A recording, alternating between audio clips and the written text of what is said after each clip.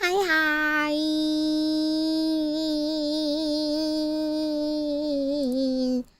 Oh boy, it's 1 a.m. Oh boy, it's 1 a.m. Time to stream. Yippee! Hello. Hi. I'm sorry for everyone and their sleep schedules. Mine is suffering, and thus I am dragging you down with me. It's my fault. Okay. Okay. But listen, the event ends. The event ends like soon. So I gotta do it now. I gotta log in.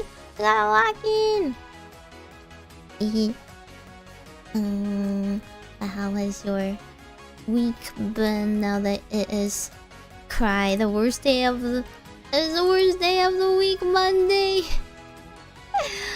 It's once again Monday. I make sacrifices. It's okay, you don't have to stay up.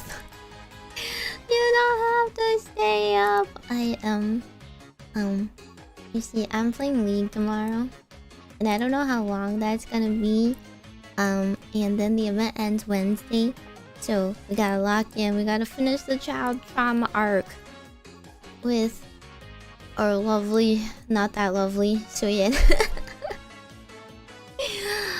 I heard the second part is gonna be like pretty intense, so I don't know. And then as I was sleeping today, I see some people have crawled into my throne. Villiers, Bizao. What were you guys doing looking at it, huh? What were you guys doing looking at it? Why are you buying so much stuff there, huh? I swear, the purpose of throne is like for maybe like one person to buy one thing at a time. You know, so you can spread out the purchases because they're like cheaper and smaller, but no, it lasts for like a half day anyway.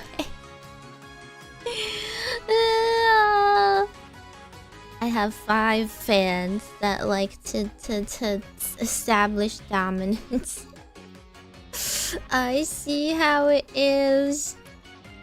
Thank you. I was wondering if I should put Ash Blossom too, but then this is what I was afraid of. I thought somebody might buy like it at the same time, and I don't want them to buy it like together. Then you pay double. You pay so much. I don't check it once a week. You check it once a week? Ain't no way. I haven't updated it in like a year or something. I don't even know when I updated last. I don't even touch that thing. I don't touch it. Don't say put it if you're not gonna buy it. You're just daring me to spend other people's money. Oi. Don't do that. Hey, hang on. I'm checking the Nikke Creator Hub. Did they take down the entries for this round or something like that? I don't know. I don't see any tasks. Oh well, let's fight.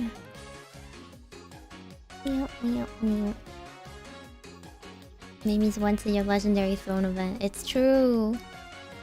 It's cause like the first time around Ash Blossom was released, and I was like, oh, she's so cute. But then I was like, oh, it's just a figure. That's pretty pricey for just a figure without like a stand. I think I'll wait. Then like Ghost Bell came out, and Ghost Bell is like so cute and got like Lolita and so darling, and I was like, oh, maybe I'll put it up there. And then like, you know. The other stuff I put on was ASMR stuff and useful stuff. Okay, I usually only put useful stuff, so I put useful stuff up there. Basically what happened was when I was playing with my slime before, I was like, I was telling you guys like, oh, this is like, it's like way too sticky, right? I need to activate it again because it's been a while and I can't play with it anymore. So I was like, maybe maybe I'll get some slime activator. But the thing is, I don't actually have Amazon Prime. I don't usually buy things on Amazon, and I don't... Or if I do, I'll just like get like $25 or what, I don't know. They raised the minimum now, right? So it's more than 25 for free shipping. And I don't have that much stuff in the back of my mind to get to that amount right now.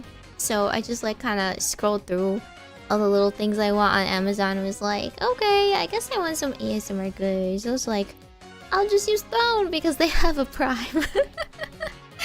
the Throne Prime scam. We gotta use Thrones because they pay for it.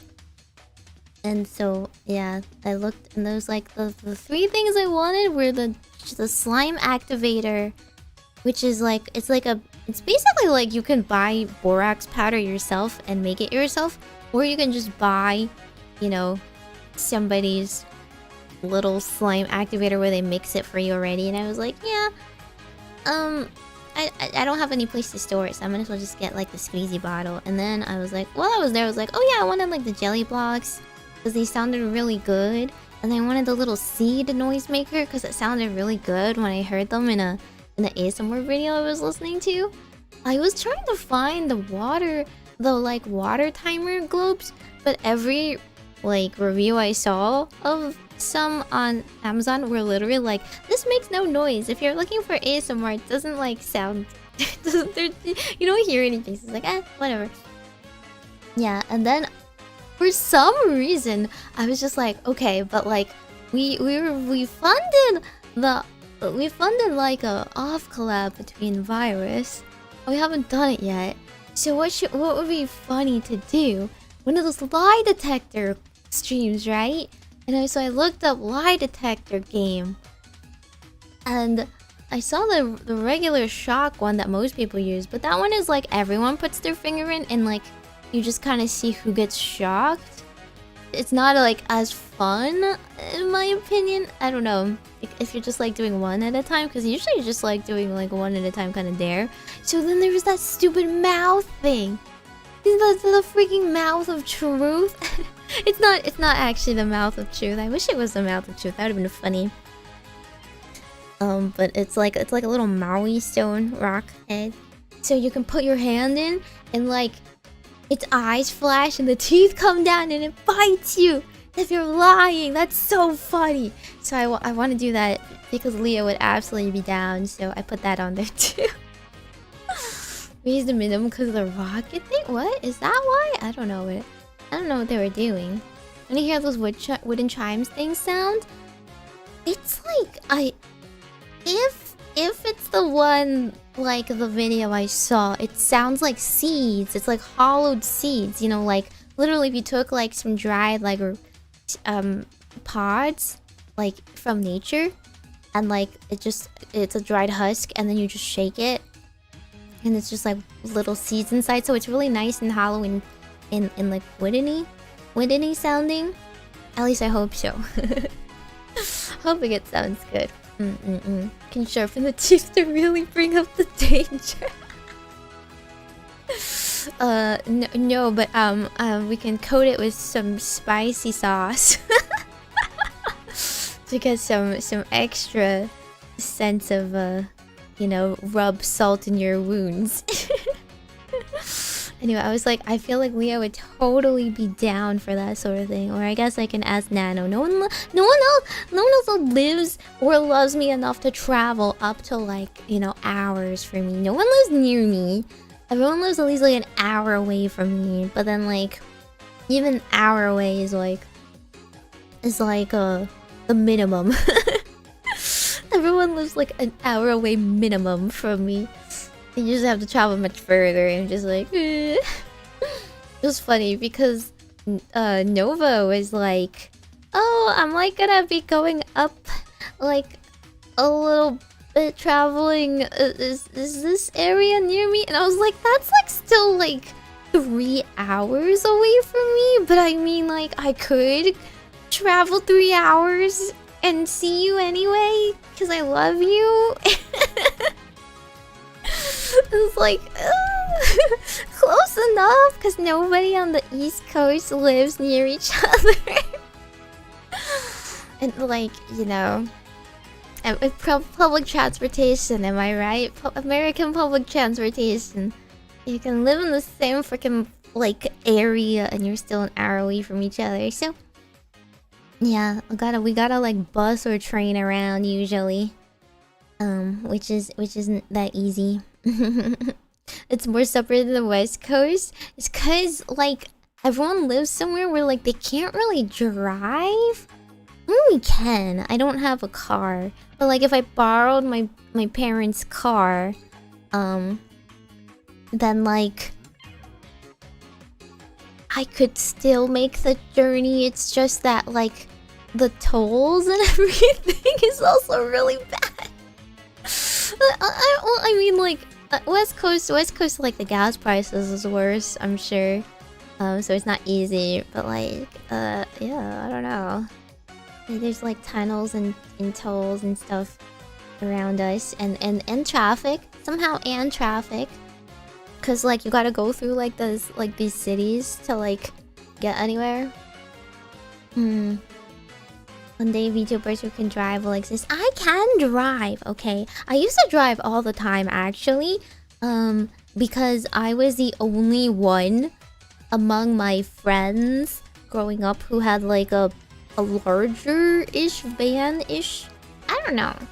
It's like a van, right? It's like an 8-seater. So we would call it like the Meimi mobile, and I would drive us to cons and stuff because it was big enough that we can put like props in the back and stuff, and like everybody's suitcases and whatnot. So I would actually be driving for like 6 hours. Although it usually there's like afterwards, it's like one nice person who would do like half the journey with me so we could split it. But yeah, and like it's like I say 6 hours, but like a lot of it's like traffic too, so it's horrible. You know. I forgot to ban logs on YouTube. That's because YouTube has to gift 5 members. We have to be even. West Coast Yakuza. No, LA is like 1 hour from LA, okay? I have a lot of West Coast fans. So not fans. What the heck, fans? friends when I used to like cosplay and stuff. I mean, maybe I have a lot of West Coast fans too. I'm actually not sure. I feel like you guys are scattered, but like, and then I would be like, oh my gosh, like, can we go here? And they'll be like, sure, that's like 2 hours from me. And I'm like, what do you mean? It's in like LA. And they're like, yeah, but it's like Orange County. I'm like, what the heck does that mean? What does that mean? I'm like, can we go to round 1? And they're like, yeah. There's like, which one? I'm like, what do you mean, which one? God, the privilege of which one? Sorry, like us East Coasters have to like drive miles to get to round 1. What do you mean you have multiple in your city? God. The freaking privilege. Except like your round 1 cards are like individual to round 1. So I have a bunch of round 1 cards. I don't know which one works where anymore because I didn't write the freaking address down. Everything in LA is like an hour. Like, yeah. Ugh. Sorry, I don't think I could live in LA. That city is like kind of a mess. It scares me a little. It's when I went to go visit like AX and stuff. But they have the best like cons and stuff back before COVID when I used to go.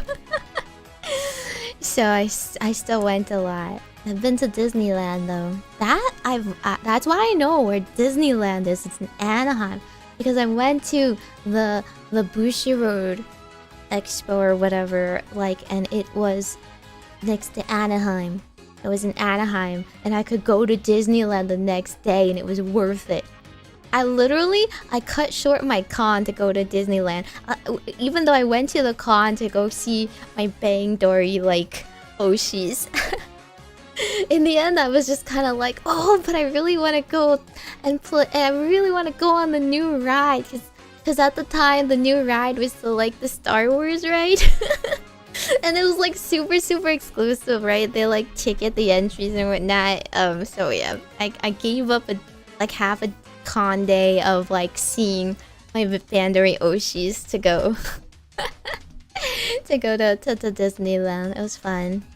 Mew is 2 a.m. You can't do this to me. I do what I want. You do what you want to. You can go to sleep. But like, that's why I was like, teehee, cheeky 1 a.m. stream. Oh boy, oh boy.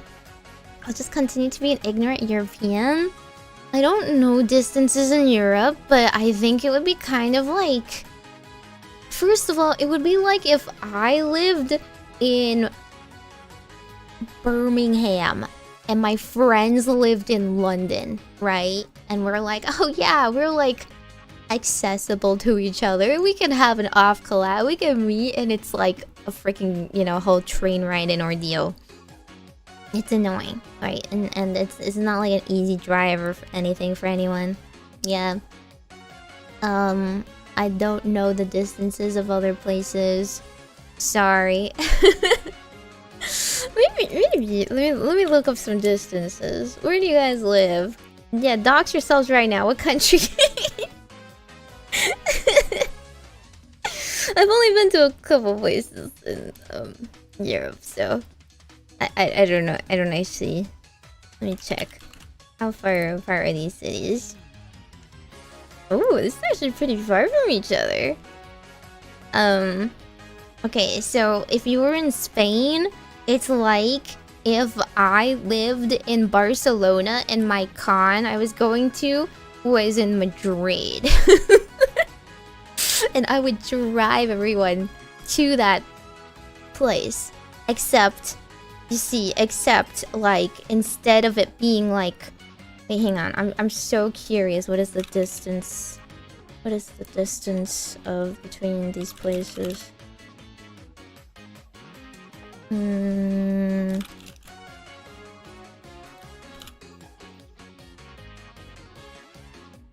Dude, wait, hang on. I need a miles to kilometers. What the fuck is a kilometer?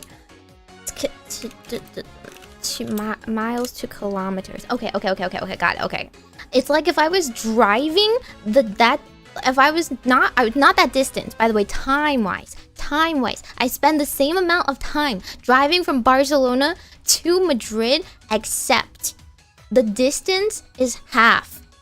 The distance is half that distance, but it just takes the exact same length of time because the roads on the East Coast suck. Because the freaking highways and like traffic jams suck.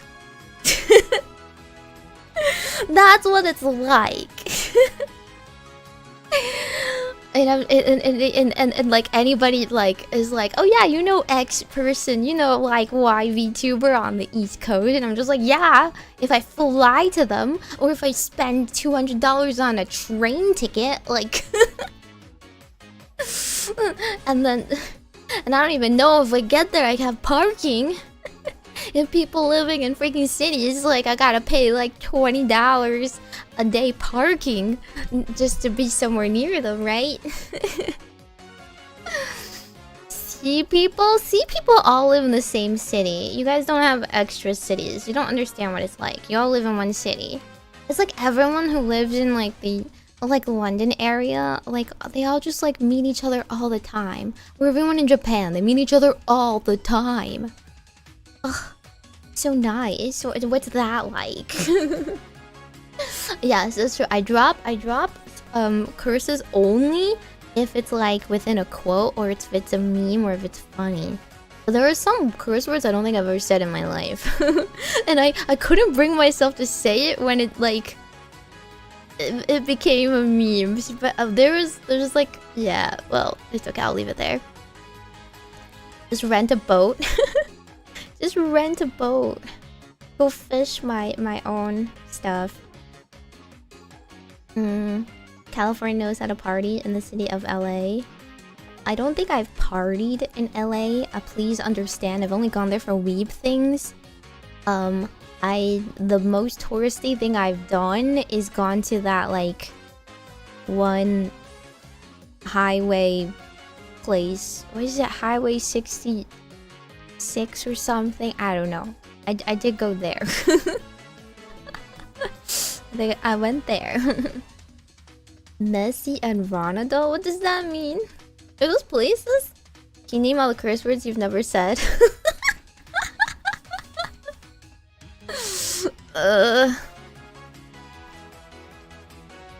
It used to be a major highway. I don't know, it's like the end of the line, right? Like there's a little sign and you take a picture there. I do touristy things occasionally because I go a bit early.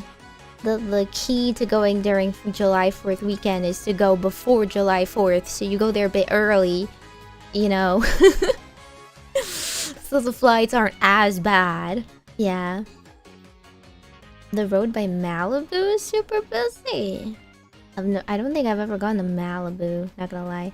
Did you order the Miku Commander deck? I did! How did you know? See you in 2027! You'll see it in 2027! I was literally like thinking like, can I charge this to my like gacha budget? If I'm not getting it until 2027, like I'm not even paying for it until like 2027, I don't think. So I don't think I can charge it. This is like a pre-order to pre-order it. Santa Monica, yeah, the Santa Monica Route 66, yeah. Honestly, I wouldn't mind living in California, but just like not in the major cities. I would live in like a suburb outside of them, right? Yeah. If you get a huge tax write-off on it.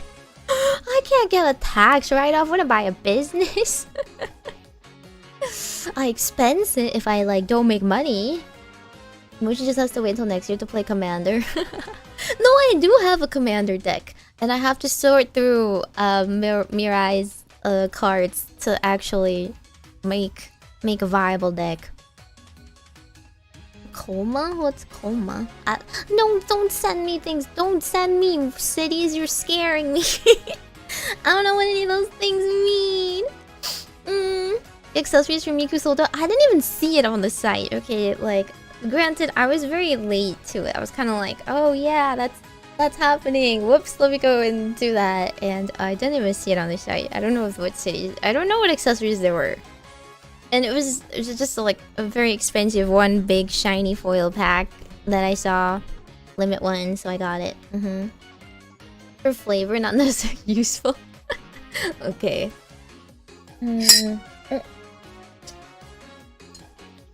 What? A playmat, card box, storage, and sleeves. Oh, okay. I don't need a playmat. I got my own playmat.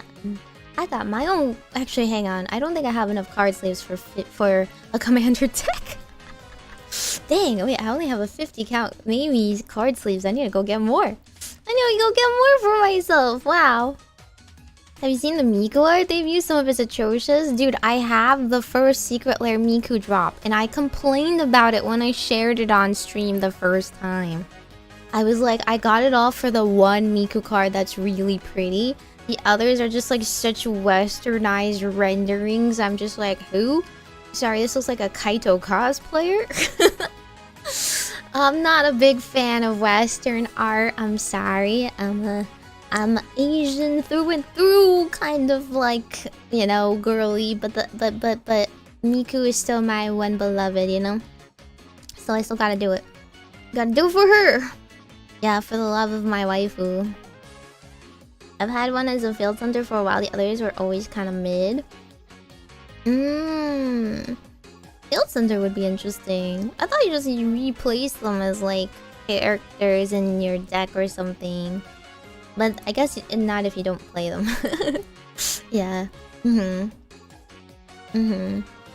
It's true. But it's okay, I'll actually use it. I'll play it. It's just like the Bang Dory. I have the Morphonica deck in Vanguard. The Bang Dream one. I'm like, oh, they're so pretty. I collect it for the girls. But also I can still use it, so I can pretend to myself it is useful. I'm one step above those Pokemon scalpers, guys. Jeremy Jarvis? Is that his real name? Is that a real name? That your name Jeremy Jervis? JJ?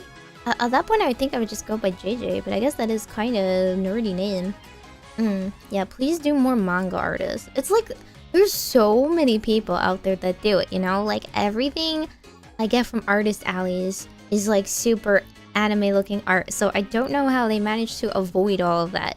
You look up Miku fan art and Miku fan artists online. I think you need to like sift through Miku fans to find the one that draws it in a comic book style. I don't know how they managed to do it.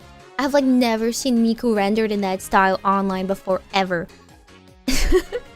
That's like a feat in it of itself. But even then, I don't understand. They could still do it in a League of Legends art style or Overwatch style. You know, there are still artists that draw in a Western style that I still really appreciate that they don't go for either, right?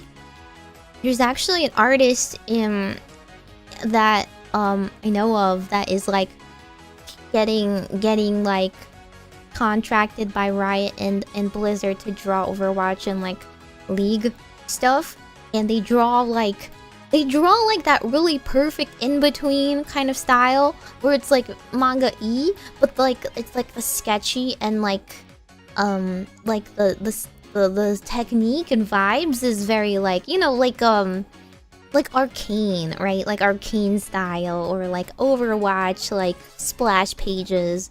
Where it, like, it's clearly not like manga-y, but it's still like anime-y, right? Anime-y proportions, anime-y face and stuff, but like the sketching and shading and stuff is more Western.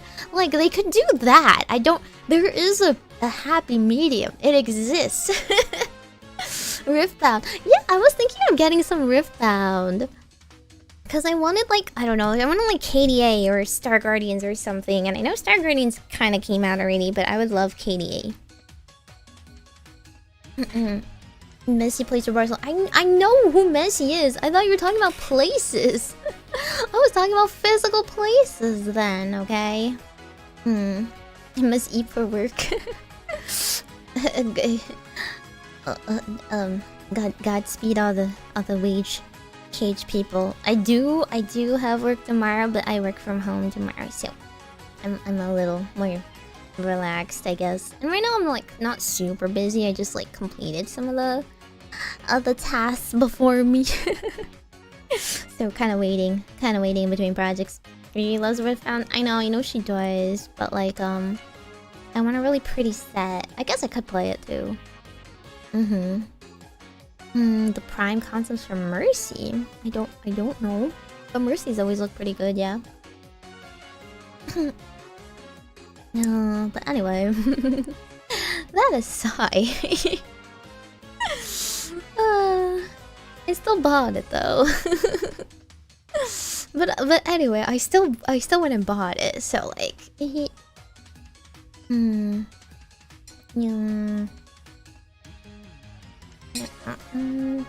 Have you ever been to the Midwest? I have been to the Midwest. I've been all around America. I think the only place I haven't really gone that I would like to go, I would really like to go to like Michigan area. I haven't gone to like the Great Lakes. I've been to Toronto, to Niagara Falls, but I haven't been like our side of the lakes. I would like to go there. My mom, she's into bus tours. I've bus toured around the US quite a lot, so I've been around, yeah. But I mean, like, I'm gonna be real with you. All of America's kind of like the same few shopping outlets and same few like, you know, there's like those fancy rest stops. Yeah, it's kind of the same thing. Chicago for ASIN. I've been to Chicago one time, but I didn't get to like explore the city. Again, I have like very bad reasons I visited most places, and it's mostly either weeb reasons or it was on a bus. So I've been to Chicago for a cosplay shoot. We were doing a Love Live one, and there was like a studio there, so we all like flew in because there's a lot of like Chicago local girls in that group. I flew in and rented the studio out. It was very fun. So I never went there. I heard they have a really good museum and art scene that I would really like to go to. I actually did not see the bean. I didn't go see the bean. I didn't go anywhere because I wasn't a tourist. All I did was go to the studio and go home. Didn't do anything. Like, I've been to Texas, but I also only went to Texas for a con. And then the con died the year after, so I never went back. And stuff like that, yeah. It was like for fun, you know, like everyone's like sharing the costs to do a fun studio shoot, and we had like our photographer friends and stuff do it for us, so it wasn't like professional or anything, but the studio was very nice. They're usually like a car photo shoot studios. They had like a motorbike there or something. I think Chicago maybe wouldn't be a bad place to live. Carjacking videos? Really? I don't know. Isn't that common like in any city? Right? It's not like other places are better. I don't know. Maybe it's just me going to Europe, and like in Europe you get robbed if you like blink in those major touristy cities. So I'm just kind of like, every city's got its own lawless quirks. So you have to be smart anywhere, no? I'm like both a suburb and a city girl, because when I was really young, I went to like China a couple of times. And like my mom's family is from Beijing, so I got used to the city real quick. Otherwise, you don't sleep. It's very loud there. So also we moved a lot everywhere. Slightly overblown, but yeah, it's not great, really. Robocop? Batman? They live in the same place? Europe is more mugging than straight up robbing though, right? Oh. I don't really want to do either though. I don't really want to get hit by either. Isn't Michigan plagued with all sorts of curses at the moment? Is it? Okay, maybe not right now. Maybe not right now then. I just wanted to go play in Anaheim or something. I mean, that's not Anaheim. I literally just said Anaheim because we were talking about Anaheim, California. Ann Arbor. I'm gonna go play in Ann Arbor. Wait, isn't there like... Maybe it wasn't... No, it was Michigan, right? There was like a roller coaster place that I wanted to go to. Was it Michigan? It has like a really big roller coaster park or something like that. I wanted to go. I want to go really badly, but also... I hope the roller coasters aren't like super tall. I enjoy the fast ones, but I don't enjoy the super droppy ones. Six Flags? No, not Six Flags. We have tons of Six Flags on the East Coast. I've been there. Would you ever mug someone? Excuse me. If I was trying to mug someone, they would think that I am like a student asking for spare change. They would think I'm like one of those people trying to pawn like a train ticket off someone at the station. I don't think they would exactly be intimidated here. Maybe minimum height of 4 feet, just because I look like this right now, huh? Just because I'm like 3 apples tall right now, huh?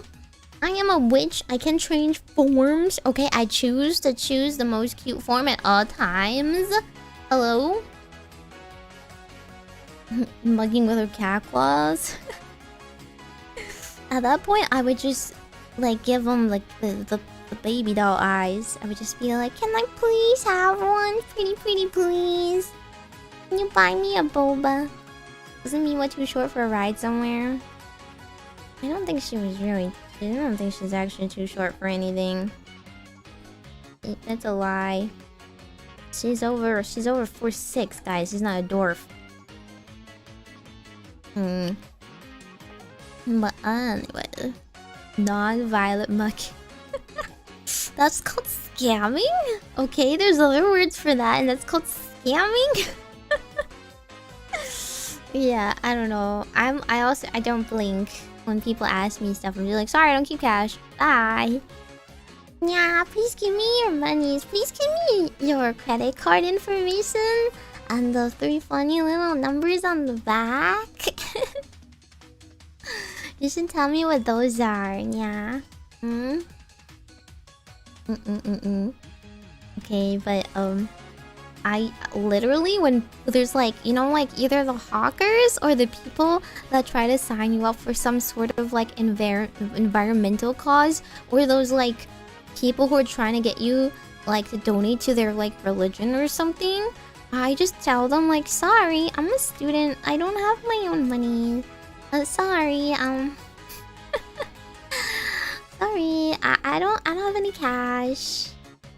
I only have my mom's credit card. I can't help you there. Everything's digital anyway. I literally don't even take my wallet sometimes. I go around without my wallet. Just tap. I just pay everything by tapping. As soon as they ask for cash, it's over. As soon as they ask for like, if their card reader doesn't work, it's over for me. This is like the you know, the meme of like, I can't pay my, my children can't eat diamonds or something. It's like the vending machine and you just have like $100 bill and it doesn't accept hundreds. That's me, I'm like, please. But nowadays vending machines have tap to pay too, so it doesn't even matter. Yeah. Take cash with me when it really matters the most. I only take cash if I know I'm going to like a Chinese establishment. If I'm going to like a small like massage place and you have to tip, or like a hair salon, because you have to tip the hair salon, like the persons with cash. Yeah. Even nowadays though, last time I went, they literally had a sign that was like, you can pay through Venmo. They have like a, you can pay the tip through Venmo or Cash App, or like, this is the future, guys. This is the future. They literally don't need cash anymore. The street vendors nowadays just use like Venmo, okay? Like, I think if you asked me to count change, I would fail. It's been too long. I don't know. I don't know who's on the face of every coin anymore. My Asian hair salons place except Venmo. Exactly! I literally took cash because I was worried.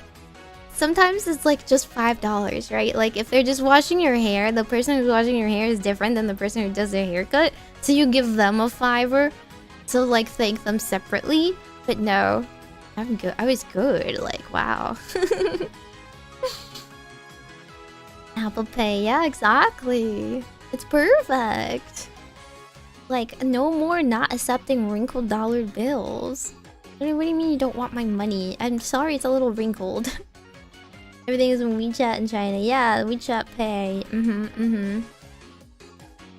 I mean, it's the same in Japan too. They have you can prepay on your IC cards, right?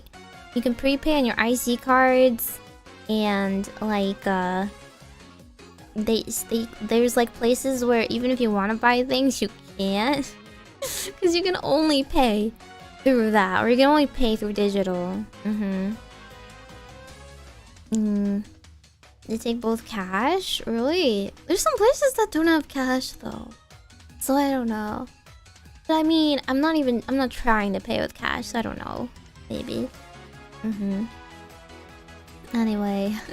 It's hard if you are like in the Asian city and you can't load your card. It only takes card. I guess that's true if it's a power outage. Oh yeah, actually, there's like this one coffee place I go to that's pretty fancy. Actually, I mean, it's not really a coffee place, but like it's where I get my chai lattes and stuff. And like, you know, they have a little iPad tablet to order. And I always just like enter my order there. And I was telling them like, oh, it's like telling me it's like not working. Like it's down. And they were like, oh yeah, but you can just like come up and order too. And I was like, oh. I didn't even consider that. I was like, Why isn't this iPad working, guys? The system is down. It's not taking my card. And they're like, yeah, but you can just like just tell me your order and pay up here. I'm like, oh yeah. But how will they know? How will they know that I want it iced and almond milk and Listen, I only trust these places because of how often my verbal instructions are disregarded. I go to my local coffee shops and I ask for the same darn thing all my life, and like they keep getting my order wrong somehow. Today, I don't know how. I say chai latte. I say chai latte, and not just chai latte. There's like a signature chai latte they have on their menu. The person gives me an iced latte. What I want is a tea, not even a coffee. How do you mess that up? Ugh. And then like I go like the other place I go, I get like this iced tea, and they give it to me without sugar. Like half of the time they give it to me without sugar. What do you mean? Like, is there not a recipe stapled down there somewhere? Why does it taste inconsistent each time? In what world did I want it unsweetened? Or did I specify unsweetened? Do I have to tell you sugar? Is it sugar on the side? I had to empty the packets like to taste on the side or something? This is iced tea. This isn't like this isn't an Americano. Like what? It's been happening a lot.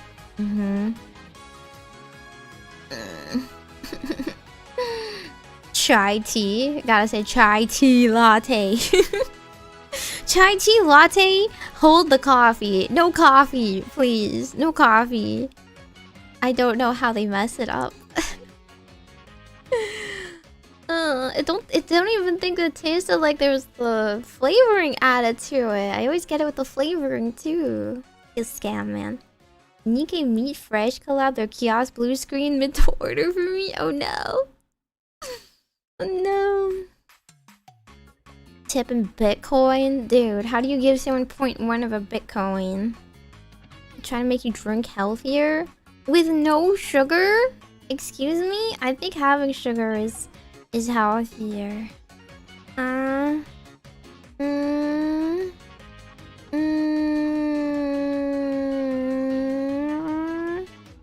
Besides, I don't need to be healthy.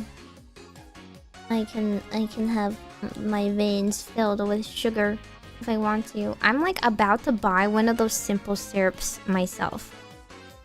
Cause like once I have to go home and add my own white sugar and mix it, I have to wait for it to dissolve, right? Like, no, I want you to squeeze that bottle of simple syrup you have right there. So like pre-dissolved sugar, so I don't have to wait. And then like the ice melts, and then like it's not like fresh anymore, and like I don't know, I can't like I have to keep adding sugar every now and then because I don't know how much to add because I don't work there. I don't know how much you're putting in. I don't know ratios. I hate it. Wait, some places do accept Bitcoin and crypto? Oh my gosh, that's crazy. I don't know. I don't know about the stability of that. It's like trading stocks. Like, here, I'll give you this bond. It's worth $5 now, but I don't know what it's worth in like a week. Weird. Is your blood mostly boba at this point? It's technically mostly boba and chai latte and tea and juice and stuff. So I was drinking. I nearly finished it. It's my instant boba mix that I got. I'm gonna be sending Stim some. Now that she's like back from vacation, I'm gonna send her some because I think it's really good. Have you seen that one video of a dude telling the worker how to cut their cake? What? Probably not. I don't think so. Cake? I do love cake though. I don't actually need my cake cut. I'll just give me a spoon. That's all I need. Give me a spoon. Squish that sugar all over my chai, boy.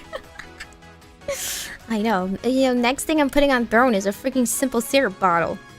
Maybe even a vanilla shot. One of those like vanilla like flavor syrup shots for when they forget that too in my drink. Cause I've had like I get like London fogs every now and then too, which for everyone that lives in like London and beyond is an American thing for it's Earl Grey tea latte with one like flavor shot of vanilla, right? So it's like vanilla and Earl Grey, which is like my favorite tea combination ever. And then some like okay, like some places like know to make it, and like it's on their menu, and like it will still, I will just get freaking tea. It's just freaking hot water. Like no, I want the milk, and I want the vanilla.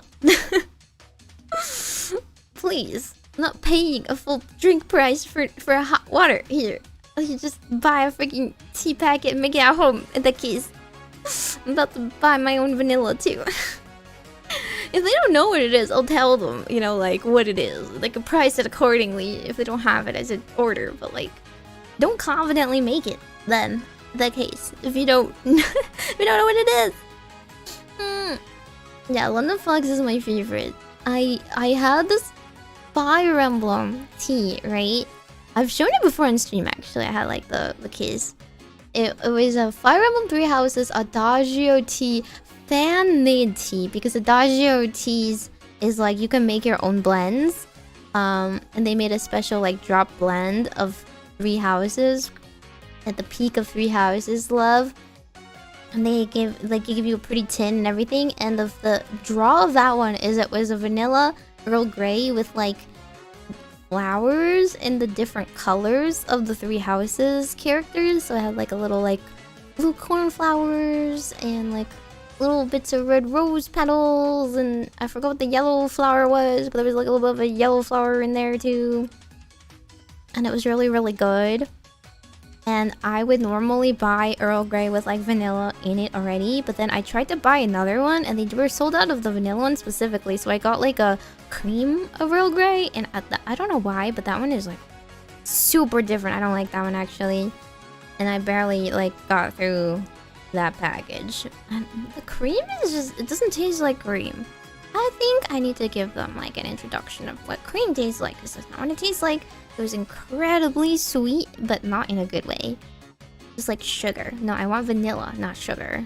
It is the closest to milk tea in American coffee places. Exactly, that's why I get it, because like sometimes I don't want that much caffeine. I just want a tea.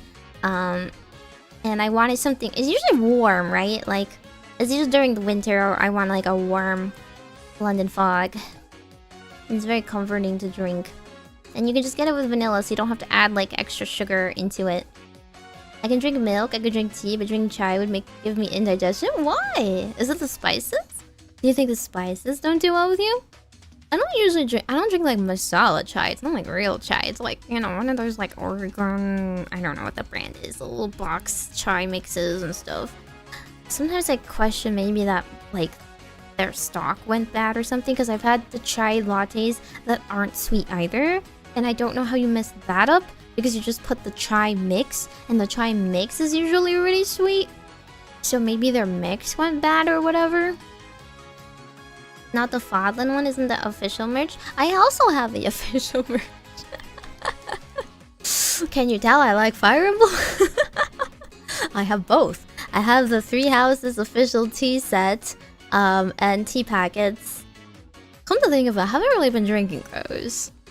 Because a lot of them were like, you know, like, a lot of them were like iced teas, you know, like berry teas, which you don't really drink warm. You kind of drink them like sweetened and iced. So I'm kind of lazy, and I didn't want to like, brew a bunch and have it sit out somewhere. I don't have a fancy iced tea maker, so I just haven't really drank those.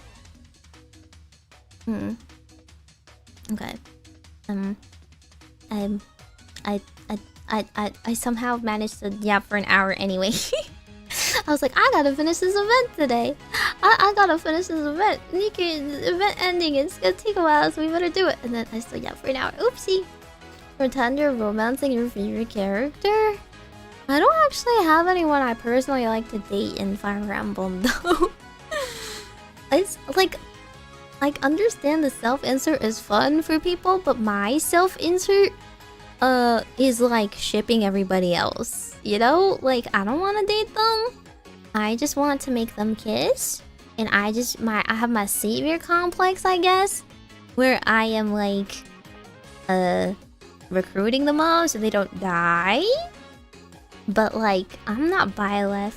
I'm not anything like Byleth. I do not want to be Byleth, and I understand the tools of not giving them a personality and stuff like that, but I want a return of MCs with personality. Thank you very much, because I'm not gonna self-insert anyway. The only one I would maybe self-insert into is Corinne, because I would like to marry Leo. Fire Emblem, thank you very much. Leo is the only one for me, but but I'm also nothing like Corinne, and I do not want to be compared to that travesty of a character. See, I always yap with you guys. I always yap for you guys, especially everyone that stays up for me. Daily 1 hour Meimi yap minimum. Fates didn't do a full self-insert next to Engage, but it suits Nintendo. Okay, Fates did pretty much a self-insert by making Corinne the most bland, stupid character known to man, okay? They do everything wrong. They do everything wrong. In fact, the only thing it's not a self-insert is because no one could possibly be that stupid and naive. And you know what they thought? They thought, let's bring that back. Brilliant idea. Let's bring that back. And we were gonna have it for Engage. We love MCs that are naive, but given an army for some reason. And every experienced war vet listens to them. And everyone that lays eyes on them is instantly enamored and in love with them. And then the plot devices say that they win. And also they're a dragon. But like, okay, you know what? The dragon part, I would self-insert. I wouldn't mind. I wouldn't mind being a really cool dragon. I'll take that. But I hate it so much. That's why I tell everyone to play Three Hopes, because the main character in Three Hopes is so funny. Like, they have so much personality. They're a hoot. And like, it makes the story so much more interesting, right? It's not like my choices. It's like me witnessing. It's like, actually, you know, it's more like Star Rail Pro Tag. It's like Star Rail Pro Tag. Like, the main character does so many stupid things, but that's more of a self-insert if anything. Because we, the player, are more likely to do those stupid things or say silly things. Right? Like, because that's what we do. We don't go around being like, oh, I'm just such a Mary Sue. Ooh, oh my gosh. Like, we're out there like freaking tipping trash cans. And the Three Hopes character is like, I don't know, I'm just here to fight wars. I just want to fight battles. I'm not being paid to be an advisor. I'm not being paid to think. That's your job. Me for real. Like, stop it with the politics. You do the politics. I'm very content with sitting here and reading it and listening. But I'm here to tell you guys to hit each other really hard on the battlefield. That's my tactics, man. Chris has more personality over the others. We play New Mystery. I didn't play New Mystery. I should. I'm gonna see Mr. Marth. Yeah. Did life lessons from dating while doing senseless killing. The way I slaughtered that army, it was really hot. The way I turned into a dragon, lost control, and devoured my faceless enemy soldiers. It just really got everyone in the army, you know, the odds for me. I don't know. I think it's funny that way though. Also, like, you can write much better supports that way. Like, Violet didn't even talk and everyone was just like, you are for some reason really reassuring. I feel so I feel so calm in your presence. I was like, is it just because of the student-teacher dichotomy? Like, I don't get it. Like, Violet is a stone wall. How do you feel comforted in their presence? I don't get it. But like, in actuality, in like New Hope, like the main character, has like a really interesting conversation with half of the characters because of their personality. Like they had an interesting one with what's her name? Leo. Yeah. Listen, I'm a gold deer girly. And I don't like that tomboy, you know, that tomboy girl who's always like, I know your dad better than you. I'm your dad's like first pupil. I'm like your dad's like coolest. And they had no personality and had the worst supports ever with Byleth. And they had a very interesting conversation instead in Three Hopes. In Three Hopes because they're more like comrades, if anything. They're more like, hey, like we both like fighting. We're both like into training. There's no competition, you know? Leone, yes, Leone. I hate that character. Don't like that character. I always say, Golden Deer, we have our hits, we have our misses. It's because they don't know how to... They just threw that rabble. Why are they the freaking Hufflepuff? And then everybody else. And then everybody else was there. Where she just yells at you right after your dad dies. I know. Like, do you know how your dad's death is really affecting me? I'm just like, okay, Leone. Really now? Really now? Kinda grew up with him, but whatever. But yeah, I mean, it was way more fun when you weren't their child too, and she wasn't like having a weird... I don't feel like girls do that, but maybe it's supposed to be a tomboy thing. She's so tomboyish, she acts like a guy and tries to one-up you. I don't get it.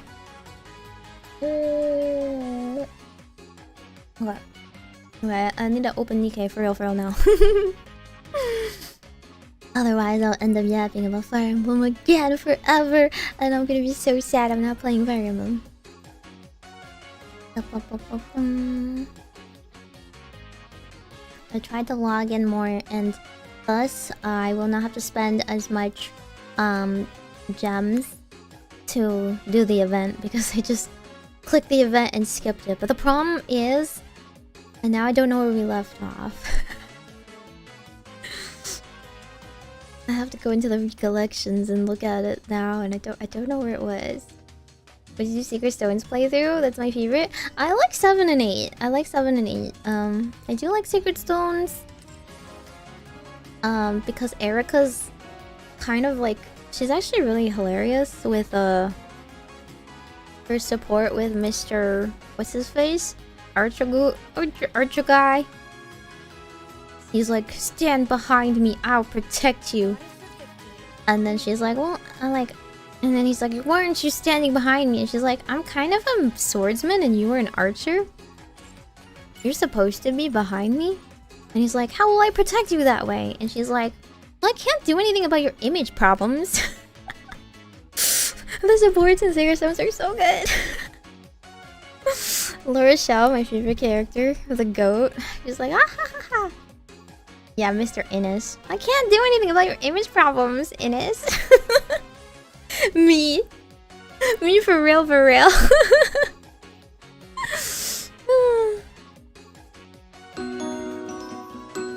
Majokko Meimi.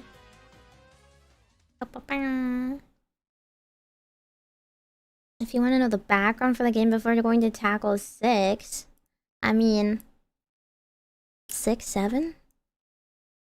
Okay, but no, I don't know. I don't know if I want to play 6. Is it that good? I guess people do like Roy.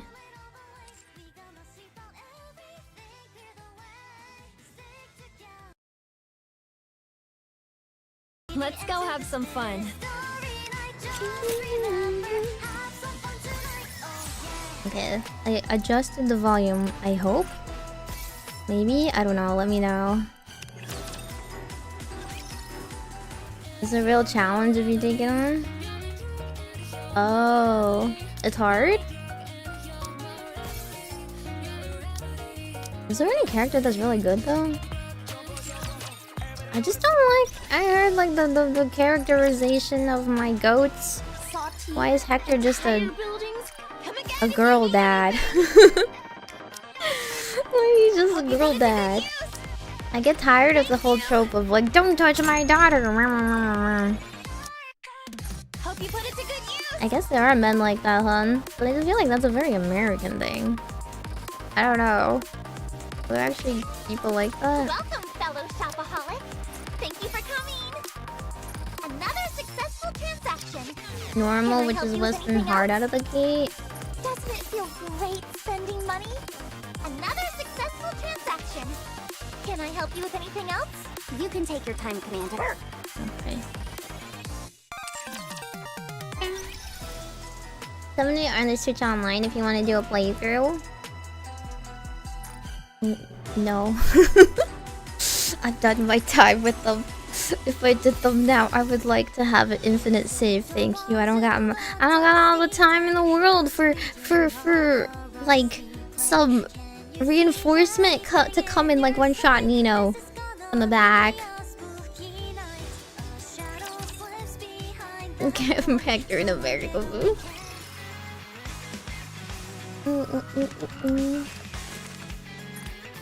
I mean, I don't usually play with the different difficulties. Commencing operation. Leave the support to me.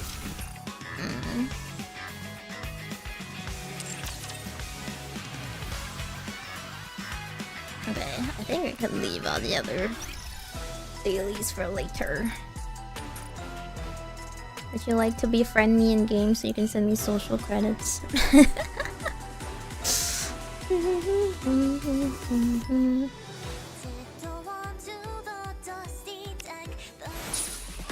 Some Switch 2 emulators have save states and rewinds. Why would I have a Switch 2 emulator when I have a Switch 2 though?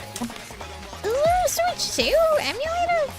Why would they have... But like the thing is, those are like... These games are like... online.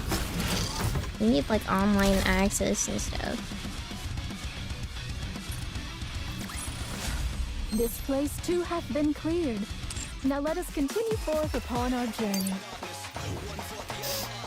I don't remember where we left off. Why are they called this? Why can't they just tell me this is chapter whatever?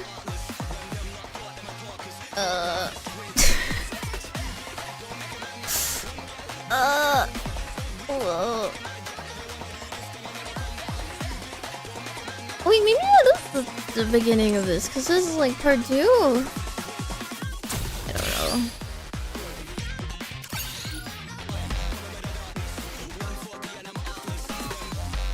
Where did we stop?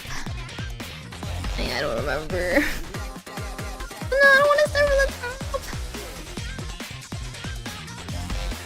The emulator used on Switch 2. Oh, it has like a save states.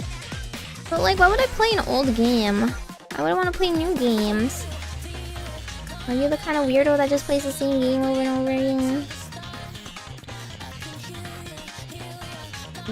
Where did we leave off? Maybe 8?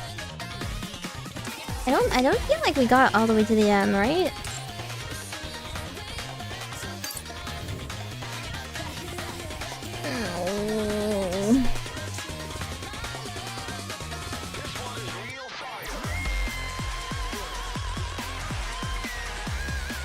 This is the beginning.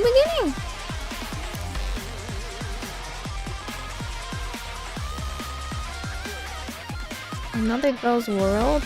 Unease? Cornered? Answering? To make a hero? It kinda sounds like this.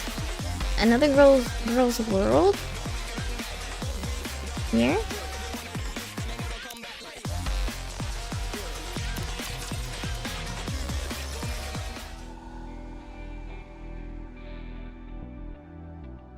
Okay.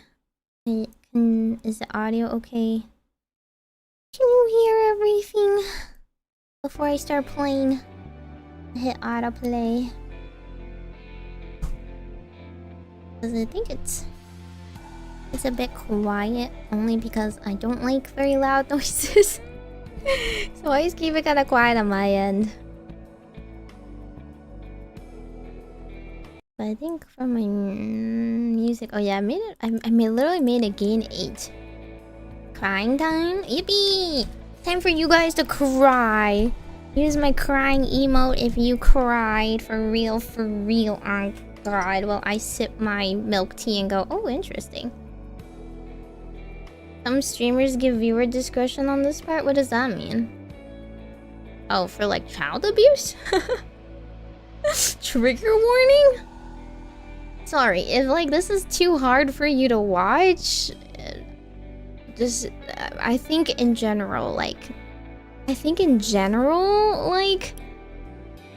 you should be careful about managing your own stuff.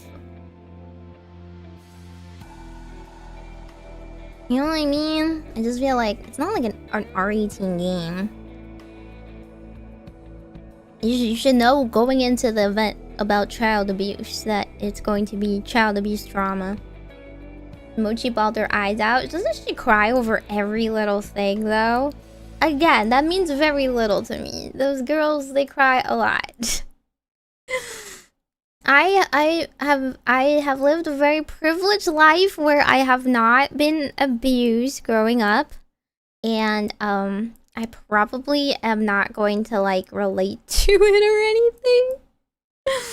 So if I seem a little heartless, it's only because I do not have childhood trauma. And I think, yeah, I think I'm just gonna, I'll be fine. She got your picture of the squad and made her mad. Yeah, she did. It was funny. What did she say? Hang on. Let me go look at my DMs and see what she said again. She said, "What the fuck? Get away from me!" And I said, "Have you tried saving to pull who you want instead of blowing it on skins?" And she said, "It's only Libby and Red Hood that I don't have." Listen, it's only Libby and Red Hood that she doesn't have in that screenshot. I have like pretty much every pilgrim. Mimi's version of Maple's childhood trauma tier list? Yeah, what's the tier list? Like things that got you traumatized as a child. For me? I don't know. I think it's impossible to live through life without a little bit of trauma, but like that's normal. You know? Everyone needs a little trauma to work through and grow and become a better person. If it's debilitating, that's when you get therapy and work through it and past it. But I don't think you should blame your... I don't know. I don't think you can blame everything on that. Glasses trauma? Would you be satisfied if she gets Liberalia so Shift Off won't give it to her? This is true. This is true. Then Mochi won't be working as hard as she does. Whereas I just get whoever I want, so I'm like, relax. I don't even think I'll pull Hapless unless she's really good. I've got like so many people, I don't have the means to raise them properly, you know? Once I get everyone 10, 10, 10, then I'll start talking. Okay, but yeah, if you have childhood trauma, then maybe you shouldn't watch the childhood trauma story and talk over about your response with a therapist. I am not a trained therapist. Here we go. We're gonna watch cute little Lapras grow up in a underprivileged means and overcome it by becoming a Nikke. The girl's world began in a worn-down back alley. Across from her home, sound blares out of an old TV set up in front of a general store. Meimi pretends to be a therapist on streams. I do, but if only because that position is thrust upon me, you know? I'm forced to play therapy sometimes. Grow up in a loving household, I'm sure. Who? Lapras? Or Laplace? Ground music swells as a stylishly dressed female hero appears. The hero has arrived! Let's go, fellow heroes! Onwards! I wonder who's voicing that. The girl's eyes sparkle as she stares at the TV, spellbound. Onwards. Evil, come forth! no matter what torment you inflict on others, so long as I, the Ultra Hero, still stand, hope will never be extinguished. Justice shall never be defeated! The girl thrusts her arm towards the sky. Never be defeated. Have you watched the movie 8 Mile? No, I never watch any movies, so I don't know what you're talking about. She adores heroes. Amid the greatness of her world, it is those superhero movies playing every day on that old store TV that are the only shimmering gleams of light in her life. Shut up, would you? A liquor glass lands next to the girl and shatters. I was wondering where you crawled off to. You watching that crap again? She's got an alcoholic father when he's such When the cases. hell are you gonna kick the bucket? Gotta turn you into a Nikke so I can finally make some money. As long as she can watch her hero, she's able to endure the abuse that her villain of a father unleashes without warning. Where do they live? Like the Outer Rim or something? I didn't think they had slums otherwise. Hey, hobo! Who? Me? Yeah, you. Go over there and steal us some bread. If you can't, then go beg for it instead.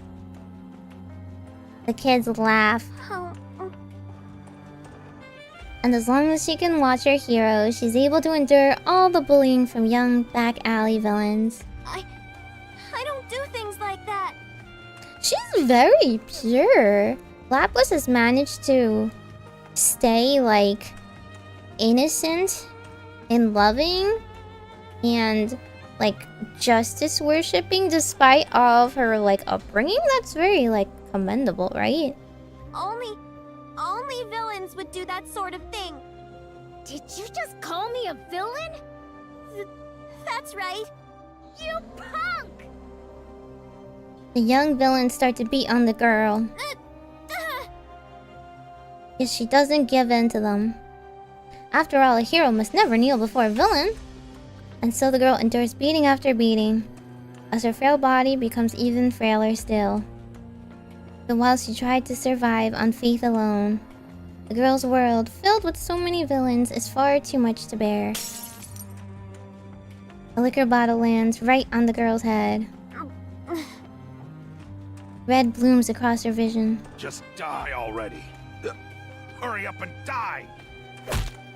Die and turn into a Nikke and make me money. The villain strikes her with his fists over and over. It's the worst beating he's ever given her. Just as the thought hits her that she might truly die if she does nothing. What the? You little brat! The girl pushes the villain aside and runs outside. She wanders in search of a hero. She cries out with all her might. Ultra Hero! She reaches out her hand. There you are. Who is she clinging to? She desperately runs over and seizes the hand of someone holding a gun. What the? What's wrong, kid? Oh, it's a Nikke. Before her is a Nikke, just like the Ultra Hero she saw on the TV. The hero on the TV is a Nikke? The hero movie, the hero franchise is a Nikke propaganda show? Please, help me, hero. Help you with what? Come on, just leave her and let's go. This is a dangerous part of town. Please, help me, hero. Suddenly she feels someone behind her. The villain grabs her by the hair and yanks her back. What are you looking at? Never seen someone discipline their kid before? Come on, let's go. But... He's a human. There's nothing we can do. Let's just hurry up and go. What are you staring at? You damn Nikkes. Here to steal more jobs? Robots stealing jobs. That's true. Nikkes are like robots stealing jobs. But like they're doing jobs you don't want to do. Like, you know, be part of the army. Fine. Let's go. Oh, she's walking away. The Nikke's walk away, leaving the girl behind. They were probably a mass-produced Nikke anyway. Hero. Yeah, those damn clankers. The beating starts back up again. Not a single soul passing through the alley pays attention to her cries. Rain starts to pour down from the sky. Of course it does, because we need like a literal pain on this metaphorical, low point in our life too. What the? It's raining. Now I'm all wet. What a drag. The girl makes a splash as she falls to the ground. The villain walks off, leaving her behind in the rain. The girl's vision is blurred, and a thought runs through her mind. There's no such thing as heroes. There's no such thing as heroes. Well, maybe there's not in this part of town. There were never any heroes. She hears someone scream. A siren blares, echoing as the girl's world goes black. She thinks, if I can survive, if I can just survive and become stronger, if I can just become a Nikke, I'll never ignore the weak like those two did. If no one else in this world will be a hero, then I'll get stronger and become one myself, the strongest hero anyone's ever seen. That's way too cute. She's way too pure. I don't think I would think that. In that kind of situation, I'm definitely thinking violent thoughts. She's way too good of a girl. And I'll use my strength to take down all the evil in the world. Congrats on getting ghost. Yeah, what's with everyone giving me things? Stop that.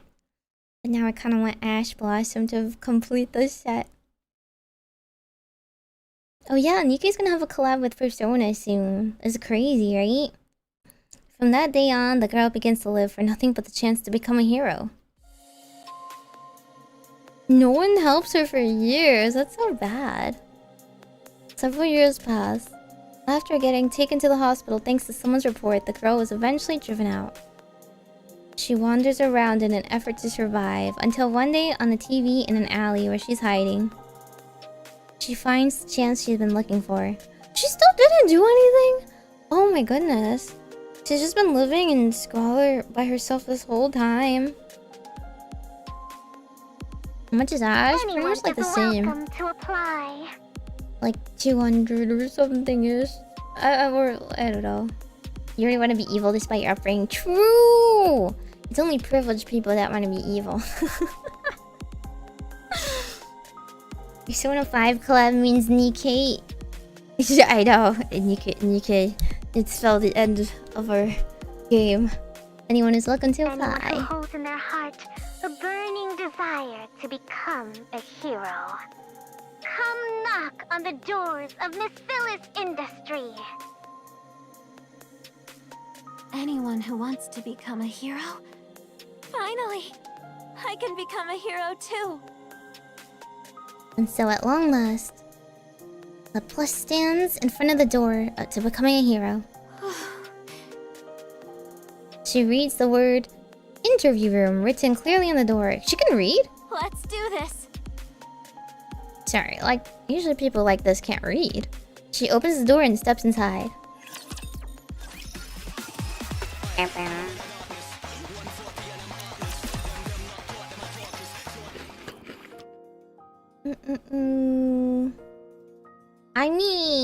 I mean, like, what kind of people are desperate enough to become Nikkes? Just apart from people who are trying to escape their life situations already. If you've got a cushy life, you're not becoming a Nikke. Lapis starts wolfing down the cake, oblivious to everything around her. You must be hungry. So they were kind of foils of each other. Syuen lived in privilege, Lapis lived in squalor. Both of them have abusive dads. One more so emotional abuse than anything in physical abuse as well, and they both looked up to the same heroes, and they wanted there to exist like someone who would comfort them in their time of need. Except Syuen became the villain. I don't know. She just becomes evil. I know exactly. Someone shorter than her. Except she becomes a Nikke, and then she becomes taller than her. Plus, his issues don't impact the whole of the military-industrial complex.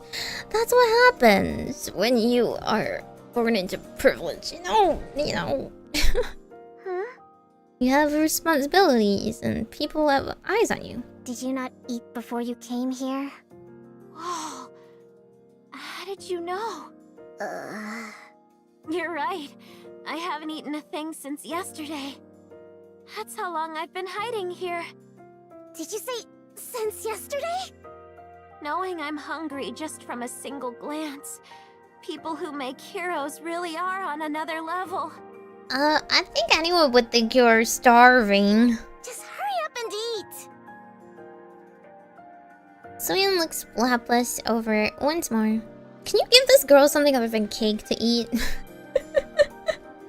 we give her something healthy and filling? Her scrawny frame, her sickly complexion. She has plenty of spirit, but she looks like she'll die before making it very far. She's literally getting Captain America'd. She's literally the sickly but like wholesome kid growing up despite being bullied as a representation of like the little guy, the underdog. We love that. We love that assigned morality as well. Is that what you want to eat? True, but like not when I'm like starving and I have nothing to eat. Phew, I'm stuffed. That cake was good. Thanks for sharing some with me. You're really a good person. Given how much you were drooling while watching me eat, I didn't really have much choice. So, what's your deal anyway? Steve was at least legal age. Well, you don't. There's no legal age for child experimentation. Syuen's not even 18. I'm Laplace. I wasn't asking your name. Did you have an interview? Yep. I failed. Since I never saw you, I'm guessing you got cut in the first round. No surprise there with a body like that. Wait, do I need to be healthy to be a hero? Yeah, obviously. What? Did you expect this to be some sort of game for kids? But I heard you only need a healthy brain to become a Nikke. That's true. I'm like, you get a new brain. I mean, you get a new body. It's a brain transplant, so who cares? This isn't about becoming some ordinary Nikke. The whole process is going to be painful. And if you're not strong enough to endure it, you could die. That's why we're only looking to accept people who are both physically and mentally healthy. Mentally healthy? Mentally healthy? We're not trying to get anyone killed. Physically and mentally healthy, huh? With the state you're in, there's no way you'd be able to handle it. So you're saying as long as I can endure it, I can become a hero? To be fair, she's endured quite a lot of abuse already. I think she's kind of the GOAT. Oh my god. Wait, this reminds me of this messed up childhood story I read. This children's story I read in Chinese. Okay, like I had like an unconventional Chinese tutor who she gave us like a bunch of like Chinese storybooks, and we were just supposed to read one of them, right? So the one I read was about a bunny who was being sent to the moon, right? And the bunny was a country bumpkin bunny. And they were saying, they were literally like, we need a country bumpkin bunny because, like, they can endure hardship. That's the whole thing. Like, you can't have, like, people who have never, like, suffered a day in their lives take on something grueling and strenuous. They took on some backwater bunny, and it went and sent it to space. And the bunny was able to survive. And the bunny came back, but the bunny had a really thick country accent, so people had a hard time understanding the bunny when it was giving interviews or something. And then it got even more messed up. It was a really messed up short story. I'm trying to remember what else happened. I think the bunny made up some stuff about seeing like space bunny aliens or something, communicating with them. It became a bunny celebrity. Anyway, yeah. The TLDR is like, you need to have a little peasant in you. If you've never like slummed it up before, you wouldn't be able to endure things, right? Checks out. Really checks out. Chang'e's little buddy. Exactly. Exactly. They went up to the moon to go talk with Chang'e's like bunny buddies. How did Chinese country accents sound like? There's a lot of Chinese country accents. I don't mean like southern. Like there's like 50 bazillion million like dialects in Chinese alone, you know? And I can't even understand my dad's family. They're talking Chinese to me and I have no clue what they're saying because their accent is way too thick to understand. Hello Chime. The story is crazy, is it? Got summoned but I'm late. No, I'm the one who started stream late. Happened to my peasant ancestor, right? Except sorry, I'm like too cushy. I can't even go camping. I need to go glamping. I am the epitome of the Ojo-sama that would not last a day in a boot camp. Southern US Chinese accent? What? But that's like, the accent is in English. How would it translate to Chinese? How do you have a Chinese drawl in that? Wasn't there somebody that had like the US Southern like Japanese accent? That was pretty funny. Ni howdy.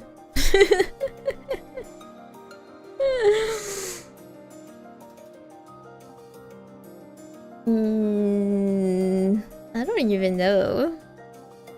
I'm trying to think. Because like how does an American... Okay, you gotta first think of how an American speaks Chinese, right? I'm trying to think how do Americans speak Chinese? I'm not really sure. I don't usually hear Americans try to speak Chinese.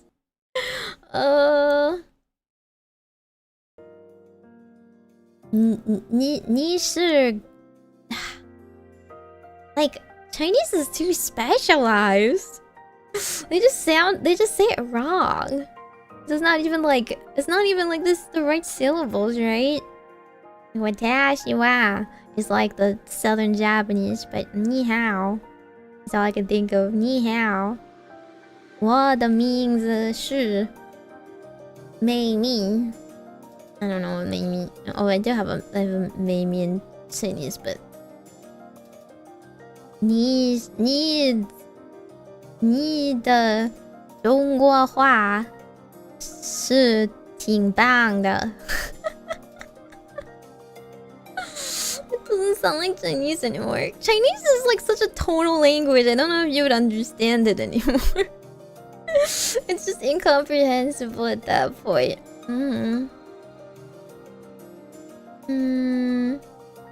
Speaking Chinese with all the wrong tones. Yeah, but that's not Chinese anymore. It's way too hard. Tokyo people meets Kansai. But Kansai Ben isn't that completely off, you know? Kansai Ben is like they just say things slightly different or end sentences slightly different. And that's why it's like cute. It's not that dialectically different. Because like Japan isn't that big of a country. But China is like there's just people that have developed on the opposite sides of a mountain from each other and didn't even know each other existed, and like the same language it just became like so utterly different. It's more like more different than like freaking like Portuguese and like Spanish at times, you know? That's like how different it can be. Most of my Chinese colleagues are kind enough to imply of what I'm saying. Yeah, because you guys are saying like baby talk, right?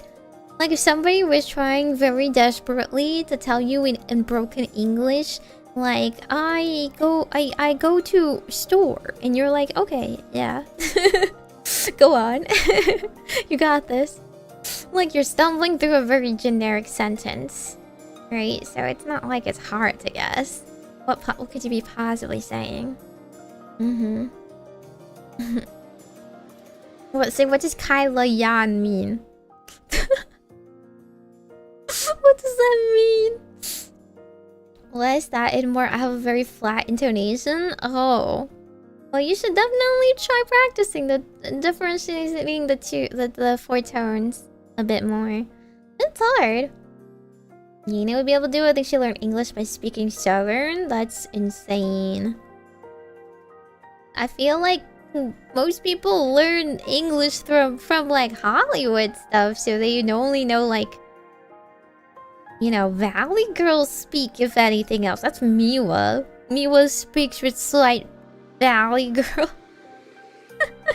Valley Girl Gyaru. Either that or like a British accent, depending on where you're coming from.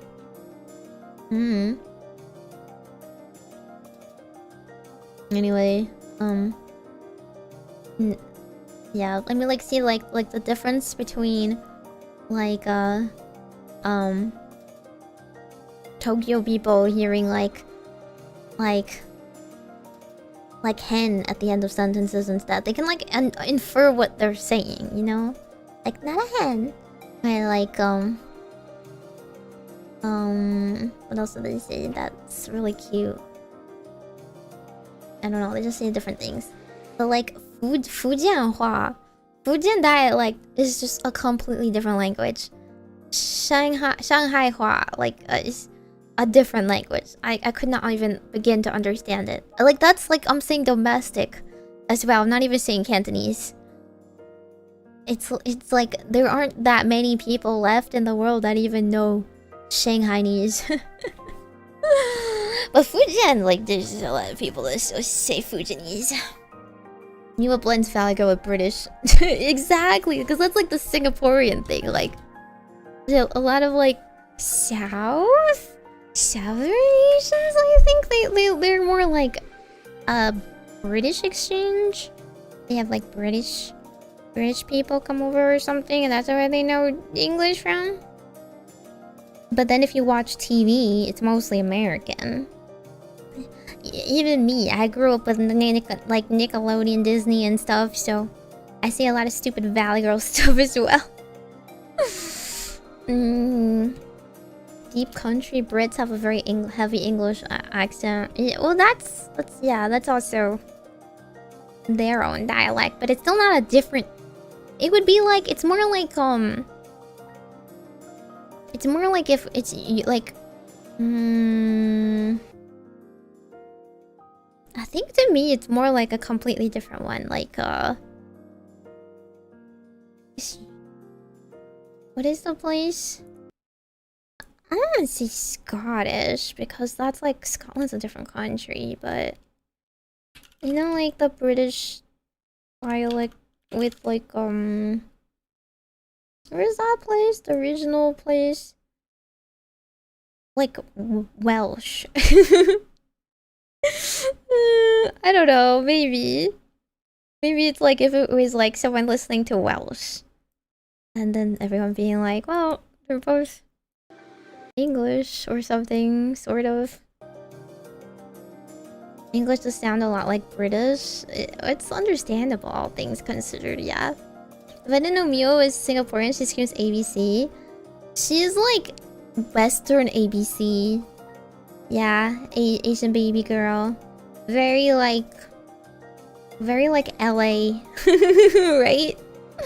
Very like fake eyelashes, fake nails kind of girl. Even though she does not wear falsies, she does not look as ABC or Gyaru as freaking LA Asians do. LA Asians are kind of scary, low key. I just think of slurs, but I think of Scottish. But like, yeah, I don't know. Cable growing up? Yeah, I told you, I'm an Ojo-sama. I'm an Ojo-sama, of course. I grew up very nicely privileged. And my family quickly shot up in the world, so we became very comfy real quick. We weren't super well off when I was a baby, but then we got to the point where you can go into the grocery store and you can buy whatever you wanted. Mwahaha! And I got to buy all the cereals I've ever wanted to try, including the funky ones. And that's how you know I'm a real Joe-sama. But not enough to have a deep cleaning or a butler or anything. That's the next goal. I want a butler. Maybe a robot butler. So I don't have to deal with another person. Okay, anyway, let's go back to the childhood trauma. Yeah, but I doubt you'll make it. So just finish your cake and be on your way. And don't come back here. Syuen walks off, leaving Lapis behind. All I have to do is endure? That's easy. All right then. From this moment, I'm gonna endure with everything I've got. She's gonna be the ultimate shield. Oh, what a pain. Another day without a single decent candidate. Hey there, Syuen. You scared me! You? What's your deal? It's me, Laplace. I wasn't asking your name! Why are you here? To become a hero. You said it yourself. All I have to do is endure, right? What? So that's what I'm gonna do. I'm gonna keep at this until you make me a hero. Oh, I get it. You're going to stage a sit-in, are you? You think that'll make things go your way? A sit-in? No! I'm just gonna stay here and endure. That's the same thing. By the way, are we not having cake today? You think I'm crazy enough to feed you? You'll just stay longer. You want to endure?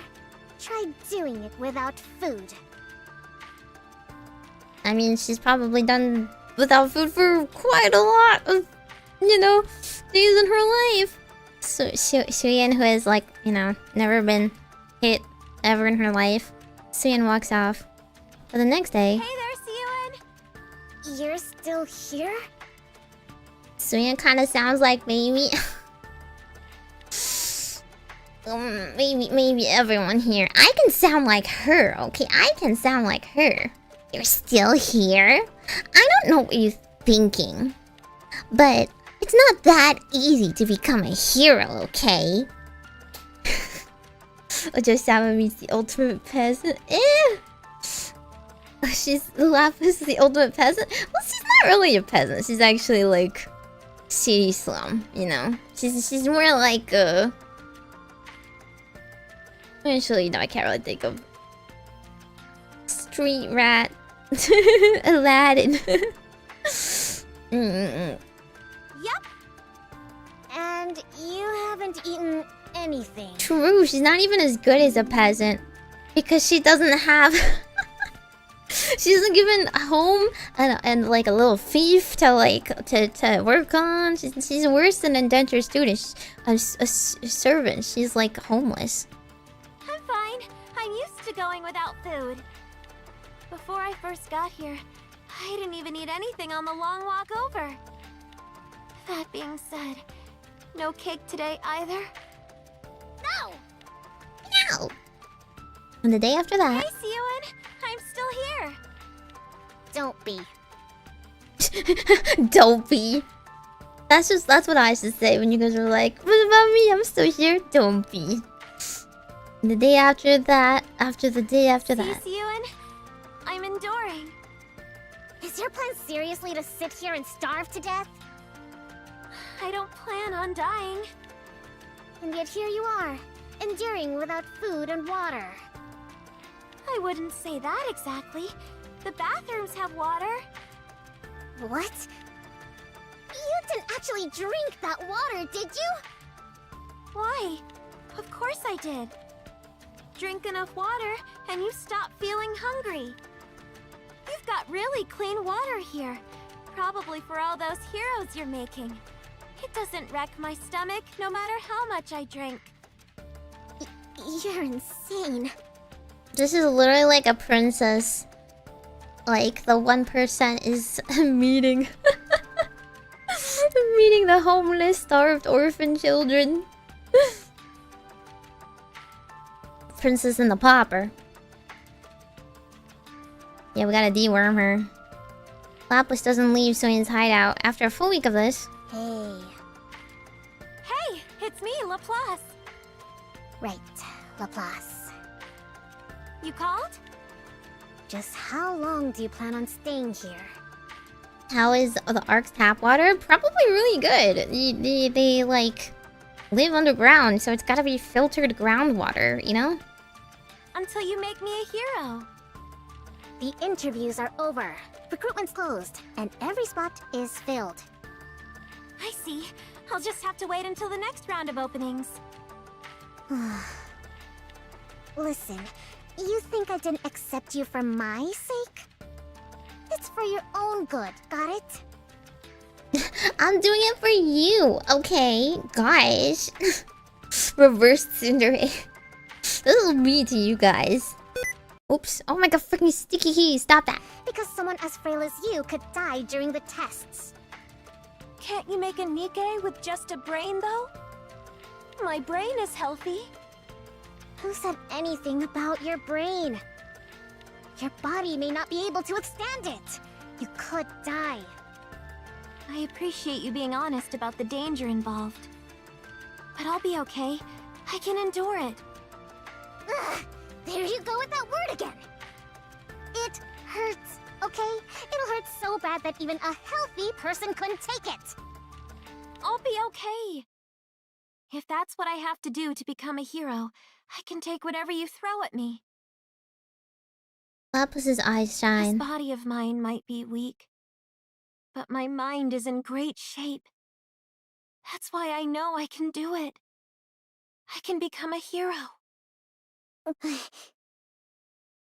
Suddenly, Syuen finds she can't look away from that gaze. Give me just one chance. If you believe in me, then no matter what trials or difficulties may come, I'll become a hero right before your eyes. Just watch. She's so cute and baby. Oh my gosh. How did Noah become a Nikke? I wanna know. I would imagine like with the strength of her, she would become a hero with like a very tanky hero. Meanwhile, Noah looks like she's someone who can like withstand anything. You win. Huh? Fine. I'll let you join the project. How old is she in this again? Did they say how many years ago this was? I don't know. You wanted a chance? So here it is. Show us what you're made of. It's going to be much more painful than you imagine. But yeah, throw yourself against the wall. Let your soul get crushed. Then we'll see if you can still go on about enduring and becoming a hero.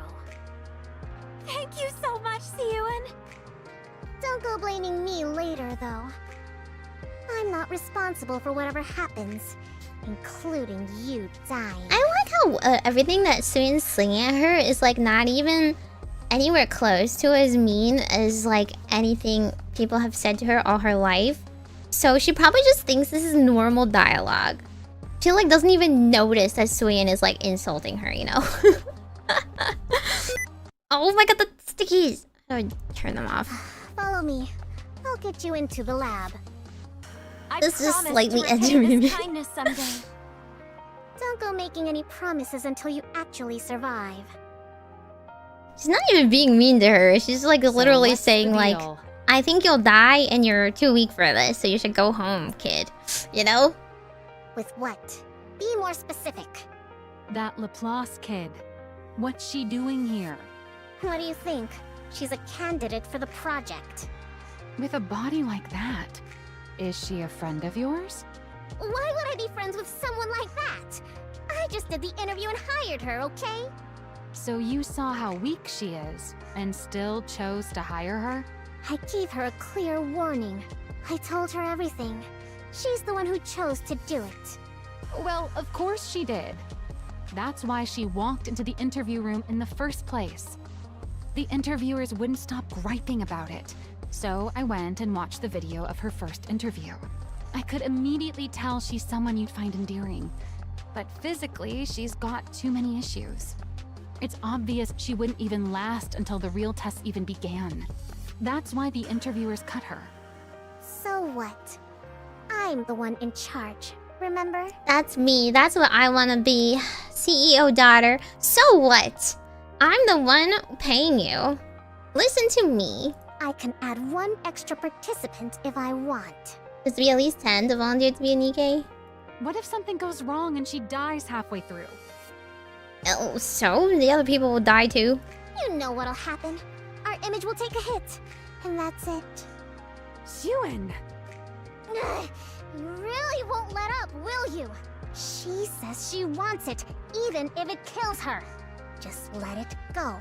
You think I let her join because I wanted to? That brat held out for a whole week. A whole week? What do you mean?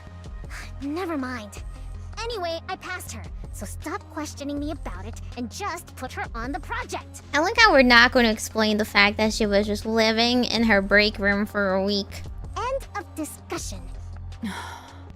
Yeah, okay.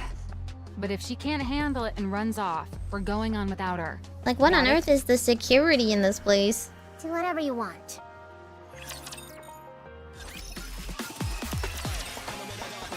Welcome, everyone. And thank you for joining the Hero Nikke project. I'm Maxwell, the lead researcher on Project Matisse. As I told you before, the goal of this project is not to create ordinary Nikkes, but to create hero Nikkes with power beyond anything anyone's ever seen. Because of that, we expect the process to involve considerable pain. You know, and then, her skirt is so short. Like, if she ever crosses her legs, you would see everything. What the Worst heck? case, there is a distinct possibility that some of you could lose your lives. I don't think it even covers her butt. Silence falls over the lab. Of course, the Bacillus research team will do all we can to prevent any casualties by utilizing the Ark's most advanced technology. This is what Miwa would wear. I said, oh well. However, before we proceed with the main experiment, She would get kicked out of Chikawa Park. you'll be tested to see whether you have the physical and mental fortitude to endure intense pain. Maxwell fixes her gaze on Lapis. Anyone who cannot endure will be automatically removed from the project.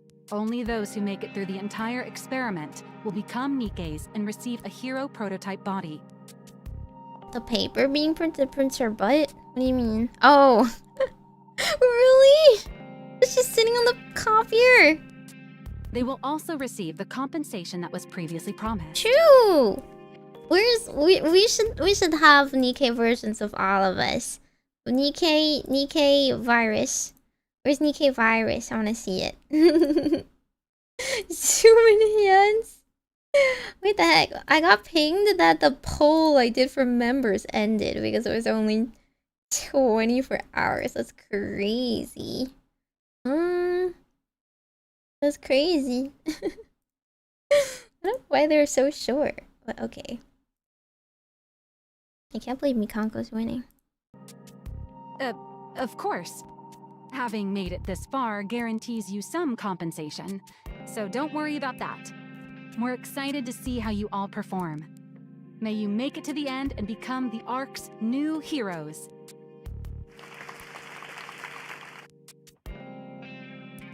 But Drake doesn't come through here, right? New heroes? With applause ringing through the simulation room. Project Matisse begins with 100 100? 100 candidates? What the? That's insane. 1% success rate? Once the testing starts, the candidates receive injections at regular intervals. Most of you may die, but that is a sacrifice we are willing to make. Who in the world would make such a frail child join this experiment? Would you guys join my experiment, huh? Would you like to be enhanced into an orb? I have to extract you? Only 3 out of 100? Well, like, the thing is, Maxwell isn't in part of this. And I don't know when Drake joined. So, like, I'm not sure if Drake is in this. Hunter x Hunter license exam. What was Syuen thinking? No one forced me into this. I volunteered. Yeah, that's what they all say. The thing some people do for money. Huh? Once you get the injection, you'll feel a burning sensation right in your stomach. It's going to hurt. What are the employment benefits? You get sassed by me regularly. That's all normal, though, so don't worry. If you don't feel like you can handle it, don't hesitate to come tell me. Okay. After each injection comes a brief rest period, followed by a meal that's part of a prescribed diet. That's like more than she's ever eaten in her life. It feels like my insides are on fire. An unfamiliar pain surges up from deep within her body. They're really just doing human experimentation. This is allowed. Do we get superpowers? Yeah, you get magic. You get magic, actually. It's when you become a mage. Still, Lapis forces the food into her mouth. Do Phantom membership? She finds it bearable as long as she thinks of it as one of the steps towards becoming a hero. Are you talking to me? You're the one the CEO gave special permission to be on the project, aren't you? Why is her voice... Oh, this nerdy voice is so cute. Well, I don't know who the CEO is, but I do think they gave me special permission to join. I see. What made you come here? I came to become a hero. It's amazing that there are this many people who also want to be heroes. What? I'm here to become a hero. Aren't you? Oh, I see. You really are as strange as the rumors say. I'm strange? It's nothing. Enjoy your meal. The nervous girl hurries off. Huh? Other people have ulterior motives for joining. Before long, she starts to hear whispers all around her. She sounds like Vesti. Is Vesti Nissos? She's a weirdo. She's only here because of favoritism. She's got a hero complex. Okay, but like, the hero complex is what we're looking for. That's a bonus, right? Like, clearly when you sign up, you're supposed to have a hero complex. She's an attention seeker. She was gaslit into being here. Ooh, gaslit. We love using words we don't understand. Me too. Yeah, Vesti's Elysian, right? Ulterior motives like pay or prestige, the nerve of them. Everyone clamors on about her, judging her through whatever their favorite lens happens to be. It all carries a malice very familiar to her. It's Flora! Oh! But Flora doesn't sound very nerdy. Hero creation project? People actually want to become heroes? That's kind of part of the job description. In fact, that was like a prerequisite to get an interview, that you want to become a hero? How dare she? And now we have got bullying. Solid A+. A program meant to create heroes has bullying in it. This is literally just like people who bullied Captain America. Never be careful who you make fun of in high school, okay? As Lapis goes to set down her tray, someone trips her. Oh, sorry. Insane. I mistook you for a twig instead of a person. I'm surprised you actually hit the ground. I thought maybe you'd grab onto some of the strings you pulled to get in here. So what if she pulled some strings to get in here? Yeah, sign up to die and take like painful injections. Whoopee! Oh my god, lap of luxury here. The woman giggles. I see.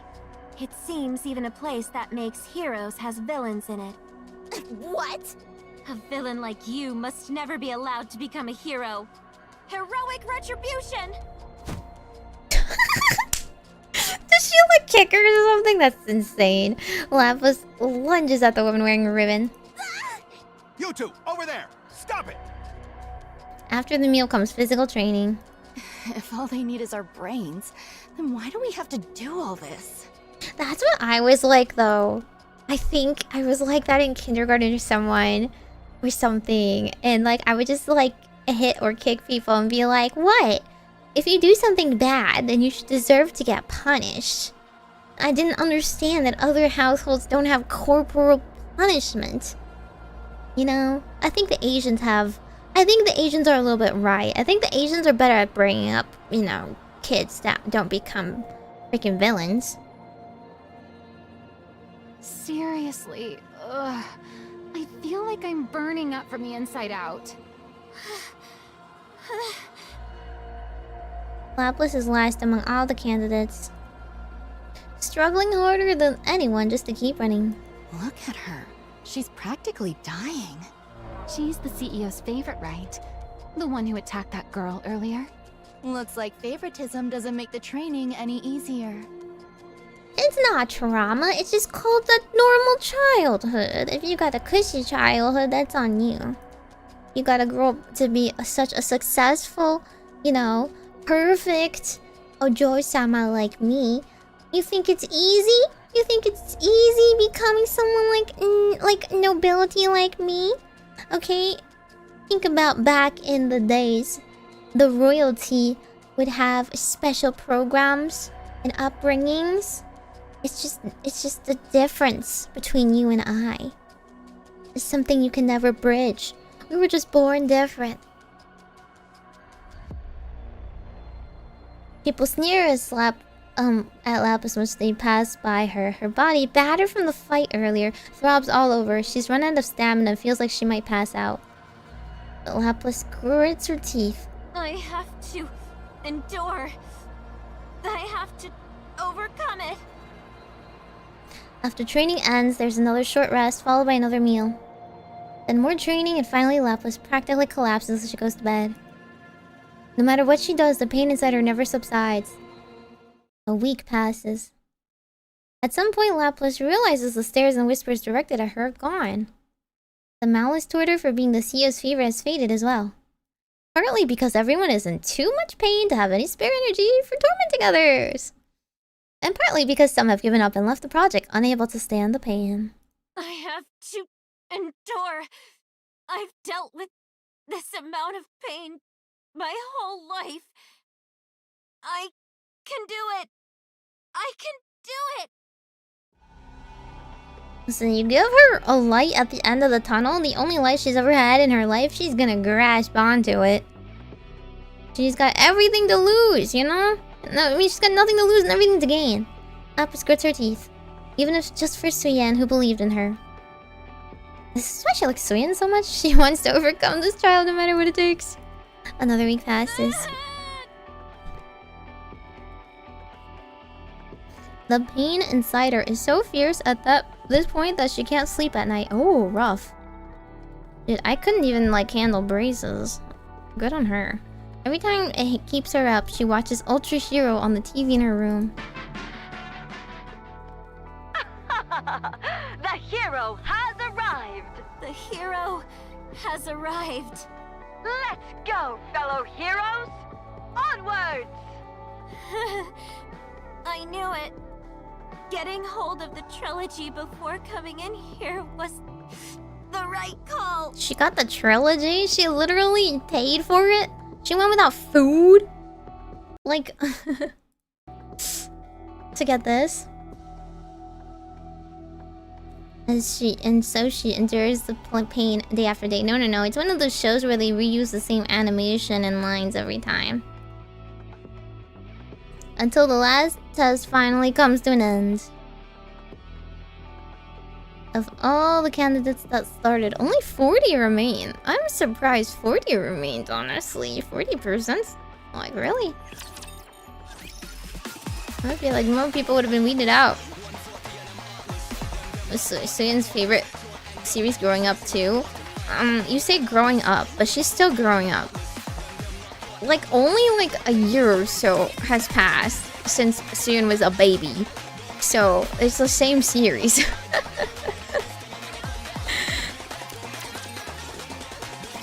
How many are left? 40. That's fewer than I expected. How do they expect it more? It is what it is.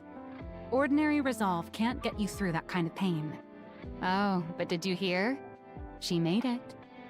Who are you talking about? That Laplace kid. She scored the worst on all the physical tests. But even still, she made it through them. She did? Yeah, go figure. That brat. If there's one thing she's got, it's endurance. Hmm? How are the body makers? Do you think it'll turn out okay? What do you mean? The production of the prototype bodies. When you loaded the blueprints, there weren't any problems or anything. Were there? No, none. As for whether it'll actually work out, though, it's hard to say. All we've done so far are simulations, so we won't really know until we run it for real. But I'm sure it'll be fine. You should have some faith in your own design. They never define the time skip? Wait, they do though. They say like, it's been a year. Syuen has grown like whatever. I thought. Okay, maybe it hasn't been like exactly a year, but like, it hasn't been that long. Because she's still a pretty baby. And her sister grew up in that time. I guess it could be like 5 years or so. I would say like the 3 to 5 years maybe. How could I? There's no way this girl's You're like not that the little old. kid you used to be. In the beginning, what was she, like 10? You've done plenty as the CEO by now. Oh no, wait, actually, didn't they said, Maxwell said like, how could you do this to your like 6-year-old daughter? 6, 7-ish? 6, 7? Why is it always 6, 7? Yeah. Yeah, they said several years, but like Laplace never set foot again in Maxwell's office in that time. Surely you realize how solid that blueprint you created was. Was it though? Get rid of it. Are you deaf? Oh my gosh, an emotional trauma. I said get that out of my sight.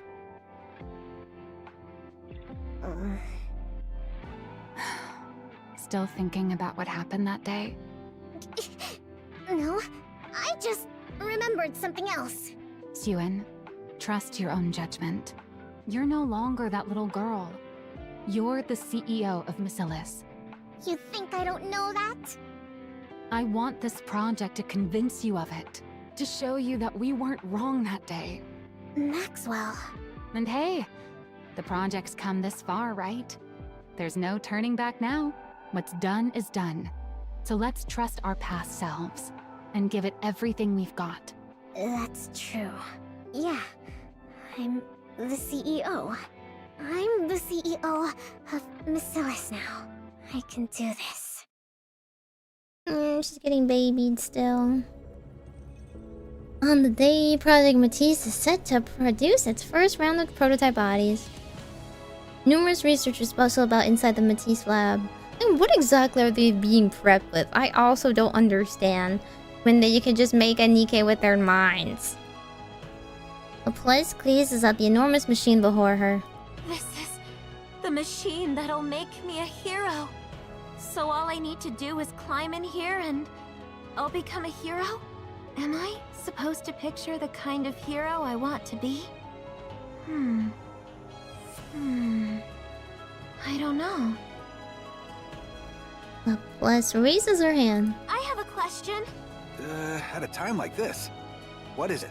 While I'm inside this, should I be imagining the kind of hero I want to become? There's no need to force yourself to come up with some ideal image. In fact, you don't have to think about anything at all.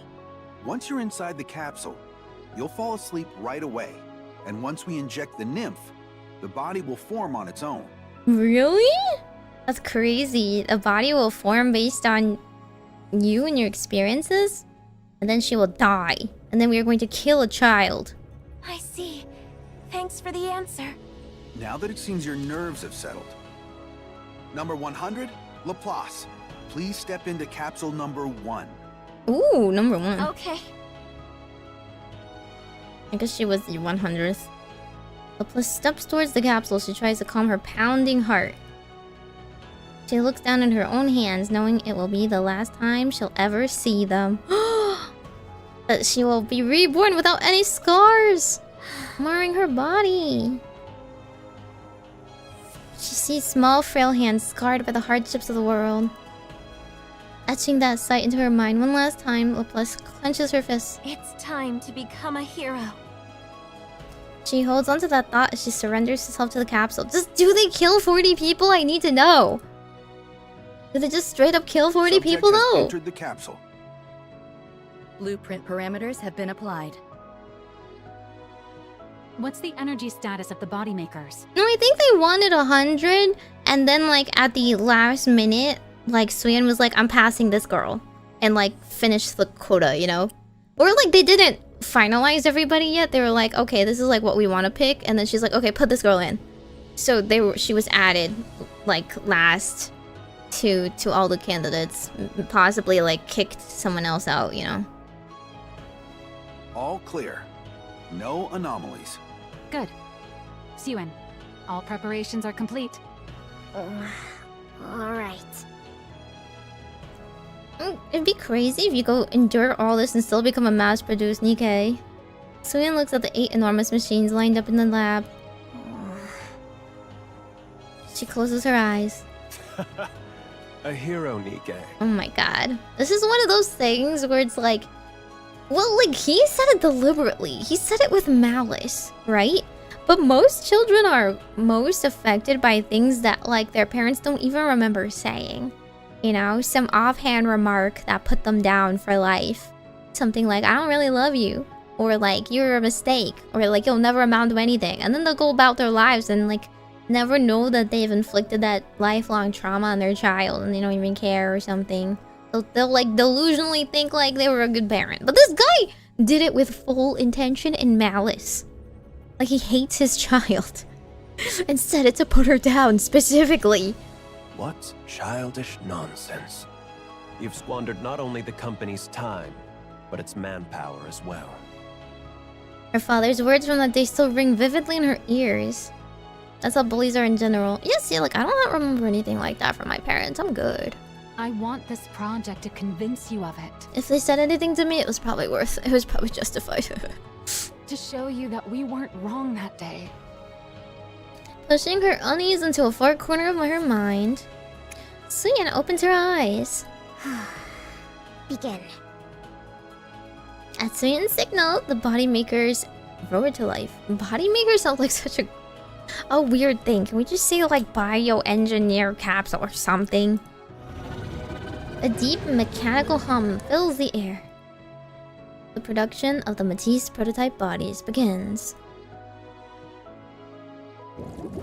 They become like little cicadas. Or they become like little caterpillars into a cocoon and their real bodies dissolve away and they get like a better new metamorphosis. Laplace opens her eyes in the capsule. Wondering if the experiment is over, she tries to turn her head. But her head has been fastened down and she can't move. Oh my god, she's supposed to go to sleep. Then through the droning hum of the machines... It worked! Oh, no, she woke up. She hears the voices of people celebrating. In the midst of her confusion, the capsule opens. Dazzling light pours into the capsule. Please step out once the safety locks release. Into her new life, her new form, her second chance. The restraints come undone and Laplace steps out from the capsule. Whoa! Oh. This is her new form though. Her new form is this feels very illegal. This feels way too legal. Can we give her more clothing? For the first time in her life, the act of breathing feels effortless. Her body feels lighter than it ever has. You know, like, could they not have come with pants or a blanket? She senses an energy boiling up within her that she's never felt before. Her energy core. She's literally a freaking Iron Man. This must be The power of a hero. Is it an arc reactor? Lapis turns her head and searches for Syuen. It worked. It actually worked? See? I told you it'd be alright. Like I said, have more faith in yourself. What do you mean they need to sell skins? You get this and then you have to buy a skin? I think people would just stay with this instead of a skin. Yeah. You're right. It worked. I knew it. Creating a hero Nikke really was possible. I know Captain America and Iron Man, but no money. I did it, Maxwell. Wait, that is a paid skin? What? It's the $20 battle pass? Why would they do that? Maxwell gives Syuen a pat on the back. Great job, Syuen. Yeah. Syuen! It looks very Battle Doll-esque, doesn't it? Laplace flashes Syuen a wide grin and gives her a thumbs up. What's with that goofy grin? Well, Maxwell was only opposed to having Laplace, like, for her safety. She's very, like, a motherly, you know? Unlike Syuen, who's like, she's annoying. She was very much like, Syuen, what are you doing? You're gonna kill this child. Do you want the blood on your hands for killing a child? You know? Which is fair. Both of them thought that she was gonna die. In that moment, the first experiment officially became a success. What happened to the other ones? The blood of orphans. Breaking news. Miscella's Industries' Project Matisse has succeeded in producing its first prototype. But not gonna lie, her dad would be proud of her for taking the blood of orphans. Like, oh, my dearest darling daughter has, like...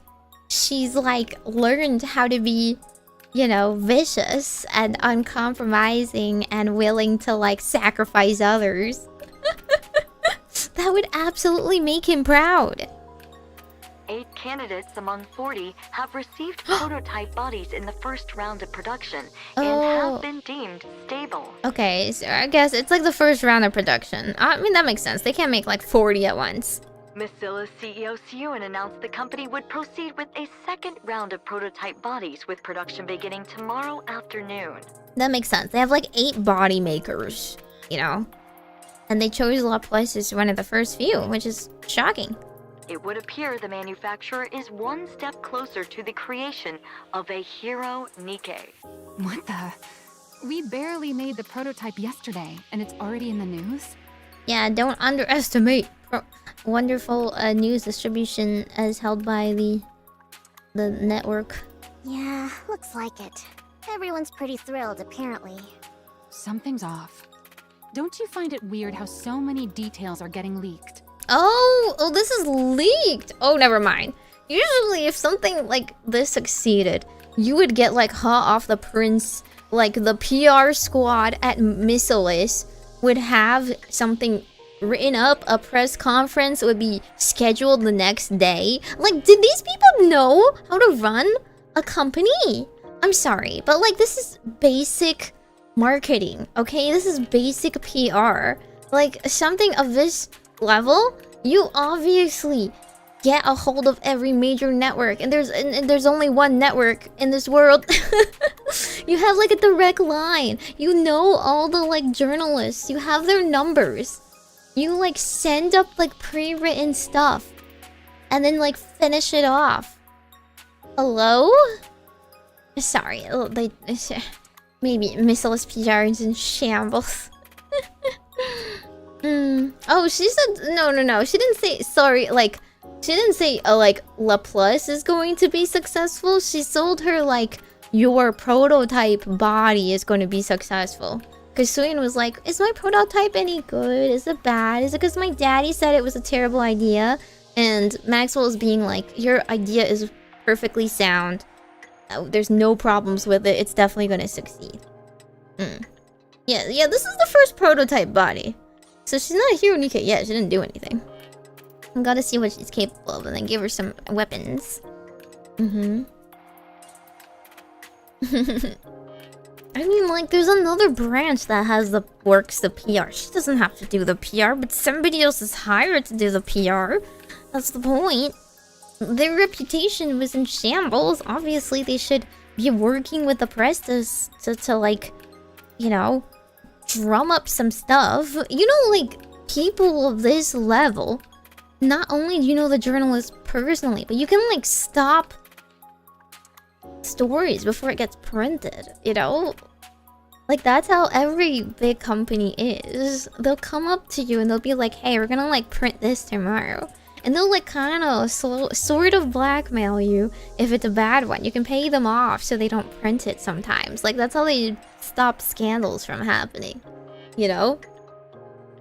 And then you get, in return, you give them some, like, priority stuff. You give them, like, this is, I'll give you, like, top priority information. I'll come to you, so you release the story first.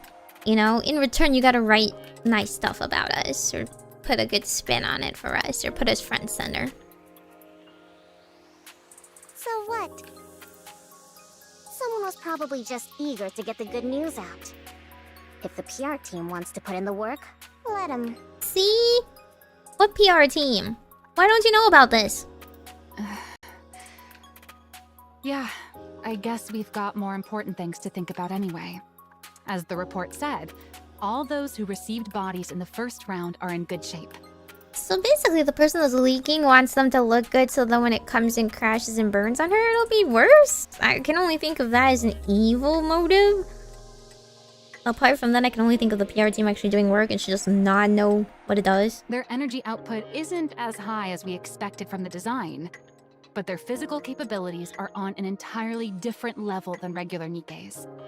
As for the energy output, I figure we can fine-tune it in the next phase by feeding in electrical energy. Sounds great. Everything's going smoothly. We can kick off the second round of production as soon as the body... Who's messaging me all of a sudden? No one talks to me. Syuen picks up her phone. That's me when nobody talks to me. That's me when I don't get... I just go in and Discord and my phone and everything and there's no messages! How dare you send me messages. First time chatter, hello, exactly, just like that. But not first time chatter. You can say stuff. Jian? Ooh, Jian? Is Jian the one leaking? I mean, she wants to help her. Isn't this what she wants? Yeah, what's Syuen's fandom? What do you want? What else? To congratulate you, of course. I heard you produced your very first Nikke bodies yesterday. How'd it go? How'd it go? How was school, honey? That's sweet. That's nice, dear. Did you make any friends? Syuen literally has no friends to the point where she had to manufacture her own friend out of Laplace. Did they come out all right? Mm, Are you so happy cute. with them? Are you happy with them? I can't tell if she's just being a siscon or if she's being a snake. That's none of your business. That must mean it went well. True. Seriously, what do you want? Oh, don't be so angry. I just wanted to congratulate you. And to give you a little warning. A warning? Have you heard anything about what the board's up to? Ooh. Living their best lives? I don't know. The project's going well. They can't have anything to say about it, right? Oh, but they do. They've got a lot to say. Precisely because your project's going so well. You know, she's being helpful despite being a snake, right? You know, I can stand that kind of people in my life. At least they're competent. I'd rather be informed. Somebody can handle the politics in my life so I continue to do my own stuff. That's like a really good boon. I don't know. Syuen is not very good at managing her resources and her networking and her people. What's that supposed to mean? Her tone is always sus, though. What is your British accent? She's part of Asia where, like, they went to London to study abroad. she's one of the Asians that learned English from from Britain. It means the more power the CEO has within Macilla's industry, the less influence the board has. Why does the board and the CEO work like the king and the nobility? Like the aristocracy is trying to keep the monarch in check thing. And Jen's like an ambassador. Back when Father was CEO, the suits didn't dare do anything. But ever since you took over, they've been running wild. You haven't been able to keep as tight of a grip on them as Father did. It's true, their mom has the purple hair. As we all know, British people have purple hair. It's not that I haven't been able to. I've just chosen not to. Oh, I'm sure.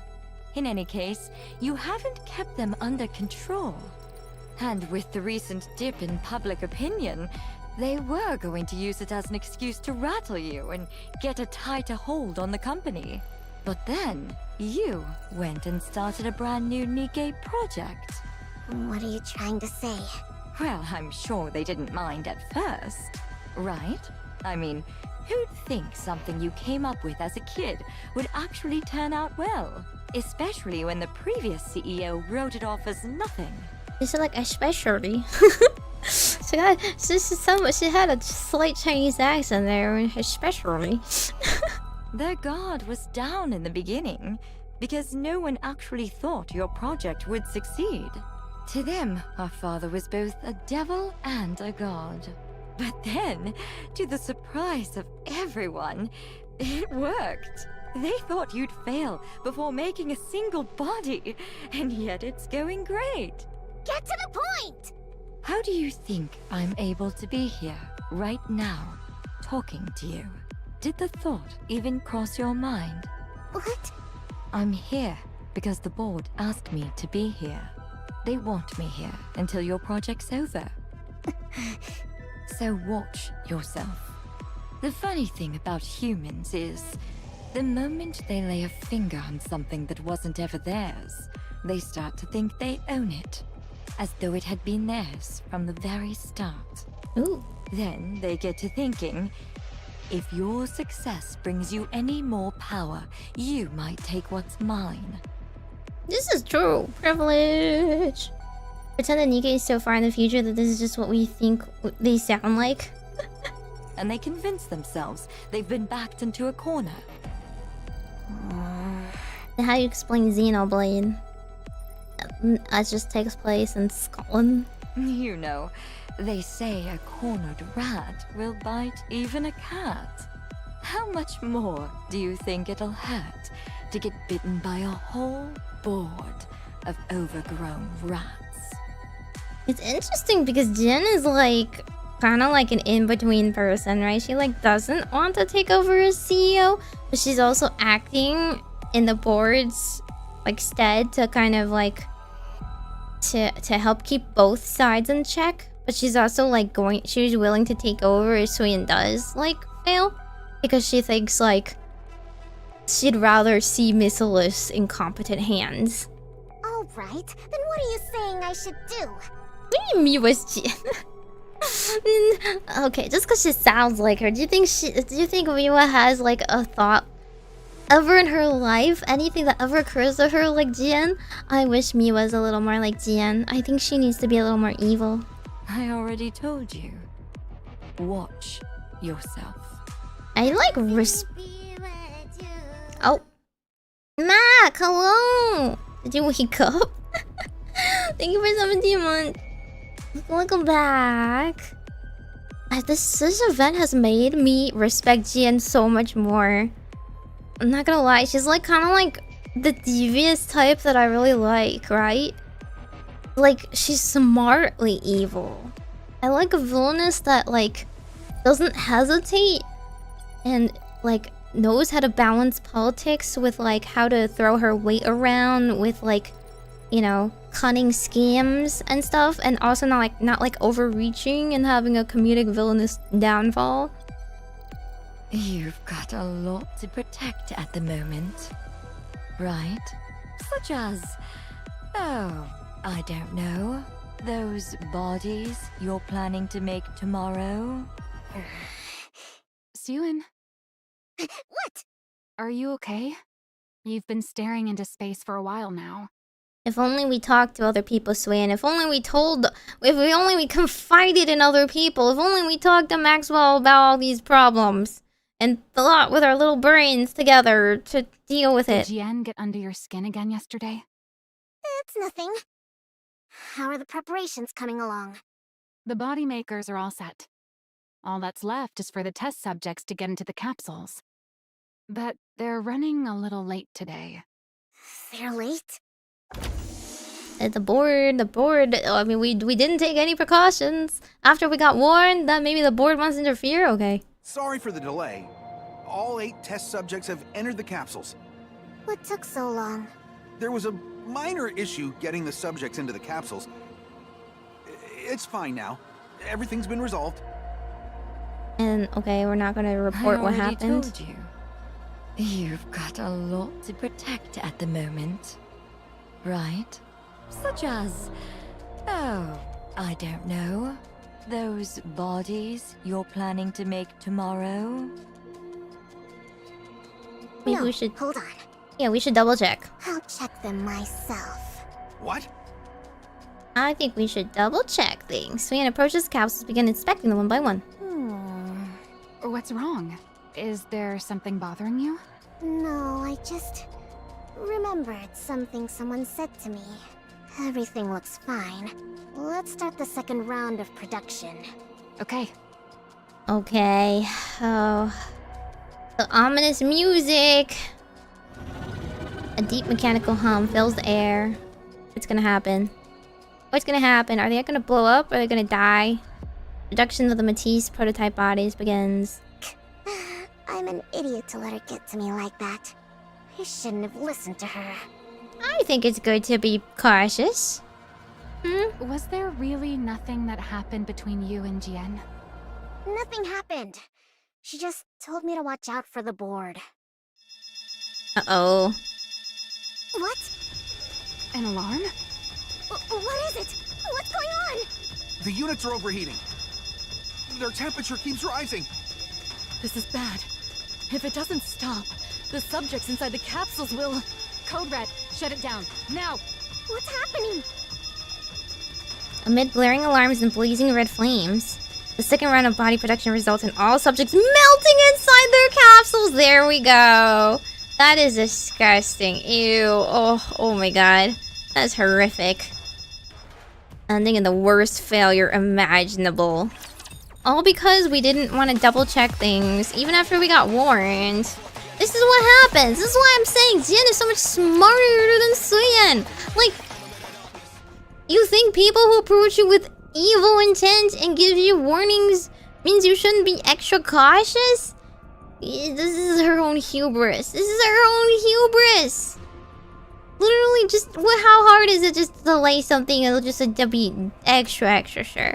And also, nobody is like telling her what was the problem. What was the delay? We got a lot of like breakdown in communications in this chain.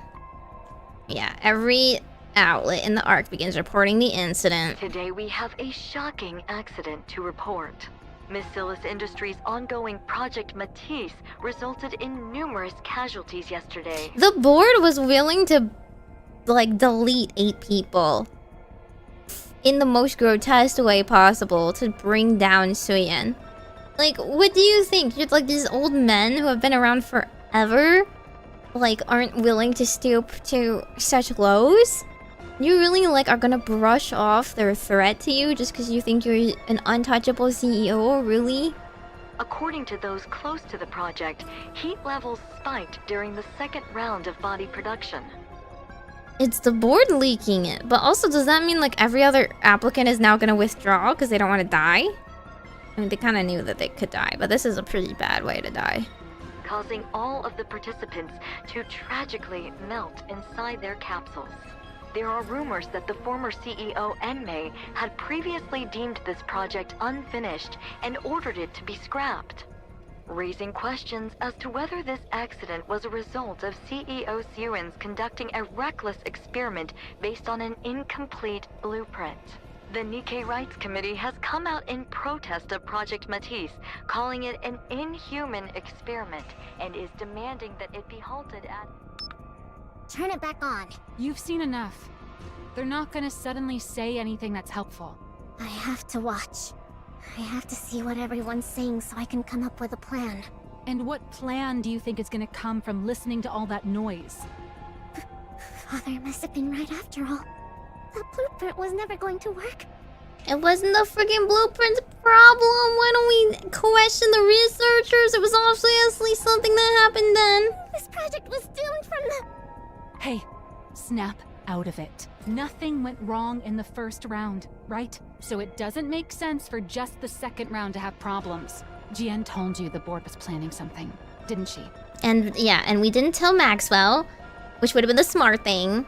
We didn't add precautions, and there's no security in this place. The researchers were probably paid off by the board. Well, then they're obviously the ones behind this. We need to look again into what happened. We already checked! Nothing was wrong with the capsules. Same goes for the body makers. As soon as it happened, we tore the whole lab apart and found nothing. That's very convenient. I think maybe you did something to the people.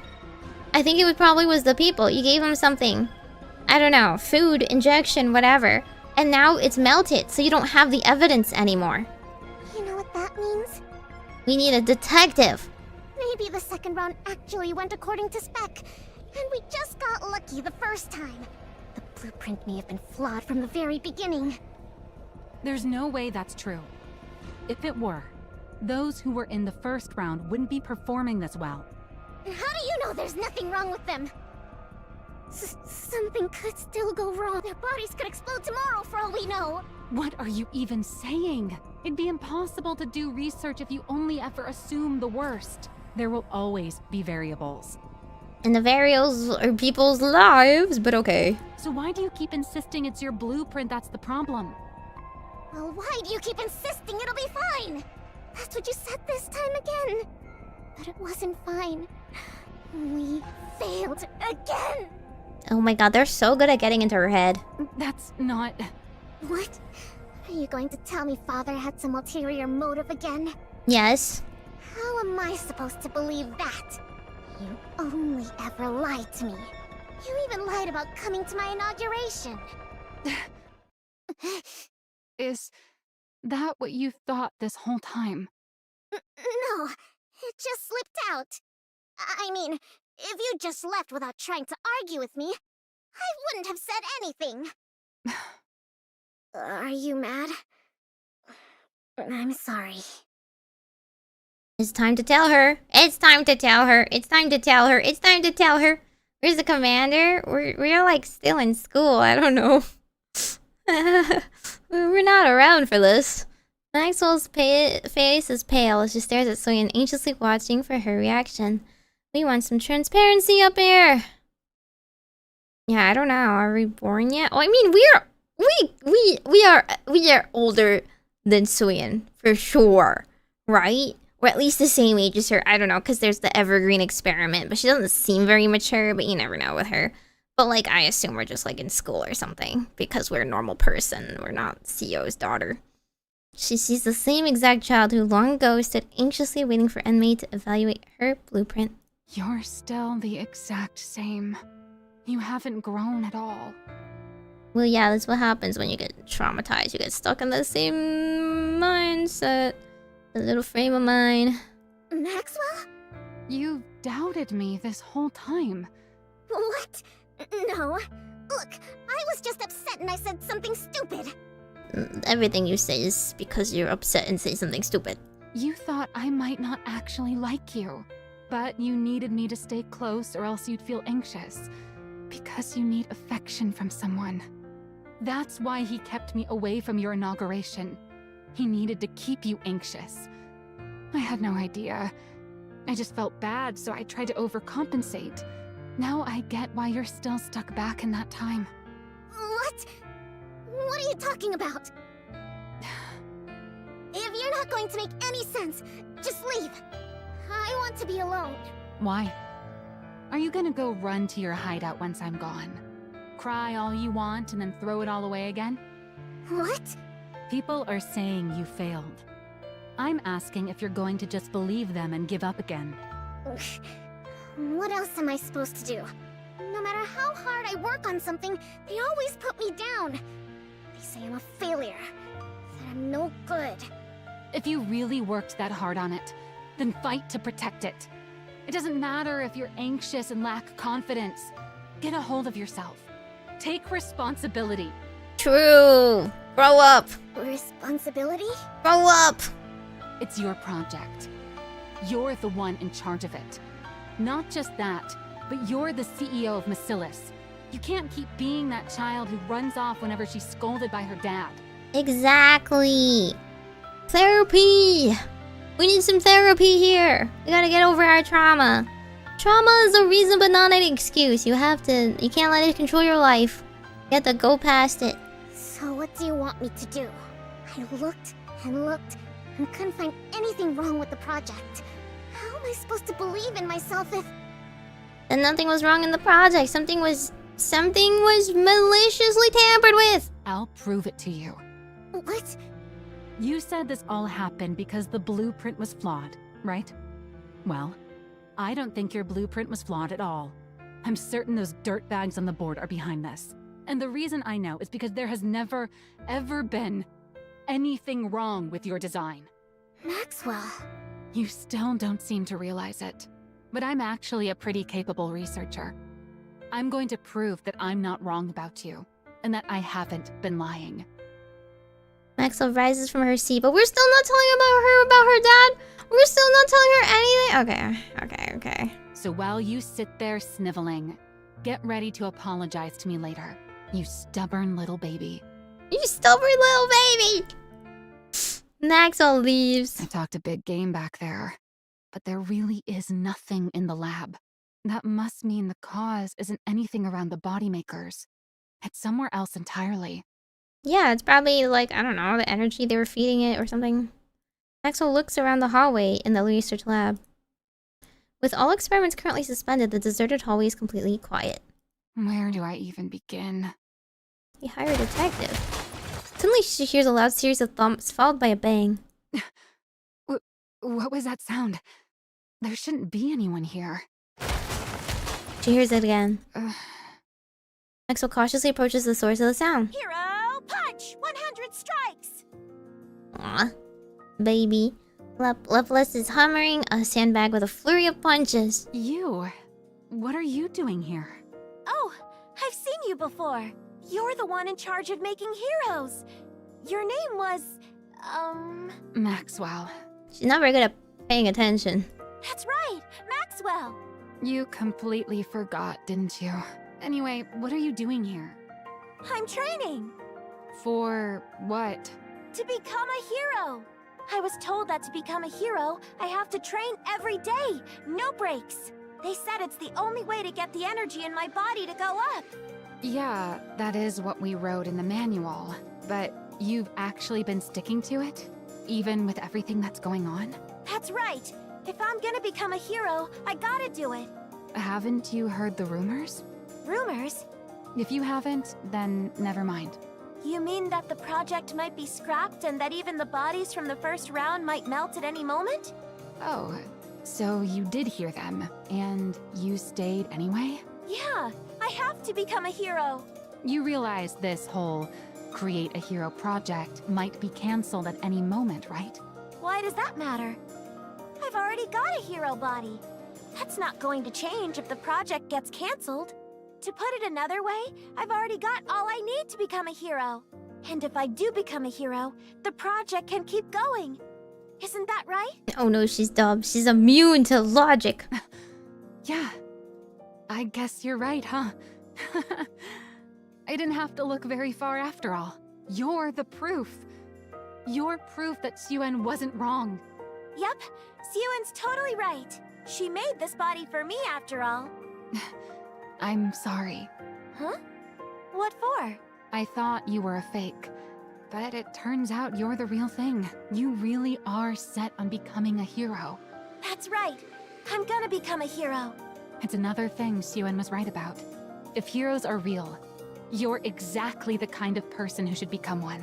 Looks like I'll have to apologize to Syuen too. I don't know what for, but definitely apologize. This is good. I've found solid proof that the project was a success. No, I think we should look more into the underhanded dealings. Like, what if it happens again? Have we thought about this? If the board is an active threat and is willing to drag Missilis through the mud in the public's eye just to take control of a dead company at the end of all this? No, I think we should look for the rats and exterminate them. Also, is she wearing like a reverse bunny suit? I didn't even think about this. Now I've just got to search even harder. 10 years ago, maybe? Really? 50 years ago? Search? For what? Whatever caused the second round to fail. I'm convinced it wasn't Syuen's blueprint. There's got to be something else. To put it in terms you'll understand, there are villains out there sabotaging this project. There are? Yeah, and I have to find proof that they've been interfering. I don't know where to start, but if I keep digging, something's bound to turn up. No matter how perfect someone may seem, everyone's bound to have an opening, or something that just sticks out as being suspicious. I think we could just ask Jian, honestly. Suspicious? Suspicious. Suspicious. What is this expression of hers? I literally think we should just ask Jian. She knows! She knows! Oh, there was something. You startled me. What do you mean there was something? Something suspicious. What? I saw the person who did the daily injections give the other candidates some strange medicine. See? Literally! This is not. Why is this not the first thing you think of? Literally the first thing you think of. If there was nothing wrong with the project, there was something wrong with the bodies. No one gave us that kind of medicine when I went into the capsule. Okay, but Jian would probably be all cryptic about it, but you could get a clue from it if you're not, like, deaf and blind. If you have, like, functioning brain cells, you can figure it out, you know? She would give you a hint. But I heard the person say that there had been some change to the experiment, and they needed to take the new medicine. And how exactly did you hear this? I was passing through the hallway. Ever since I got this body, I can hear things clearly, even from far away. Do you happen to remember where they were handing out that medicine? Yeah, can we find any more of that medicine? Would you look at that? Maxwell lifts up a medicine container that had been discreetly hidden. I can't say for certain this is the cause, but I'm sure we'll find out once I run an analysis. Thanks for the... What are you doing? Is she a dog? I smell something burning. Something... burning? Maxwell dashes out into the hallway and looks around. Smoke is seeping out from the far end of the hall. What is that? Uh-oh. A fire? But then why isn't the fire alarm going off? Maxwell looks towards the smoke is billowing out. That's where the lab... Oh no. Run! Oh my god, they're gonna bury all evidence. They really want to raise us to the ground. They're going scorched earth with this. This is their own company. They're not gonna have a missilist after this. Are they stupid? What board tanks their own stocks in order to take it over? What? It's not like they could do anything without a CEO. I don't get it. Do they have that much faith in Jian? Jian's not working for them. I don't know. Yeah. Syuen runs. The moment she hears the news, she runs to the lab without stopping. All sorts of thoughts go through her head. I never should have started the project. I never should have blamed Maxwell. I never should have said she lied. She started to despise herself. She despises herself for yet again putting the things that matter most to her in danger, even after all this time, and for being unable to do anything other than run so feebly. Then the regret kicks in. If only I'd been more ruthless like Father and Jian, none of this would have happened. At the end of all that running... Oh my god, the whole building is in flames! What the heck? Okay, this is how Maxwell becomes the Nikke? She didn't want to become one, she really was forced to, huh? She witnesses her own research lab go up in flames.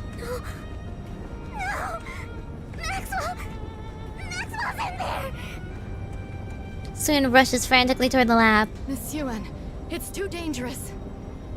The researchers block Suen's path. Do we have any firefighter Nikkes? I feel like we should. The building's collapsing. You can't go in there. Let go! Let go of me! Maxwell's in there, you hear me? Maxwell's in there! The lead researcher is still inside? The building's entrance begins to cave in. No. No. Watching the entrance collapse, Syuen sinks to the ground. What do I do? If I lose Maxwell too, then I'll be all alone again. Oh, she looks so baby here. Oh, she's so cute. What a cute little war criminal. What a cute little war criminal. She's like 10. There's no way you can tell me she's like older than 10. Are you serious? I guess she only lives on a diet of cake too. As if in a trance, Syuen rises and starts to dart towards the collapsed entrance. Right? I feel like it's a missing. A missing hole. They should add a firefighter, Nikke. Miss Syuen! There's no way she's in her 20s. She doesn't act older than 15. No! No! No! No! Let go! Let go of me! Maxwell's in there! Hear me? She's in there! I think she's 11 or 12, yeah. That's the thing is, I don't think they would have let Miss Alice go that long without, like, a success. You know? I don't think the board would have let her grow up without a success. And now that she's having success, they're, like, sabotaging her. I have to save her! I can't lose her like this! Okay, well, maybe you should tell someone else to do it, because you probably can't do it yourself. Syuen pleads as she hangs from the arms holding her back. Help! Please, somebody help! Save Maxwell! She begs and begs again. Help! Please help! Oh, she needs a hero! At a time like this, she needs a hero! She pleads to a world that has never once in all her life heard her cries for help. Please help! I'm begging you! And in that moment... Lava should be able to fly, honestly. They should let her fly. I want her to fly. Someone answers her call. Da-da-da! Syuen looks up from where the sound came from. Heroic leap! I love Lapis's incredible lack of creativity in naming her special moves. Lapis crashes through a window and leaps down with Maxwell in her arms. Lapis lands heroically on the ground. Hero landing! Boom! Alright, we made it out! Maxwell! Syuen runs towards the two of them. Oh, Syuen! Is Maxwell? No, you gotta say a hero always arrives. You gotta do your like arrival line. Lapis lays the unconscious Maxwell down on the ground. I think she fainted from shock when the blast went off. But she's safe, so don't worry. You saved Maxwell? That's right. And it's all thanks to you. Thanks to me? I heard you crying for help. And that helped me locate a window through the smoke. You hurt me. Of course. A hero must always heed the voice of someone calling for aid. No, come on. The voice line delivery for this. No. Redo. It's gotta be like, of course, a hero must always heed the voice of someone calling for aid. And above all, it was only because of the power you gave me that I was able to save Maxwell. The power I gave you? Yep. It's all thanks to this body you gave me. Thanks to you, I no longer run out of breath no matter how fast I run. I don't collapse, even when surrounded by fire. I don't get tired carrying someone while I run. I don't even get hurt leaping from tall buildings. Now that I'm no longer sick and no longer weak, I don't have to hesitate to save someone. Cute Captain America OST. And all of that is thanks to the power you gave me. But why didn't you run away? What do you mean? Why would I run away? They said the bodies would break down. That you'd die. There were all those terrible rumors going around. Aren't you afraid of dying? Huh? Of course I'm afraid of dying. But you believed in me, right?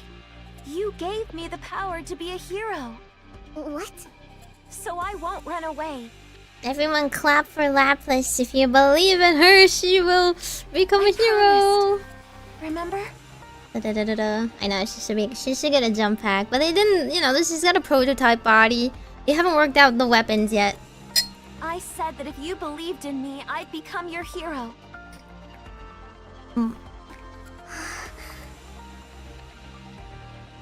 Give me just one chance. If you believe in me, then no matter what trials or difficulties may come, I'll become a hero right before your eyes. Just watch. She's 1 inch taller now. So don't give up, Syuen. Yeah, she's taller now. Project Matisse is guaranteed to succeed. Because I'm going to become your hero. Just watch. Lapis holds out her hand. Syuen looks down at Lapis's hand. And then up in her shining eyes. And not her really shiny arc reactor. The hero Nikke, born from the blueprint Syuen created. The only one who answered her call in a world where no one would help her. Is looking at her with the very same gaze as the heroes in those movies Syuen used to watch so long ago. Having now proved without a doubt, she is a hero! You're going to become a hero. I'll make sure of it. I'm going to bet everything on you. Everyone in the world will think hero whenever they hear your name. No matter what it takes. Syuen clasps Lapis's hand. I'm going to make you a hero! This is what happens when you get two kids together. And given an inordinate amount of power. Maxwell opens her eyes. Where am I? You're awake. I thought for sure I was gonna die in that fire. Laplace grabbed you and jumped out of the lab. She did? Know what she said? That she was only able to save you thanks to the power I gave her. And that she heard my voice calling for help. So, how did she look to you? Like a hero. See? There was never anything wrong with your blueprint. Yeah, you were right. I'm sorry for I know calling Lapis. you a liar. No, we got her a new printer as a gift. Apology accepted. As a getting well gift. You're not going to waver like that anymore, right? No. No more hesitating. This all made it crystal clear to me. I have to do everything I can in order to protect what's mine. It's the only way I won't lose what's most important to me. Drag the board to the guillotines. And as for you, don't go putting yourself in danger again. Got it? Were you that worried? Of course I was. She was crying and everything. You should have seen her, Maxwell. When I thought you might die, It's okay. It's okay. She's like, there, Yoshi. Thanks for worrying about me. Yes. By the way, I did manage to bring this out with me. Evidence. Maxwell takes out the medicine container she found. What is this? The thing that caused the experiment to fail. Or at least, we think it did. We won't know the specifics until we analyze it. But at least we didn't come out of this empty-handed. Syuen stares intently at the container. Yeah. This will work. It should be enough.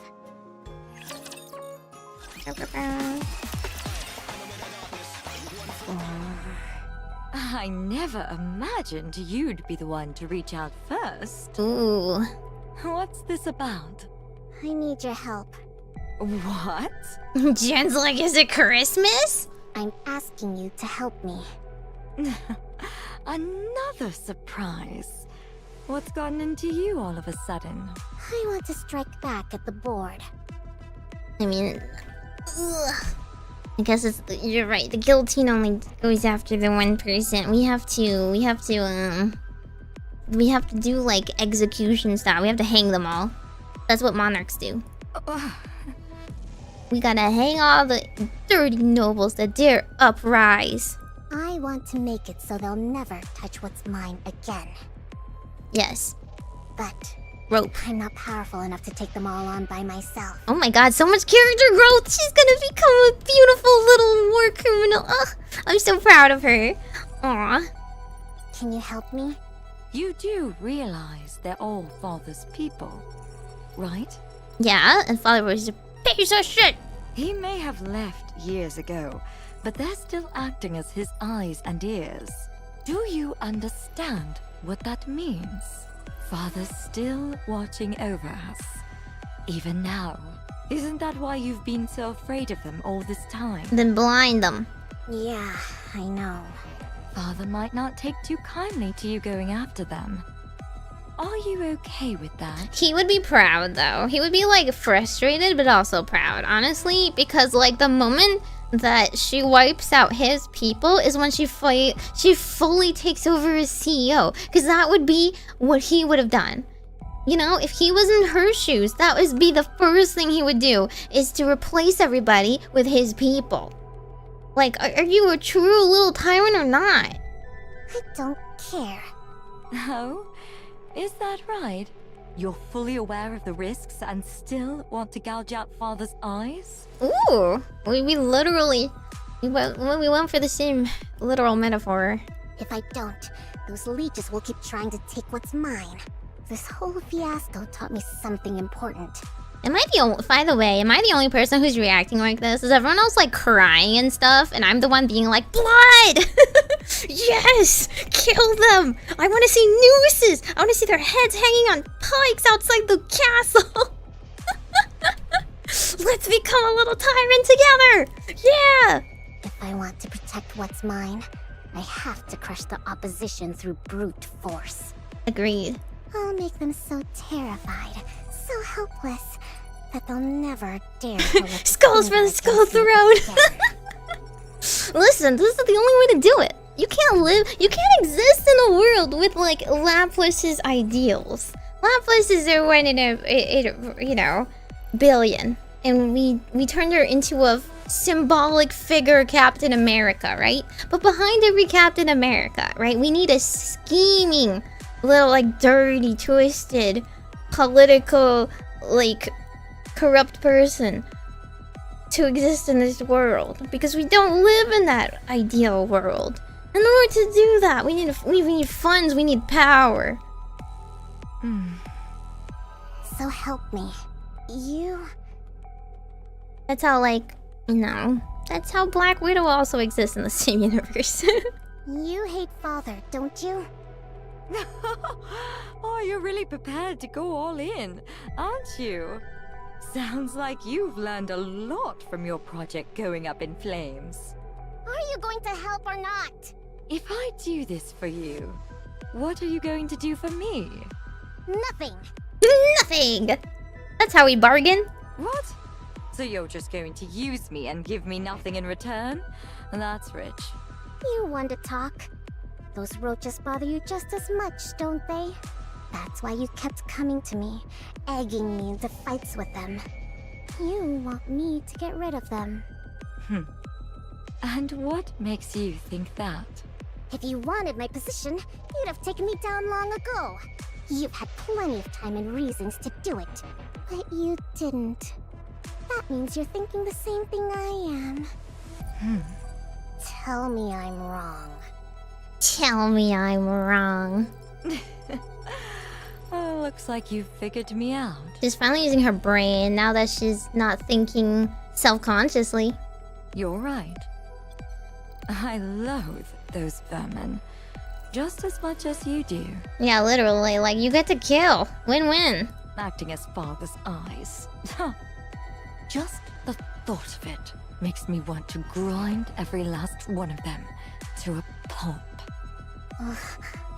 Sure, I'll help you. I mean, to be fair, she was like betrayed by her father in front of her eyes, where he was like, I don't care about you, I'm sending you, get thee to a nunnery. Where do I start? Yippee! Syuen! Maxwell, it's an emergency! And what is her eyes doing? There's no one in the dorms! What the heck is happening? Everyone packed up and left. Stop shouting. We already know, so get over here. You know? Plus comes over to Maxwell and Syuen. Everyone who was left took their compensation and chose to be turned into ordinary Nikkes. Ordinary Nikkes, really? I thought at least one or two would stick around, but none did. It's fine. We wouldn't be able to make anything but scrap metal with that kind of trash. Scrap metal? Syuen, how many times do I have to tell you not to talk like that? I'm just calling them what they are. What else should I call them? She sounds exactly like me. Brings a tear to my eye. I'm like, well, I'm just saying the truth. What do you want me to do? Sugarcoat it? Huh? Should I not call you losers? Loser? Worthless failures like those aren't Nikkes. If you didn't want to be called a loser, maybe you shouldn't act in a loserly way. Not just anyone gets to be called a Nikke. This whole thing has made that clear to me. Real Nikkes are different from scrap metal. They don't lose their memories just because their body's been swapped out. Nikkes have the power, the superhuman power, to overcome anything thrown at them. It's a name fit only for a precious few, like the heroes I'm going to make. Ah, so if they're precious, they're Nikkes, and if not, they're scrap metal? If they're not, they're scrap metal. Ugh, enough. Why do they get along See, so well? Now you've got Laplace picking it up too. Laplace is being brought up with, like, the wrong parent. Their one brain cell is somehow connected.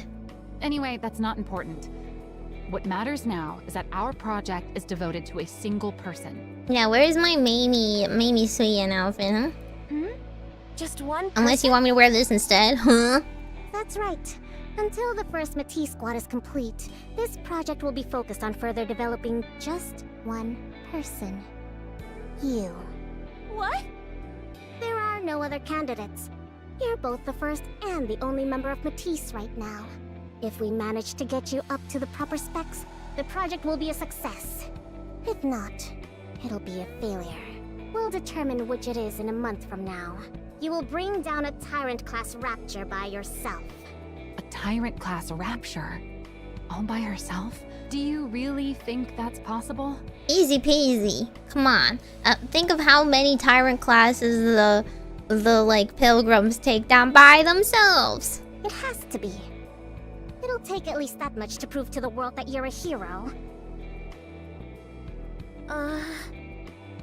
You think you can do it? I can do it. I mean, I'm going to do it. I have to become a hero. Good. Then let's get started. Are we really not gonna get Maxwell's? By the way, I imagine surely it's gonna end on Maxwell's story too. how did you get them to go along with it? Who? The board. Oh, I didn't. I didn't ask. I volunteered them. I doubt they would have agreed to these terms without protest, let alone stopped interfering, as seems to be the case. How do you think I did it? I threatened them. What? You're the one who gave me the means to do so. I simply put it to proper use. Ooh, we get to see how she threatened them? We get to see her threatening them? Oh, character growth, I love it. I love it. A few days earlier at a Standard Missiles Industry Board meeting. I got your little gift, everyone. I've been wondering what sort of trick you were going to pull. You gave the subjects a drug that would react to external heat, essentially turning them into bombs by spiking their internal temperatures. Ooh. You made it so that no matter what we did, we'd never find the cause. See? Because you just melt the bodies. It's genius. The ones who took the drug all melt away. The experiment ends in failure and draws the attention of the press. And I'm sure you figured that if you torched the facility, you'd get rid of all the evidence. Unfortunately for you. Syuen sets the medicine container down at the table. I found a little something. I haven't the faintest idea what you're talking about. What proof do you have that we brought that into the lab? I figured that's what you'd say, and you're right. There's technically no proof you did it, but that's fine.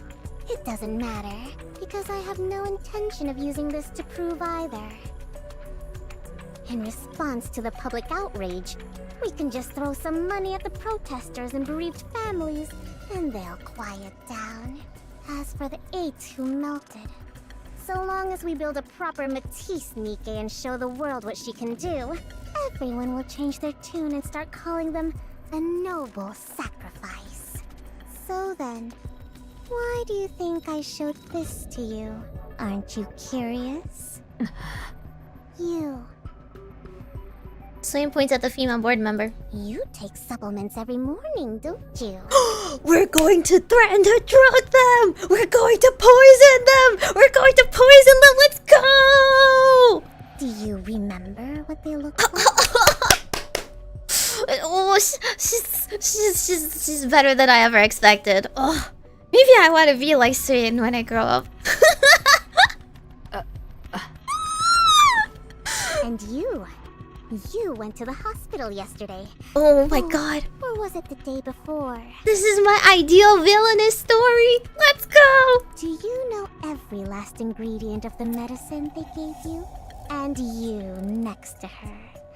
Oh, you had an evergreen treatment a week ago. Yes? What do you think you're doing, Syuen? Well, what did you think you were doing? Easy now. Don't get too worked up. I told you anything can be solved with power and money and competent people. Wouldn't want things to get too heated in here, right? You can't mean...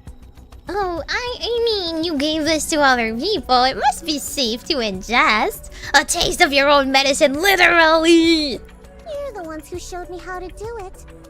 How to melt a person without leaving a shred of evidence. I'm literally just giving you a taste of your own medicine. I told you, it writes itself. It writes itself. You're saying that you already fed that to us? Oh, I just remembered. They said it's going to be hot outside today. If you don't want to die, maybe you should ask Enoch to adjust the temperature. Or you could turn on the AC at home and never set foot outside. Oh, or maybe go to the bathroom and wait for it to pass naturally. You never know. The drug might come out the other end without any trouble at all. Syuen! I mean, what evidence do you have that she put it in your body? We should be more careful about what you take, guys. Syuen pounds on the desk in front of the female executive. This is getting good.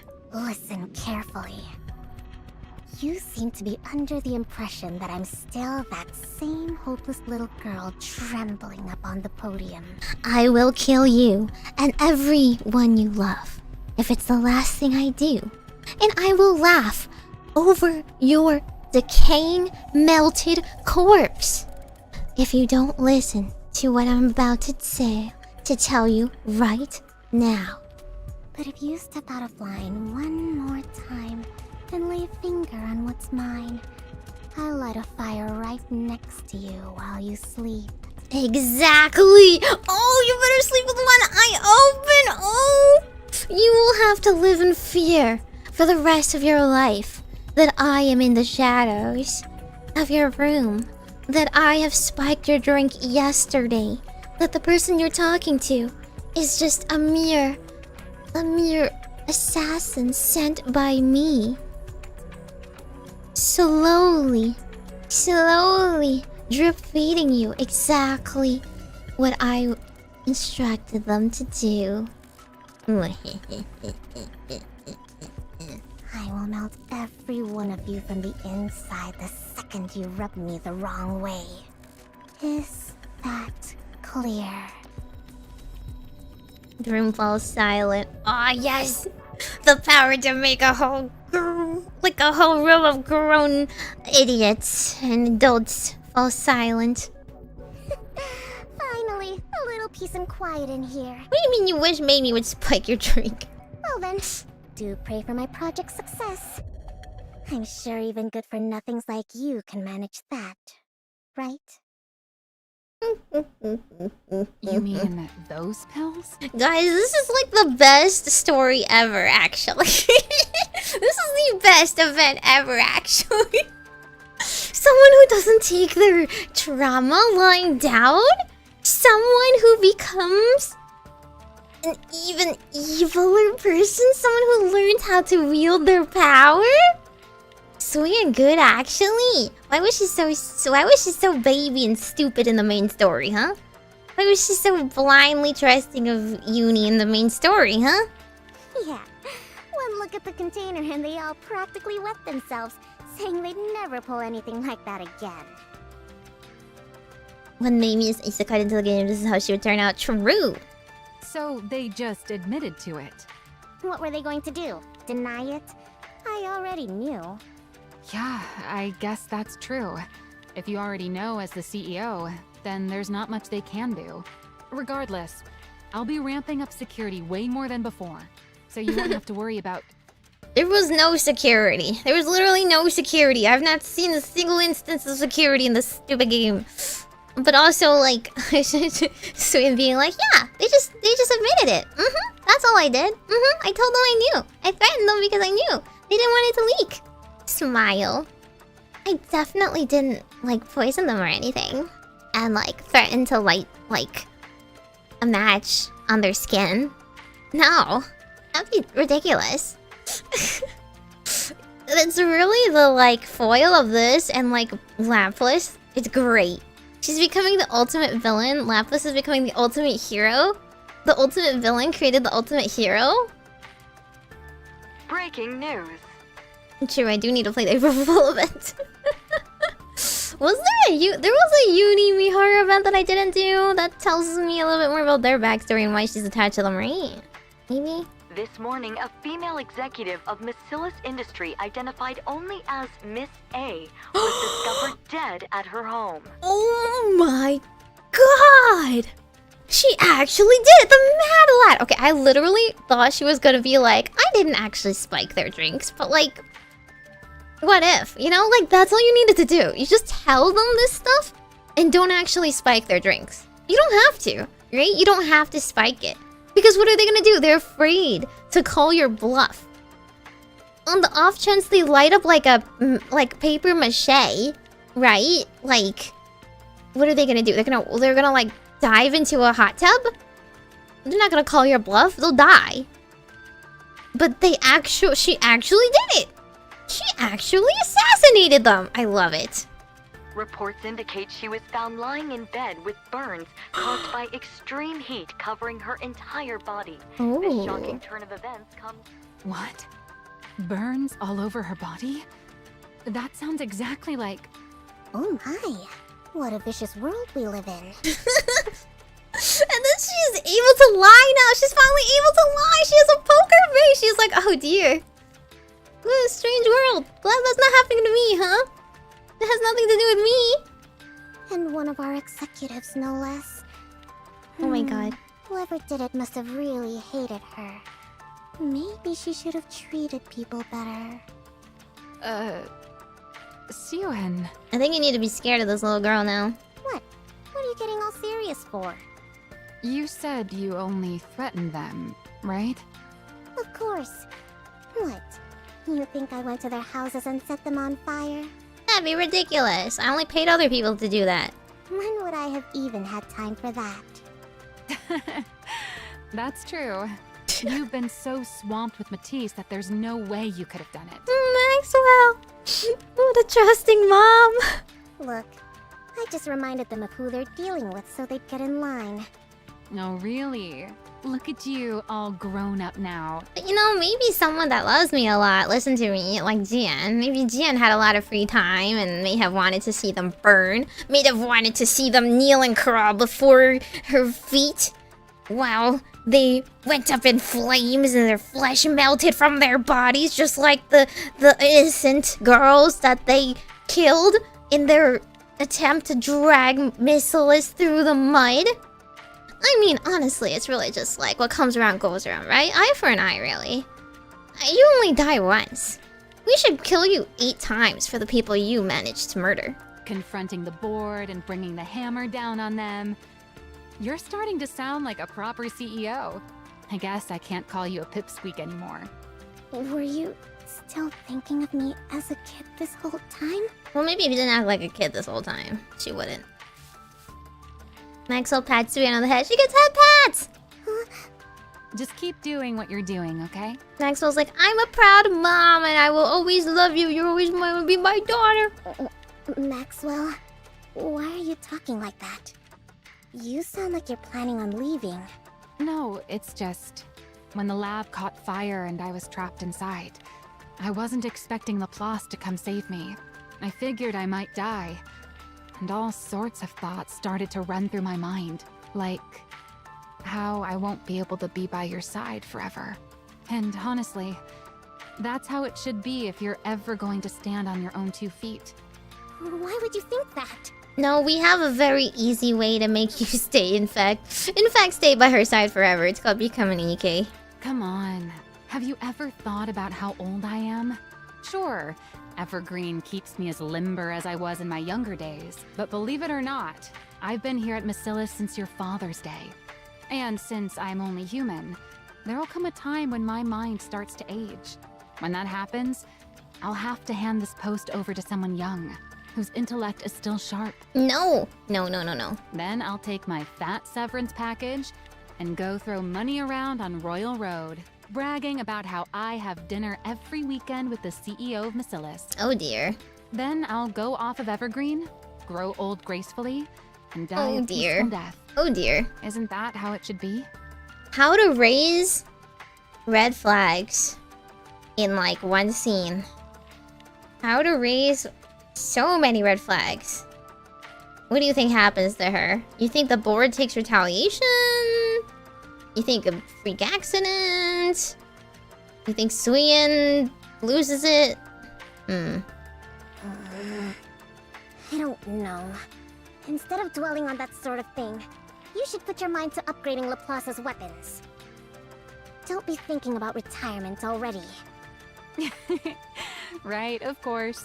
We haven't even finished our cheeky pipsqueak of a CEO's first hero. I gotta do my best to make sure she turns out perfect.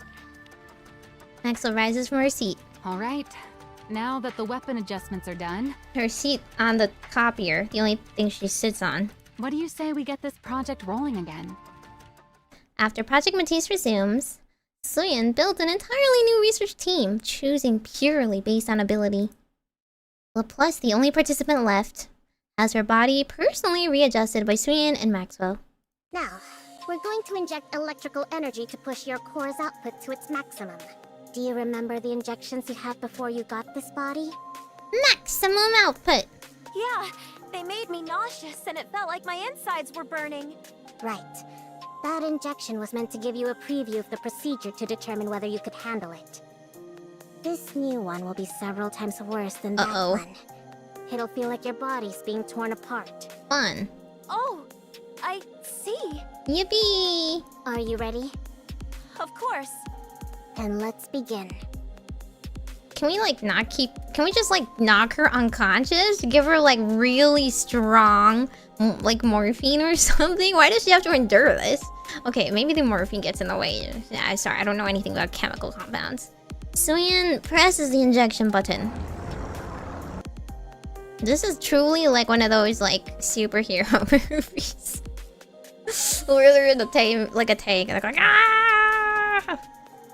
Energy begins flowing in through the tube plugged into Laplace's spine. Oh my god. Spine tap.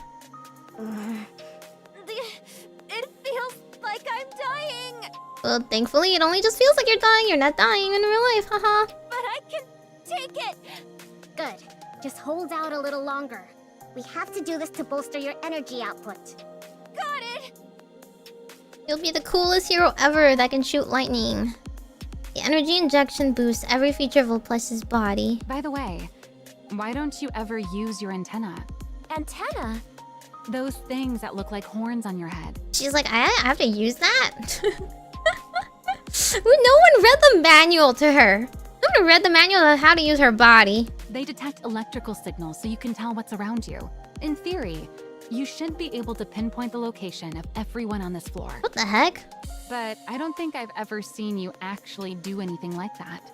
Electrical signals? Maybe we should give her a course on basic science. This girl has never, you know, she's never taken, like, grade school science. Maybe we should explain to her basic physics. Am I supposed to feel them? Yeah, the antenna on your head detect them. Oh, I got it. I'm gonna try taking in the electrical signals with my whole body. What?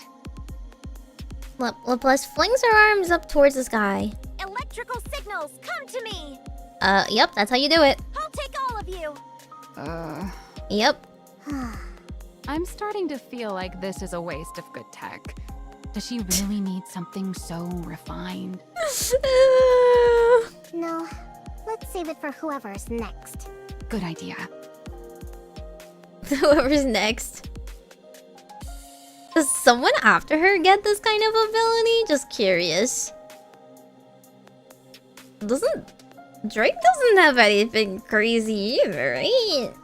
I'm like trying to remember. Maybe Maxwell? Maxwell herself?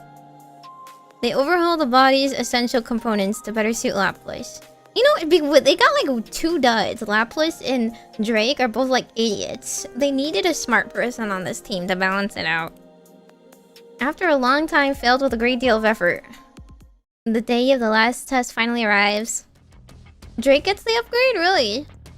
Fitted with a new... I mean, like, I'm surprised Drake knows what basic science either. Oh, they're such lovable idiots. Fitted with a new Nikke body, specifically tailored to her. Oh, this is her original. Yeah, we got her clothes. It's funny how it looks like a downgrade now. Laplace stands at the center of the simulation room. All right. I see. With the final test. They took off her antennas. They removed her antennas. They gave her little like hair clips instead because she doesn't know how to use them. She's so preciously stupid. And we have decided not to expose our body's core all the time. It's a good call, you know. You can't just have the Iron Man arc reactor out for anyone to reach into. Are you ready? Of course! I'm feeling extremely good about my new body. I get that you're excited, but you've got to take this seriously. It's the last test before you head out for a real battle. Of course! Did we teach her basic, like, fighting? I assume that's what we were doing. She wasn't just lifting the entire time. Syuen looks back and forth at the two. First at Laplace's back as she stands in the simulation room. And then down at Maxwell, who is talking with Laplace while watching the operation monitor. You're saying this won't last forever? What was that, Syuen? Nothing. Don't worry about it. Just do your best. Is Syuen a yandere? Does she turn into a yandere? She's all sorts of messed up, so I can totally believe that of her. You got it, Syuen. I'm gonna give it all I got. All right, let's get started. I'm ready. Initiating simulation. I would think an idiot like Drake to do this too. Maybe only idiots can become Nikkes. Maybe that's why there aren't that many smart Nikkes. The day of the test. Laplace ascends to the surface. So this is the surface. Maybe we should fight like some real raptors before we fight a tyrant class. I feel like we do not really know what tyrant classes do. You know, maybe we need some hands-on experience. Excited you get to see it in person? Talk to other Nikkes? She's literally never talked to another Nikke ever. You bet! I thought the sky up here would be just like the arcs. Laplace looks up at the sky. But it's completely different. Even the air feels cleaner. I never expected I'd get to come to a place like this. I love that, but this is the background. Like, no blue sky. It's like a dust storm, a desert out there, a wasteland. It's really like a dream. Laplace closes her eyes. A back alley steeped in gray unfolds before her. Within it stands a girl. A small girl covered in countless bruises beneath her tattered clothes. The small girl cries out. Hero! Hero! And she finally becomes the hero her younger self always needed. Everyone turns away from her. Both the powerless and the powerful alike. As well as the Nikkes. They all walk away, leaving the girl behind in the rain. Laplace opens her eyes. She looks down at her hands. She no longer sees the hands of that little girl. They are now the hands of a Nikke, made with the greatest technology in the world. Laplace clenches her fist. No longer is she the helpless girl stuck in that back alley. Is this before or after people cry? Is this the saddest thing that happens? Or the defenseless child unable to stand up against violence? You too can stand up and choose justice to face the darkness. Or the powerless victim who cried out for a hero. Now she is a Nikke who hears the voice of those calling for help. Who watches villains with her own two eyes, and who holds the power to save the weak. For all of those who believed in her and made her what she is, she has to become the strongest hero out there. She has to prove that's who she is. Only then can she tell everyone the truth. That the powerful exist to protect the powerless. That the strong must never turn away from the weak. That the evil thing is a thing that must be defeated. Also, that the whole world should look upon Nikkes as heroes, and that it must become a place in which the weak can call out to the Nikkes for help. Which is why every Nikke must become a hero. She must prove that this is the true meaning of justice.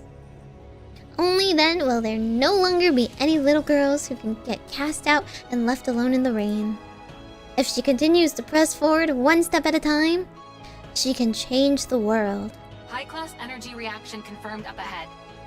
This is like very hopeful. A very hopeful climax. There's no way this is a Nikke event that ends happily, is there? Vibration pattern analysis points to a harvester. I'm the one traumatized by Nikke. I'm like, no, there's no way. we have to end with Maxwell dying or something. Laplace fixes her gaze ahead.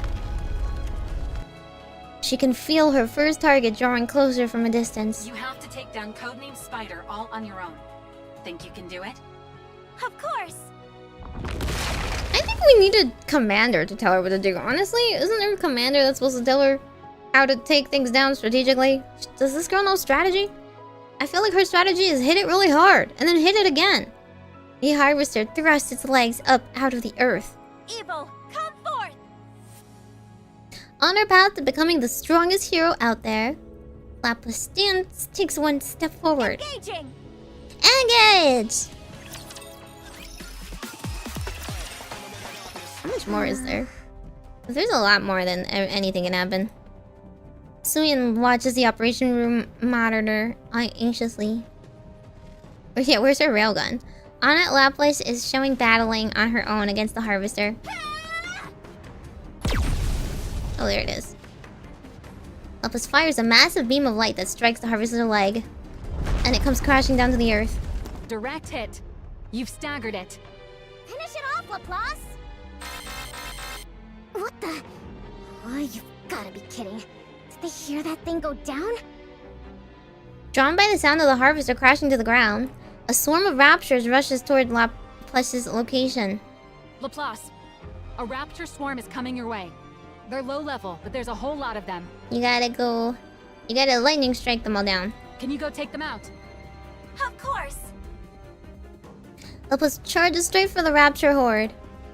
Syuen clenches her fists in anxiety. The harvester's destroyed leg begins to move. The harvester's leg has fully regenerated. It's about to get back up. It's moving already? You have to knock it down again before it gets back on its feet. Can you target the core? I guess Maxwell is the commander. I'll try! Laplace! Syuen, don't worry. The hero you made is not going to fall. Justice shall never be defeated. Laplace aims her weapon at the harvester and steadies herself. Here I go again! Really? She's like not someone who should be frontline? I feel like we should at least give her a tank or someone to help distract them. Light gathers at the muzzle of Laplace's gun. It's okay, we're giving her a lot of like quick charge buffs, right? She already pushed her output to the limit with that shot earlier. She's going to try it again? Syuen thinks. What are the odds of Laplace winning? No matter how much she runs the numbers in her head, no clear answer comes. What does come is perplexing, preposterous, an unscientific sense of faith. It's like watching a hero movie, which gives her an irrational answer. It tells her that her hero... Here and now, I will prove that justice prevails. Laplace fires an enormous beam of light that speeds towards Harvester's core. Ooh, it goes straight to her core. Her hero is sure to win. Harvester eliminated. Mission complete. She really did it. A tyrant class. All by herself. She took it down all by herself. Run the presses! PR team, let's go! On the screen, Laplace thrusts her hands up towards the sky. Evil, come forth! No matter what torment you inflict on others, so long as I still stand, hope will never be extinguished. Justice shall never be defeated. It's then that Syuen once again realizes that she has made a true Nikke. The hero is victorious! Syuen smiles as he watches Laplace gaze confidently towards the camera. Laplace's declaration marks the moment that Project Matisse became a success. Cute! How much do I have left? Okay, AB. And then we got hard mode. Citizens of the Ark, it's been a while. Oh, we got the PR conference. Okay, press conference. A few months have passed since our project was announced. I'm sure you've all heard a fair amount of news about Project Matisse during that time. While it is regrettable that not all of it has been positive, the attention it's received shows just how important the project is. Now, with such a popular project underway, what could have possibly caused me to address you here today? It must mean we've got some results to share with you, right? There are some out there who already know, but allow me to introduce her to everyone else. Behold, Mesillas Industries' very first hero Nikke, Laplace. Your hero is here! Laplace lands on the stage heroically to cheers from the crowd! The crowd goes wild! Thank God she's charismatic. Citizens of the Ark, it's good to meet you. My name's Laplace. Like, you know how many Nikkes are like such horrible, like, they're just like so bad at like talking and socializing. I hope for the day when everyone will once again regard Nikkes as heroes. To that end, and from this day forward, Matisse will be protecting the Ark. I will be protecting the Ark as the strongest hero there is. Hear that? She has a great voice, huh? I am here today to announce that Mesillas Industry, with me, Syuen at its helm, will continue to produce Nikkes of a brand new caliber. I know, I love Drake, but she would be like, I'll be the greatest, like, villain. Wah ha ha ha ha. As if everyone would be like, oh, that's the lady that, like, helped me cross the road. I'll devote everything I have to making new heroes to save the Ark. Anyone who wishes to join Matisse can apply at any time. Project Matisse is always waiting for new heroes. Applause fills the conference hall. And Syuen and Laplace shine brilliantly beneath the stage lights. We need to release the tapes and show everyone how she beat up the tyrant class. Completely gone is any trace of the child who once hid weeping in a secluded break room. She's really all grown up now. Great job, Pipsqueak. Maxwell smiles as she watches. Maxwell! Uh-oh. There it is. I was waiting for the shoe to fall. Is the shoe falling? Is the shoe falling right now? Maxwell turns around. Save me! What's going... Syuen! Syuen is trying to kill us all! What? Did you see that, Maxwell? I mean, like... Do you deserve it, though? Do you deserve it, though? I mean... Everyone's beyond thrilled about Laplace. The project's a resounding success. Once I gather 2 more and form a squad, no one will ever be able to cross me again! Syuen. Yeah? What? Why are you looking at me like that? I want you to be honest with me. About what? You. What did you do with the pills? Oh my god, why is she being a sad and disappointed mom? Maxwell, why are you such a goody two-shoes? You literally work for the worst human piece of trash ever. The CEO, the former CEO, and you were like... Were you really that blind to all of his bad doings? I'm sure she's done this and much worse. Are you serious? What? Pills? The ones that caused the second round of bodies to fail. The ones I brought to you. What did you do with them? I already told you. I used them to threaten those fools on the... Did you feed them the pills as part of your threat? The board executives. What are you even talking about? How would I even do that? Yeah, it wasn't me, it was Jan, smile. Did you or didn't you? Maxwell. That executive on the news who died with full body burns. Are you telling me you had nothing whatsoever to do with that? Of course I... didn't. The sound of someone's voice comes out from the pen. You're the ones who showed me how to do it. How to melt a person without leaving a shred of evidence. Ooh, I didn't know she was being recorded. I'm literally just giving you a taste of your own medicine.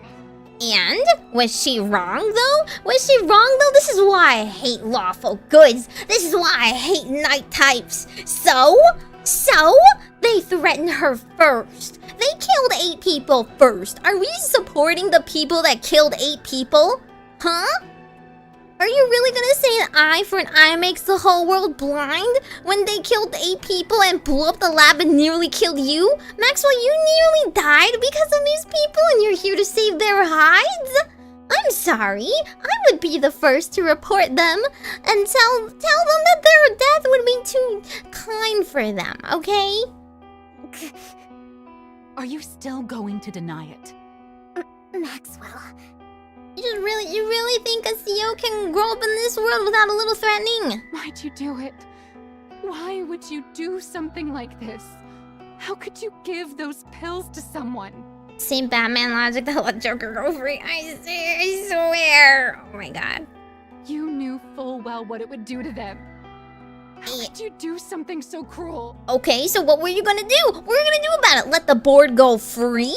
We didn't have anything we could do to like put them behind bars. Yeah? We have justice on our side, not policemen. Okay? You want a trial and jury? You want to get these murderers behind bars the legal way? Huh? They didn't have to die. To be fair, they didn't have to die. They could have stayed quiet and stayed put inside and turned the AC on, just like she suggested very kindly. They're the ones who started with the cruelty. What? What else was I supposed to do? Exactly. I'm on her side. If I didn't crush them, they'd just keep setting fire to what's mine. Exactly. They tried to ruin my project. They even torched the lab and nearly got you killed. Exactly. If it weren't for Laplace, you'd be dead. Exactly. And was she gonna just sit and wait for them to kill Maxwell a second time? Hello? Would that have been okay? We let them walk free and Maxwell actually gets killed the second time they try to mess with her project? Was I supposed to sit there and do nothing? Syuen. I didn't want anything taken away from me. I didn't want to lose everything important to me and just be left there to cry about it again. That doesn't excuse murder. So why is their murder excused? Hello? Just because something was taken from you, or something precious to you was threatened.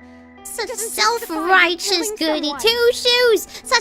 This is why I'll always be a villain. This is why I'm always gonna be on the side of evil. I'll never want to be good. This is what the good they want. They want the world to be little pacifists and take every threat, like, lying down and just tell you, like, oh, if you're getting bullied, if you're getting punched, just let them punch you. Because fighting back is bad. You'll get in trouble if you try to retaliate. But it's okay for them to punch you. Plenty of people have had miserable lives and still don't make that choice. They find another way. They make a different choice. What are you gonna do? What was your choice? You didn't do anything. This entire time, Maxwell has not done a single thing. That's my hugest gripe. Maxwell, you should have just told her from the very beginning what was happening with her dad. You should have told her as soon as possible. And like, instead, you've never helped her in any case. You've never helped her. You've just tried to be a pacifist mom. She has like daddy issues because she doesn't have a dad, but her mom is the ideal anime mom that lets you get away with everything because they're like, oh, Yoshi, that's all they do. They come for you. You really think it's that easy? You know exactly what these people are like. They'll do anything to take me down. If I don't hit back at them with the same force, or even more, they would have come after us. Me, you, plus, all of us. They would have tried to kill us. Agreed. I had to keep them in fear like my father did. Exactly. Or else they'd just keep looking down on me and try to ruin everything. I had no choice. Did you even try anything else? What? All I'm hearing from you is conjecture. You just assumed nothing else would work, right? What do you mean you assumed nothing else would work? Did you try talking to them nicely? Sorry, the people that killed 8 people, that was their first course of action? That they'd pull out Jian and then killed 8 people? Like, did you sit down with them and talk to them and maybe say, like, please don't do that anymore? Murder's not good? Please don't, like, you know, explode an entire building? That's not very nice. Okay, then what else could I have possibly done? You're no longer that powerless little girl crying in the break room. She's not that little girl because she decided to step up to her position and what her position demanded. If people weren't hitting her, she wouldn't have hit back, now would she? If they minded their own business, she would have minded hers. You're the CEO of Macilis.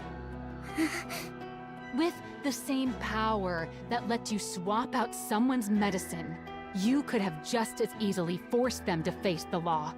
It would have taken a lot more time and effort, but I'm sure you could have done it. Did you ever once think to try something like that? And in the meantime, what would have happened? The project would have failed. Because we all know legal system is so very easy to navigate. That's... If not, you didn't really do this because you had no choice. Her decision was to sue them? To get detectives and, like, watch them, like, sit back and watch them, like, probably nepotism their way through the court? And, like, bribe everybody to get off scot-free? We're gonna have, like, a 2-year-long dragged-out trial and not progress in anything? Meanwhile, they can probably still, like, sabotage you on the side? You did it because you decided it was the easiest and most efficient method. Yes, sometimes you just have to go to these extremes. Listen, I would not... My personal thought was that she should have threatened them without giving them the pills. Like I said, it would have been just as effective. You told them that you gave them the medicine and threatened them, but didn't actually do it. Right? And they're gonna live in fear. And they'll feel threatened, but they won't actually die. And if some of them start to get uppity and think that, like, maybe they're not being affected, that, like, they accidentally did something and they didn't actually blow up, and maybe Syuen was full of it, just threaten them again. Just, like, literally, you have the means, right? Just stalk them and be like, oh, that's interesting because blah, blah, blah, blah, blah, blah. I have many more, more, you know, knowledge on you. Just find more of skeletons they're hiding in the closet. Get more information on them, threaten them, and blackmail them in more ways than that. But my personal preference would have been if we just not kill anyone, but say we would. Like, I'm not sure if the one that died was her fault. I'm not sure if it was a spontaneous, like, explosion, or she actually killed one of them to, like, set an example that it was actually going to happen. That part I'm not too sure about. It is a little hard if you threaten somebody without, like, any proof, right, that you will follow through. And once one of them died, then they were, like, in full-blown panic mode because they're like, oh, she means what she says, and the threat is real, and thus, like, we have to stay in line. But like, I think she could have strung them along a little bit while she did other things. if she blackmailed them. Tell me I'm wrong. Yeah, that's true. So Maxwell did admit that melting them was efficient. Syuen, do you know who kills people because it's efficient? A villain. A monster. A villain? Oh, hello. Ow! Okay. Writing team, please. Writing team. What is this? The theme of this event? Villains and heroes. That's right there. It's right there. The writing is right there. Use the term villain. We have hero. We have a hero project. We have a hero girl. We have a girl that worships heroes and needs a hero to protect her. And then the most devastating thing is to tell her that she is becoming what she fears the most, a villain. Okay? What's the monster?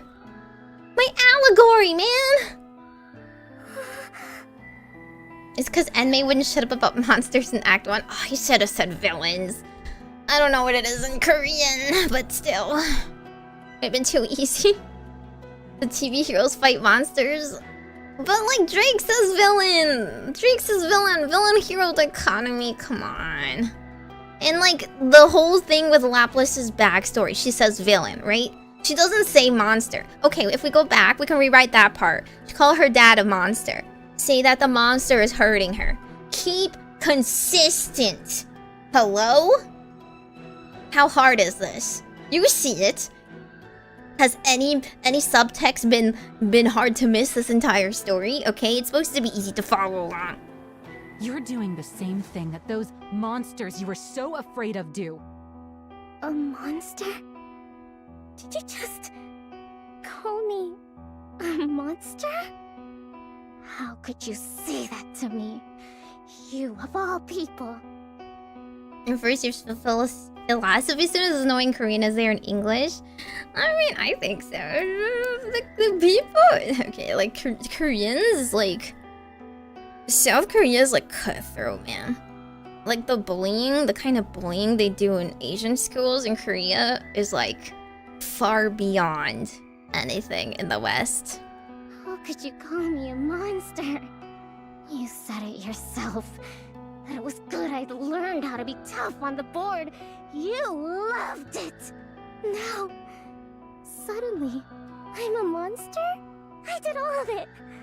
For you. I never wanted to see you get hurt again. Oh my god, now we have the child being like, I did it for you, Mom. You made me this way. I had no choice. Syuen, You should have brought her up better. Maxwell, this is on you. Sorry. The parent always has, responsibility in this case. This is also on you. You could have helped her. I think, like, the whole time when Jian went to her, I would have liked to see Syuen go to Maxwell and be honest and tell her what happened. But of course, Syuen being Syuen, in character, doesn't share anything. That's fair. But I think Maxwell should have pressed the issue even more, even if she was being stubborn, right? And been like extra precautious, knowing that she was rattled. It wasn't just a confidence thing. When does Jian ever come over just to scare you for fun, okay? She's like actually a smart person. Why do you make it sound like it's all my fault? You've seen everything that's happened to me. Well, some of it is your fault, though. Listen, Syuen, I can defend you in some parts, but I don't think childhood trauma excuses anything. I think anybody's trauma shapes them, but it is also up to you to get over it. You know, you can't just be like, oh, I'm like this because my parents were mean to me as a child. No. That is a explanation. That is not an excuse. You know how miserable my life has been. How can you condemn me? How can you say it's all my fault? As soon as you kill someone, you lose the ability to debate who's at fault. Why can you not understand that? Well, I do think she should weigh the weight of a life, too. I mean, I do think you should weigh every life carefully and not easily kill, and understand the gravity of that. But again, who is the one that killed 8 people first? Huh? What? So you wanted me to get everything taken away? To lose everything? And the problem is Syuen here is like, she's such a catastrophizer, right? From the very beginning, her character is always like extreme. Because she's still very childish, right? She's always like, if I don't do this, this other extreme will happen. Maybe not everything would happen, maybe she wouldn't lose everything, but she has a very valid fear, okay? I'm gonna validate her fear that it is still a real legitimate threat. You wanted me to stay some useless idiot who can't do anything? So both of them are arguing the wrong things, right? Maxwell now thinks that she went to an extreme and she's thinking in extremes. And she's not seeing the valid logic from Suyen's point anymore because she's like acting out like this and it sounds like a tantrum.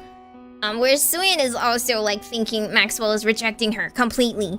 And you know, if your parent rejects you, then you feel really bad about it. And she's not seeing any of Maxwell's logic and what she wants to tell her, which is that you shouldn't murder, like, lightly, okay? Obviously, there's like never gonna be a mature resolution to this because of who they are as people. The only appropriate response I can think of is Syuen being sorry, right? And if she doesn't approach it defensively and she's more sorry and like she's like, I'm sorry, I know it was wrong of me to murder, but like I was backed into a corner. I was the cornered rat and I had to bite back. I didn't see a way forward for us to survive without this. And I'm doing, you know, as she said, I'm doing this because I care about you. And I don't want to be forced to do this in the future. And then Maxwell would back down a little bit and understand where she's coming from and her concern as well. And also take some part of responsibility. I don't think Maxwell can act like a parent when she never acts like a parent otherwise. Like, she never steps up. She never helps Syuen other than, like, in the lab and then, like, confidence-wise. You should scheme with her, then. Help her think of some other ways. She's still a child. She went with the most brutal method because that's all that was taught to her. The people above her and the previous CBOs used brute force, so she used brute force. Maybe she needed a parent to show her a more peaceful option.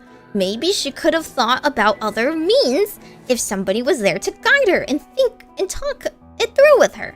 But we're never gonna see that reality happen because of who they are as people. You know? It will never happen. They don't communicate. Either side never does. And still up until this point, Maxwell still hasn't told her the full truth about her dad. Even knowing that Syuen feels so deeply wounded that she missed her inauguration and felt like she was an absent parent and felt like she was unloved. Even knowing that her father's methods were validated because, like what he predicted happened because he removed Maxwell from her life. Like, she still didn't really step up and fully close that gap, you know, that she caused. Like, she could have not left her feeling so isolated. She could have reached out harder. She could have opened up first. But instead, she had such a lame excuse that of course that Syuen's gonna think she was lying. I don't know. I never said that. Then what? What do you want me to do?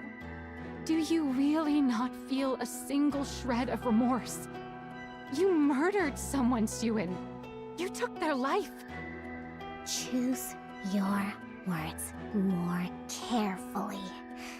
It's not like I did it myself. Ordering a killing is still murder. No. I never ordered anyone killed.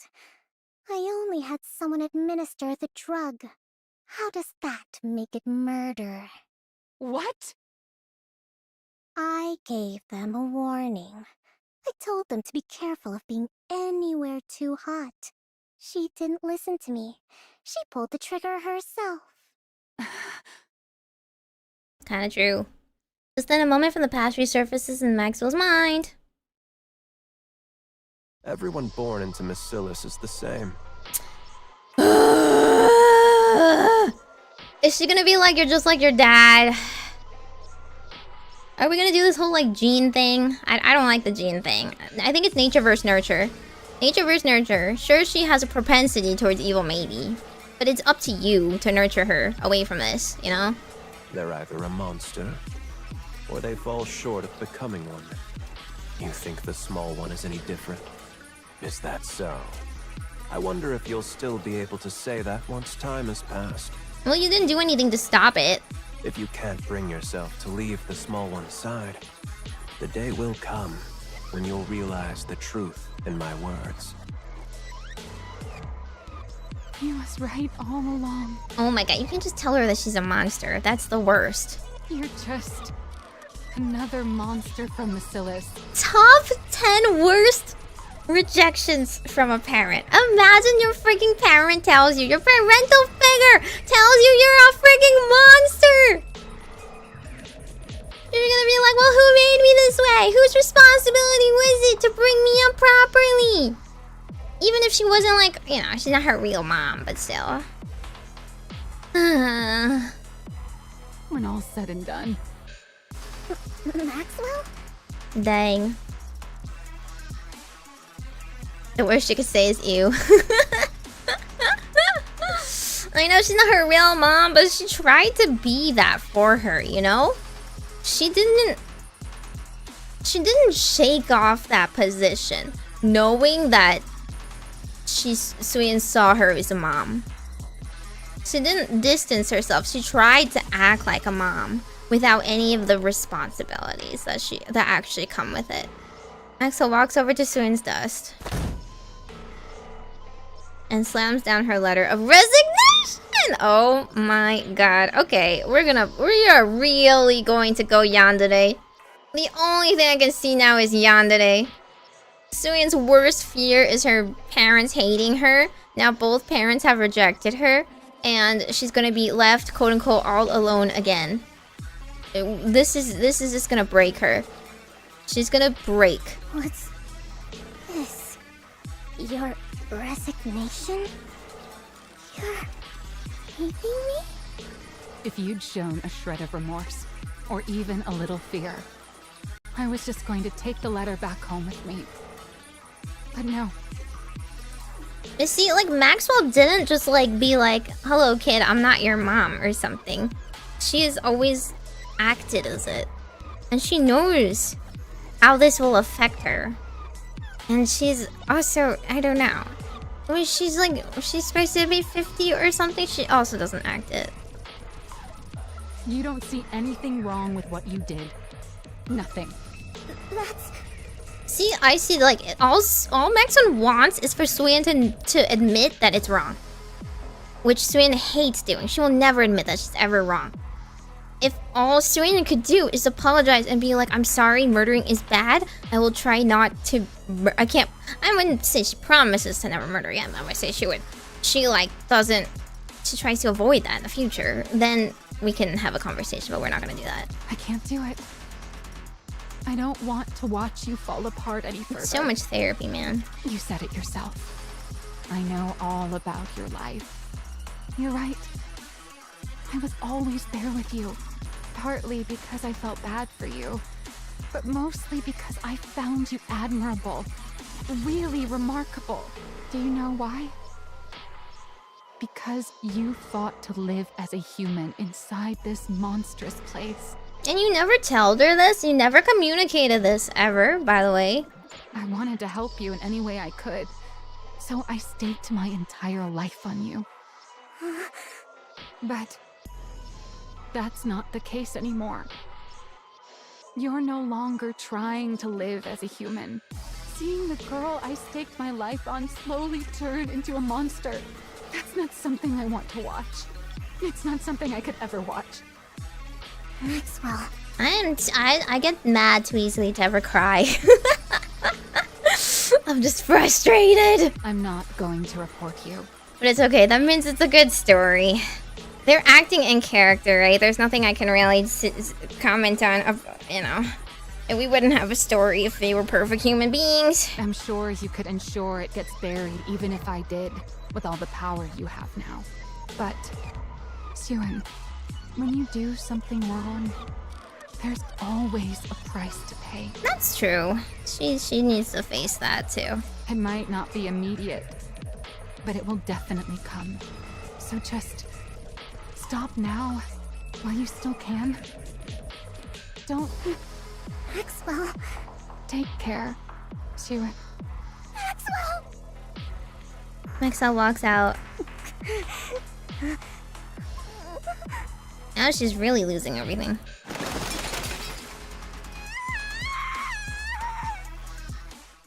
The next day. What's wrong? You should be celebrating right now, but you look terrible. Everything you wanted came true. The project is a success. You've got the entire board under your thumb. Applicants for Matisse have doubled. But she never wanted to grow up and be like Jian, I get it. And I hear the second candidate for Matisse has already been locked in. I can't remember her name, but apparently she's quite eccentric. Oh, it's Drake. They say she's unusually compatible with electrical energy and has a natural talent for detection. The sensors you couldn't fit Laplace with would go great on her. Pair the two of them up and they'd have good synergy as a squad. Get out. I'm not in the mood to talk to you right now. Did you get into a fight with someone? I told you. Just get out. For you to be so mopey at a time like this, it could only be one of two people. Somehow I doubt you'd have anything to fight about with Laplace the hero. That leaves Maxwell. Didn't you hear me the first 2 times? Get out. But also Maxwell leaving just ensures that she becomes a monster. Ugh. I mean, I know it's really... She's like... she doesn't want to. She doesn't want to be responsible for it, but... She found out, didn't she? She's allowed to leave, but also like... You are like the one person in this world who is capable of shaping Syuen to be better. You're the one person that could have made her not be a monster then. What? She found out what we did with that drug, didn't she? That's why she's leaving. How do you... Because she's smart and she sees people for who they are. Did you tell her? Of course not. Why would I tell her? I'm involved in it too, remember? I just guessed. She watched over you with so much care that anyone would have thought she was your mother. See? We don't need, like, subtleties. We're gonna spell everything out for you, just in case you weren't aware. For someone like that to turn her back and walk out on you, it could only really be one thing. Now you got abandoned by your mom, too! It means you crossed a line that she could never accept as a person. She's always been so human, to the point where it's hard to believe she's our chief engineer. You don't want to let her go, do you? You may be bitter and hurt that she won't understand how you feel. But then when you think of having to live without her, you don't know what to do. And she's gonna be a yandere. Is Jian gonna kidnap her and turn into a Nikke just like she did her maid? I'm just worried. Just like with Lala. I just don't feel like Maxwell ever becomes one willingly. So how many human rights violations are we gonna get? Stop acting like you know what you're talking about. You have no idea. You know nothing! Ooh, Syuen said the same thing when she was a baby. We both know that's not true. No one in this world knows you better than I do. Don't worry. As a special gift for how nicely this is all wrapped up, I've already arranged everything for you. Jian? What? Jian? Jian? She's actually a psychopath. This girl's insane. There's no need to get angry. All you need to do is choose. Jian? Jian? Jian? Either keep her by your side. Jian? Forever. Jian? This girl is this girl, like, world dictators need to look to her for, like, inspiration, I swear to God. Or let her go. Those are not the only two options. First of all, we're back to the whole extremes. We're back to the whole we only get taught bad things in extremes because we are in a take or be taken society. But there are different things we could do, like talk. You know, we can talk. We can change. We can reflect. No, we will never have an opportunity to do any of those things, however. That's not allowed. Maxwell looks at the boxes piled in the middle of her lab. Ugh, that's a lot of stuff. I guess it makes sense. I did work here for a long time. A very long time. Maxwell sits down at the couch in the corner of her room. Got plenty of use out of this couch, too. Maxwell lifts her head and looks at the TV across from her. Syuen used to sit here and watch those superhero movies. Time really does fly. Leaning back into the couch, Maxwell gazes up at the ceiling. Is walking away like this really the right thing to do? See? Oh my god. If we had just given her some time to think and reflect, maybe we could have... Maxwell would have been sad. Syuen would have had like a little bit more time to be introspective. We just need a little time to cool off. You know, we made a lot of rash decisions. We had a lot of heightened feelings. This could have been peacefully resolved. Oh man. Kill just a few more people, I know. Maybe I should have stayed and tried to change her somehow. That's what I'm saying. You have the ability to do so. No. This is right. Whatever you feel, I told her girl. she's wrong and I'm stepping out of the picture. She's gonna wait until she apologizes first. Who's gonna apologize first? Maybe that will be enough to help her understand what she did was wrong. At least a little. Oh, such hope she has in her. It's something I have to do. Before she turns into any more of a monster. I mean, I also see Maxwell's point. Like, this is kind of the thing you would do to a normal person. You, like, give them a little bit of a, like, you cross my boundary. It's a boundary for a reason. I want you to feel some sort of remorse. You obviously don't feel any remorse. I'm gonna wait until you say sorry first. In a normal world, this would work. She's got Laplace beside her now, too, so... she'll be alright. All I can do now is... help her out if she ever gets backed into a corner someday. See, Maxwell's like totally down to help her at some point. I cannot even. Yeah. This is the right call. Who could that be? It's Johnny. I'm not expecting anyone. Does the Matisse lab need something else from me before I leave?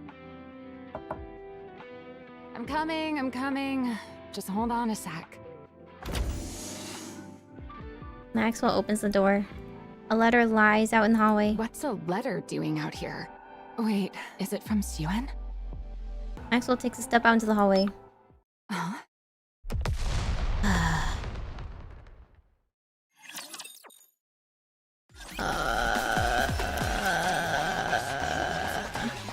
We could have turned it around, man. We could have turned it around. We could have turned it around.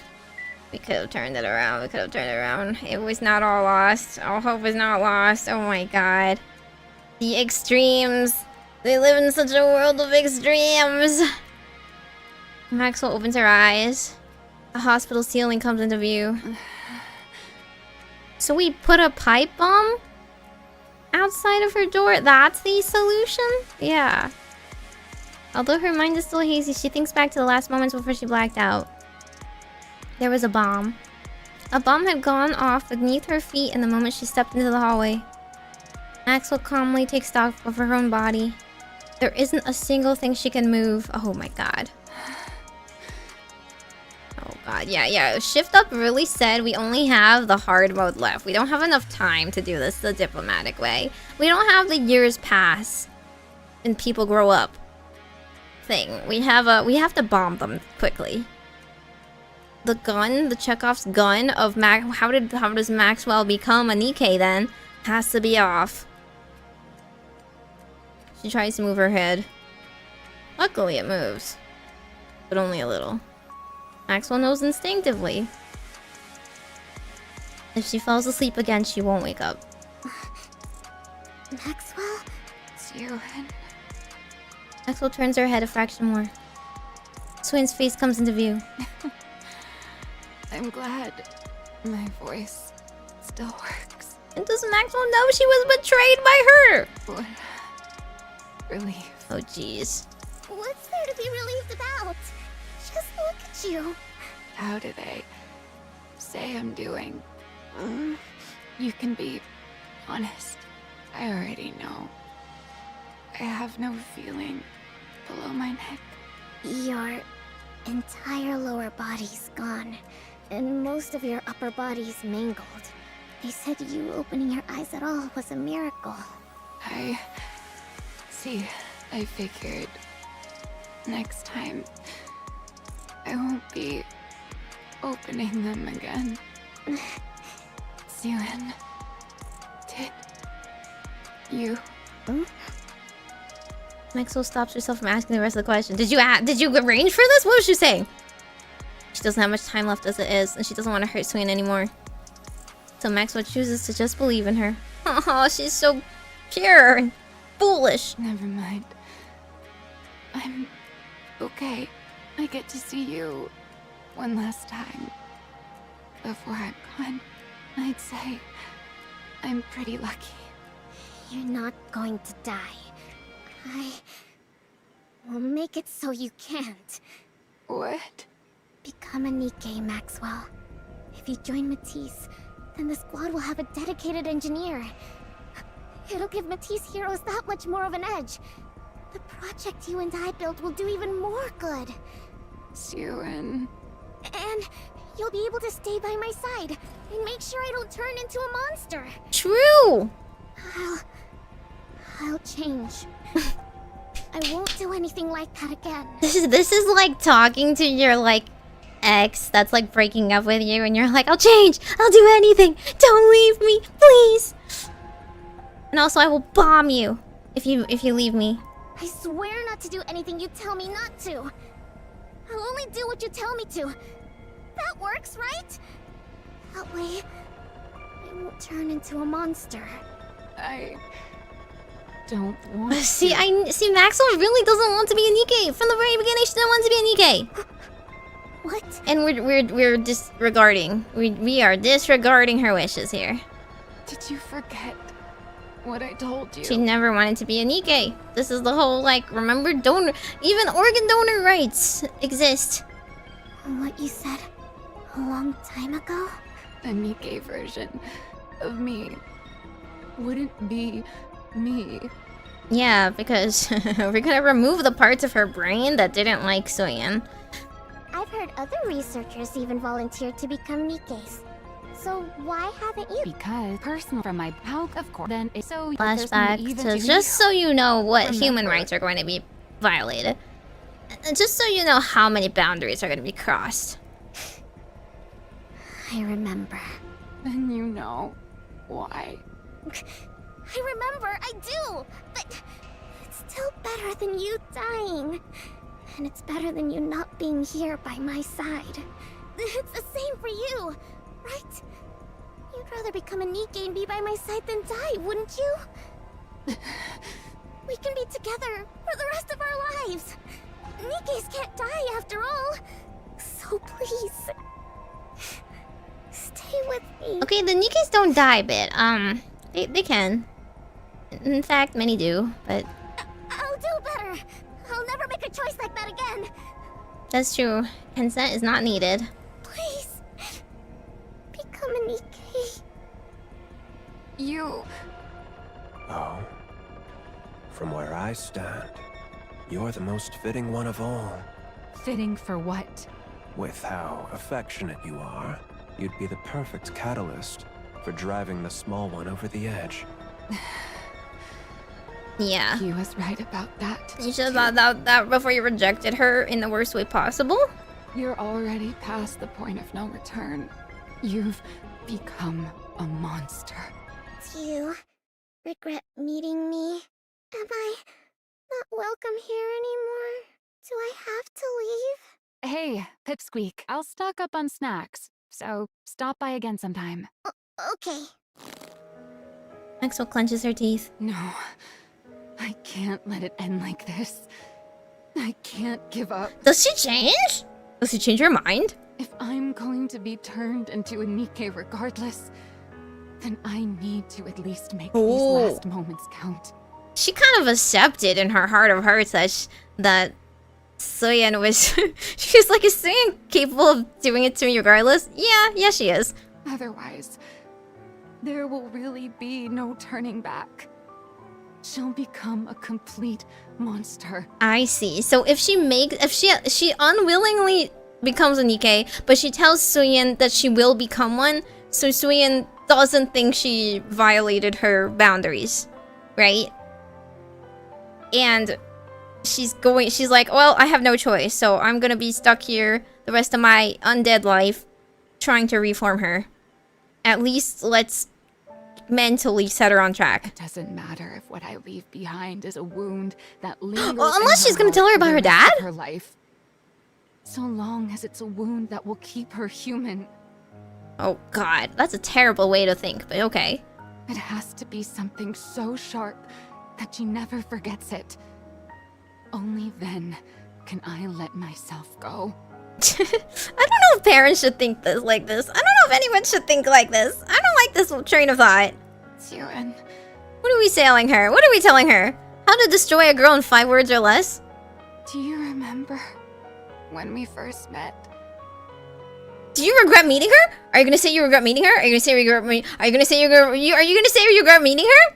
You were crying in the break room. Are you gonna be the cherry on top of this abuse train?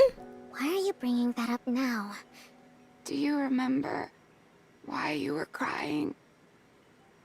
Why else? Because Gian turned Lala into a Nikke without asking for...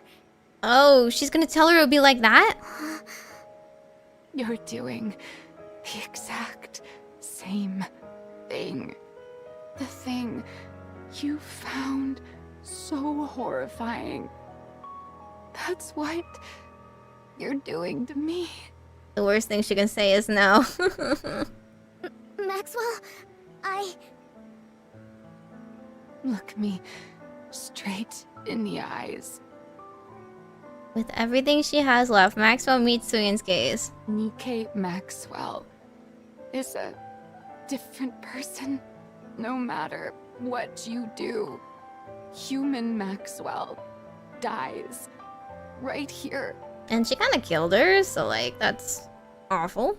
Knowing that, do you still want to make me a Nikke?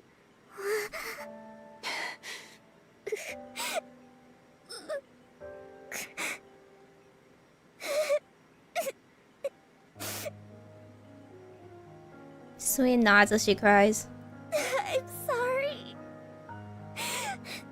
I'm sorry.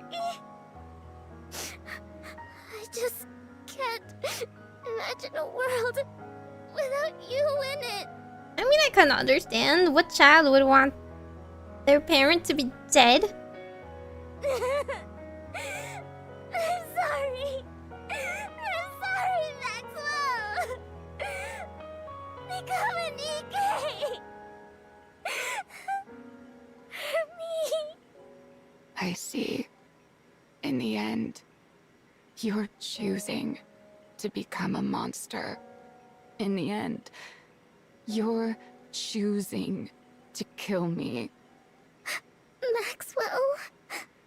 But remember this, even if you bring me back, you will never, ever get your Maxwell back. This is rip, wow. Maxwell closes her eyes. Fine. If that's your choice, then so be it. I'm making my choice too. One that hurts you. She's choosing to die? Even if it hurts you for your entire life, I won't let you turn into a monster. I'll become the one regret you can never turn away from. And that will be the proof that you're still human. Jeez. You know, most people's last words are I love you, but... I'm sorry. Goodbye, Syuen. My frustrating little pipsqueak. That afternoon, a second Nikke is added to the Matisse squad. Her name is Maxwell. And she loves being a Nikke. She doesn't remember at all that she had such strong objections to being a Nikke. She's a mechanic Nikke and former researcher with Misalis. This was all wonderful, fine, and dandy. Nothing, no human rights were violated whatsoever. Nikke Maxwell is just a wonderful facsimile of exactly what Syuen wanted in a Maxwell for her. Hello, Syuen. Maxwell, do you remember me? What do you mean? Oh, she forgets her. Oh. Are you asking about human Maxwell's memories? Of course I remember those. You didn't wipe them after all. Oh, she didn't wipe them. What? Why are you talking like that? Oh, she's differentiating herself from that? Human Maxwell? That's you. What are you talking about? I'm Nikke. Human Maxwell is human Maxwell, and I'm me. From my body composition, down to the very principle behind how I generate energy, every last bit of it is different. Interesting. So her philosophy is not changed. How could I even be considered the same individual? She really compartmentalized herself. Dang. I mean, that would mess a person up. You know, really mentally, you being forced to become a Nikke. So, good on her for finding a way to live as a Nikke. Even with all your memories intact, do you still feel that way? Well, I do have all of my past memories. What I feel isn't so much affection for you as your researcher friend, but rather gratitude towards you as my creator. It's not a feeling human Maxwell would have ever felt, right? Why are you saying that? You're not doing this on purpose, are you? Are you upset with me? Maybe? Sorry, Syuen, what part of her passing seemed like she wasn't upset with you? On purpose? Of course not. Oh dear. Wait, is this something that would be considered by your standards as scrap metal behavior? It's interesting. New Maxwell is actually like so totally new. Wow. It's not like I have no memories, but at the same time, I'm kind of separate from them. So I could see how it'd be tough to tell us apart. You can call me scrap metal if it's too hard for you. I wouldn't. I don't know, it's kind of like a Nikke mind switch, you know? No! That's not it! You're nothing close to scrap metal! You? Scrap metal? No! I couldn't. I'm never going to sleep, man. How could I ever call you that? So much mental trauma. You're a Nikke! A Nikke! Oh yeah? Well, that's a relief. What? I'm thanking you for calling me a Nikke and not scrap metal. I'm looking forward to working with you, Syuen. The despair in her eyes. Maxwell holds out her hand, as though they're meeting for the very first time. Look, I mean, Syuen, I'm not gonna lie, what did you expect? She really spelled it out for you. She really told you this was gonna happen. Oh, man. Only then does the full weight of Maxwell's words sink in for Syuen. For the rest of her life, she will never get the old Maxwell back. Oh man, I really want to talk about Final Fantasy XIV spoilers now. Because something's not like this, but like it's a little bit of like what makes a life. Like does memories make a life kind of deal? Like will you keep a person around for your sake, even though they're not really alive, just for the comfort of memories? Or will you regard them as alive and the same person? At the end of the 3rd floor hallway lies a break room no one ever visits due to its shabby state. It's Syuen's hideaway. The place where Syuen had fled to escape her father's gaze after losing her maid. The place she first met Maxwell. Syuen runs into her hideout. Maxwell's gone. There's no one here now. No one's here. Yeah, that Maxwell won't come racing to your break room anymore. I lost everything. I thought if the project succeeded, everything would be fine. I thought it would all turn out okay. How did this happen?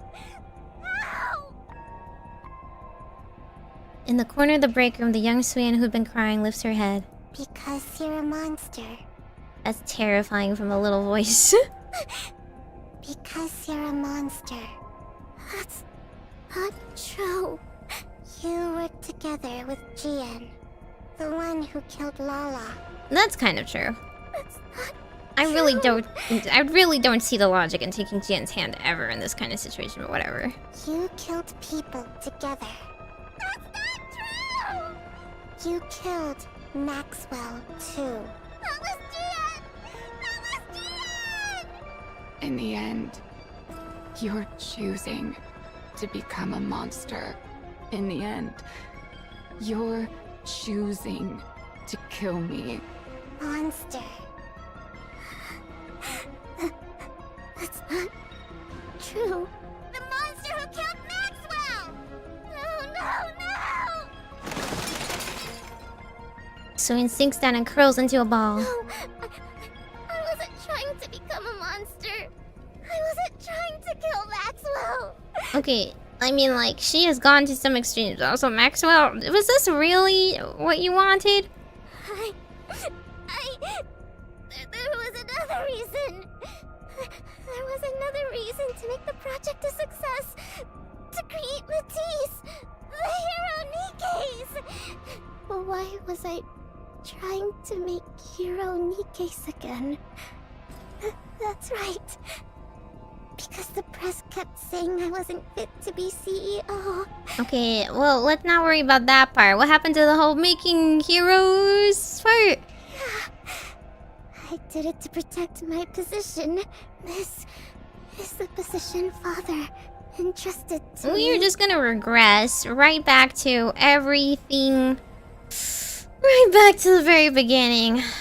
He gave it to me because he trusted me to protect Miscellus. We still never told her about the reality of her dad. This is so annoying. Miscellus has to be protected for the Ark's sake. As the CEO of Miscellus, I have to protect both this position and the company. Yeah, that's why I did it. That's right. I still have this position. And that's all she's gonna cling to and obsess to. Okay. I'm Syuen, CEO of Miscellus. I still have something important left. See, like, did we really teach her anything with this? I don't think we taught her anything. For the Ark. For humanity. I have to protect Miscellus. And for that, I'll do whatever it takes. Honestly, she's just leaning into it. She's like, well, fine, I become a monster, so I'm gonna full commit. I have to be able to do whatever it takes. It all makes sense. Everything up until now was for this. Not the whole protect humanity with heroes and provide heroes for people, no. Turning Maxwell into a Nikke was for this, too. It's better to have a Nikke with an engineering background in the Matisse squad. That way, even on long missions or in emergencies, they can respond fast on the surface. Yeah, that's why I did it. Extreme copium here. I did it for this job. For Miscellus. She's like far too young to really process all of this. All of this grief and trauma. It's all been so simple. Isn't this just everyone sucks? I could have reached this conclusion. AITA, everyone sucks here. Everyone sucks. No one's good. Except for Love Plus. She's perfect. Syuen? Ooh. Love Plus? Is she gonna remind you of your hero worshipping thing? The one person still left in your life? Shining a literal ray of light into her dark room. Okay. Okay. Really not subtle here. Syuen raises her head. I heard a loud noise, so I came to check. Are you alright? Laplace? That's right. Laplace. I still have you. The only one in the world who answered my call for help. Laplace has also never had a friend that is not socialized. And is like frankly not mentally all there, but yeah. My hero.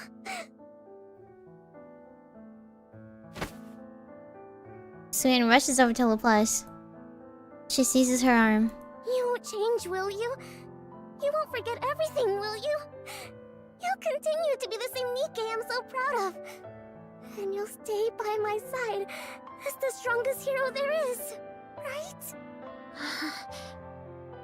Laplace looks at Syuen's hand gripping her arm. She notices a trembling and it reminds her of something from an old memory. The trembling hand of a small girl who once wandered in search of a hero. Laplace answers the desperate call for help. Well, at least it ties off her storyline well, where she gets to be a little girl's hero, even though I think the metaphor was already done. I mean, I think we already saw that happen. Of course. If that is what you want, I'll always be here for you. I will stay by your side as the strongest hero there is. I'll become someone you can be proud of, because I'm your hero. That's right. And that's enough. As long as I have you, it's enough. And people never changing, and people living up to heroic ideals is also very healthy. After that day, the break room at the end of the 3rd floor hallway is sealed off. Oh wow! What do you mean a few days later we got Drake? That was fast. What happened to the whole trial thing? We now have a full squad. All the Matisse Nikkes, under the name of the Matisse Squad, will fight to uphold peace inside the Ark. I'll prove to everyone just how strong Basilis's heroes are. I guess Drake didn't have any problems. She's just like, yippee! And why they're deserving of being called the strongest squad out there. We will prove it to everyone. You wait and see. From that day forward, and just as Syuen predicted, the Matisse squad accomplishes countless feats up on the surface. As if driven by some unseen force, Syuen assigns them mission after mission, insisting on them becoming the Ark's greatest squad. She treats them as though they are high-powered tools, sending them up to the surface without rest. Ooh. What happened to the whole Nikke treat them as humans? I guess if they're so insistent on being Nikkes, they're no longer humans in her eyes. Okay. Dehumanization. Very forceful dehumanization of Maxwell. The more they achieve, the firmer Syuen's position grows. Eventually, it can no longer be said of Syuen that she's only Miss Alyssa's CEO through sheer luck. And then finally, the day comes that Matisse achieves something unprecedented, cementing itself as the Ark's strongest squad. I'm here with Miss Syuen, CEO of Basilis. Tell me, how does it feel to have built the strongest squad of heroes in the I know, Ark? what if Drake is actually the well-adjusted one of everyone? Great. It's a historic day. Syuen smiles. She puts on a smile as if it were the happiest day in the world. Syuen. Don't tell me you woke up. You wake up at 6 a.m. You okay? You spaced out for a bit. Oh, new Maxwell body. It's nothing. Oh, and the I'm tired. flashback. I must have dozed off for a second. That's exactly why I keep telling you to rest instead of coming here. Want me to bring you a snack? No. I'm fine. I can't have Maxwell be my mommy. Alright, suit yourself. Drake just got here. So how about a group test? It's been a while since our last one. It's so weird. Imagine having someone you know so well who retains those memories and acts their same personality but acts towards you so differently. Syuen. Syuen, are you feeling sick? Laplace and Drake come over to Maxwell and Syuen. Look. Oh my god, I'm new fine. Drake. Don't make What? such a fuss. Is that new Drake? What? Or is that... Huh? Well, then why do you keep spacing out like that? My Drake doesn't look like that, does she? Is it because you're so pleased with the Nikkes you made? Syuen looks at the heroes before her. Wait, they said something at the very beginning. They were like, Drake's model was taking a little bit longer, so it wasn't ready yet. Drake next? I like it. It looks really girly for her, to be honest. I always thought, like, why does she look so girly? But whatever, it's fine. There's her little antennas. Aw, Laplace's outfit is so cute. And Maxwell, the greatest Nikke she has ever made. Her heroes who guard her position. Yeah. I'm pleased. Project Matisse ends.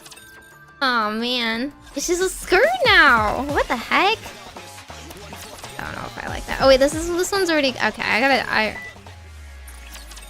I gotta go through the hard mode now.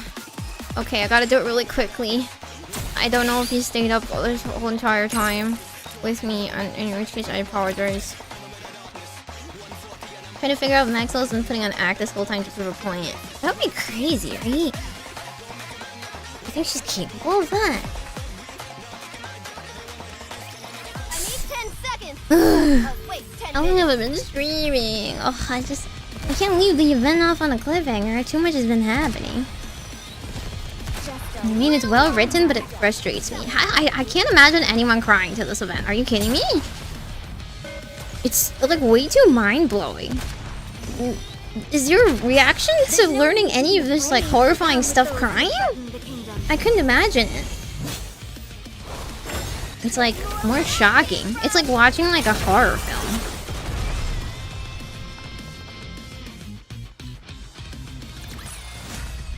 Woohoo! It lacked a certain pizzazz. Should credit the end with Maxwell? With her dying? I mean, it's sad that she died, for sure. But, like, I'm just, like, busy being like, holy moly, the boundaries that are being crossed. Holy moly, the human rights violation. I'm just like, wow, the philosophical implications of this morality. The way the writers are writing this, the places they're taking, they're really not afraid of, like, they do not pull punches, you know. Do I analyze things too much to feel emotionally impacted by stories? Addicted to streaming but losing to Eve? You would be sad if I stopped halfway. Axel always did have this cold facet to her personality. Really? Did she show up before him? I only know her as like Nikke Maxwell, and she didn't really stand out that much. This is a Korean drama at this point? Dude, I hate... Korean dramas are just like...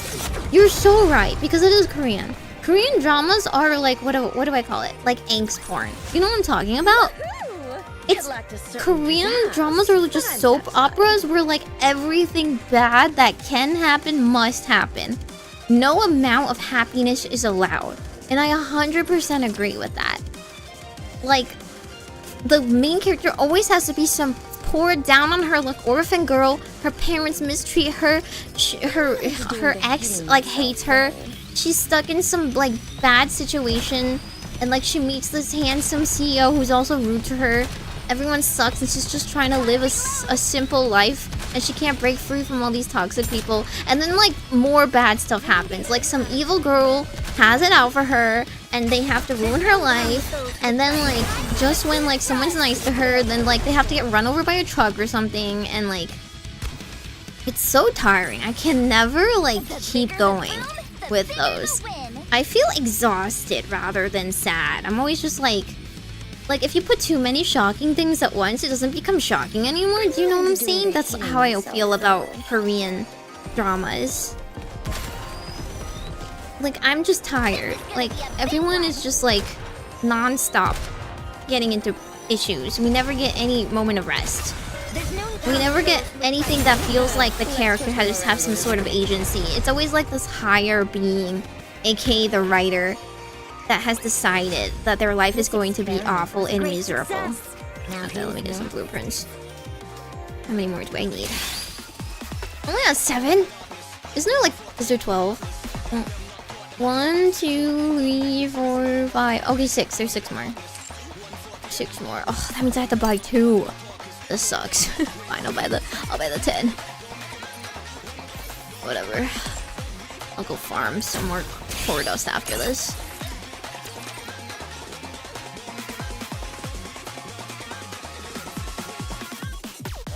Yeah, I'm probably not gonna sleep, but to be fair, I didn't sleep last night either. That's why I slept before stream. Ready to meet your demise? Isn't it good that I didn't sleep before it, but then I slept around like... I don't know, I slept around 8 or something. I slept around 8 to 12. So I only had about 4 hours of sleep or so.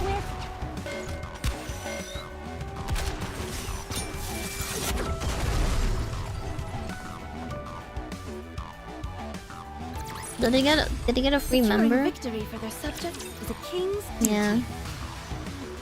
Yeah, the gods above have decreed that your life will suck. I did read a manhwa recently that was kind of like that. Believe in your king. It was interesting because, like, there was some sort of mechanic in the story that was like the bad luck was part of the story. Like, the author acknowledged that her life sucked because there was a mechanism in the story where, like, somebody was like using voodoo magic to give her bad luck. And I was like, okay, well, I guess that makes sense. I thought it was something like typical, but it wasn't. It wasn't. It lacked a certain pizzazz, but I'm satisfied. You have to go into office today? Oh my gosh. It's been so long since I went to save. I'm sorry, guys. I'm sorry. Was she consider the past not quite that did nothing wrong, or she's justified so much as understanding? Yeah. I mean, everyone sucks here. We've already agreed everyone sucks here. Everyone has, like, everyone has parts they could have done better. Everyone has parts they could have improved on. But I don't think it's unrealistic. It follows perfectly in line with their characters. And that's why the people who are in this did what they did, right? I would feel more frustrated if it was out of character. That's when you hate the writing, right? You're like, wow, this writing really wanted this to happen, so we made somebody act out of character just to force that. Why did they act so dumb? Why did they like, you know, make that decision? Why do they care about this so much? But no, the narrative has established from the very beginning these are their characters. And it makes perfect sense that they could never come to a resolution. They were very diametrically opposed in a lot of key points, including philosophy and morality and stuff like that. Maxwell was just too closed off. She wanted things, but she couldn't communicate. Syuen was never gonna grow up without anybody to teach her how to be a better person. And the last ditch attempt at her when she was dying. It's like literally you rejected her. What child seeing their dying mom, right? Imagine your mom is dying. And they're like, we can bring a robot version of her back. At like 12 or something. Who would say no? She would want it. She's been abandoned her whole life. She's craving that affection. This is her last attempt to get anything. She truly believes that everyone else hates her. And she doesn't know how to get close to people. She doesn't want to be abandoned, so she's gonna do it regardless. It's interesting. I think it's interesting, like a character study on all of them. This experiment was a great success. And we can see, like, you know, in the future where that takes them. Okay, here's the epilogue. It's been a really long time. I can't remember the last time you reached out. Jian did everything wrong. Probably not since way back when you were making the Matisse Nikkes. Right? I've no interest in engaging in small talk with you. There you go, being all prickly again. She's probably seen Tsundere, right? I caught the one who shot you in the head and made sure they were punished. And yet you're still mad at me? Is it because of how Maxwell ended up? Probably.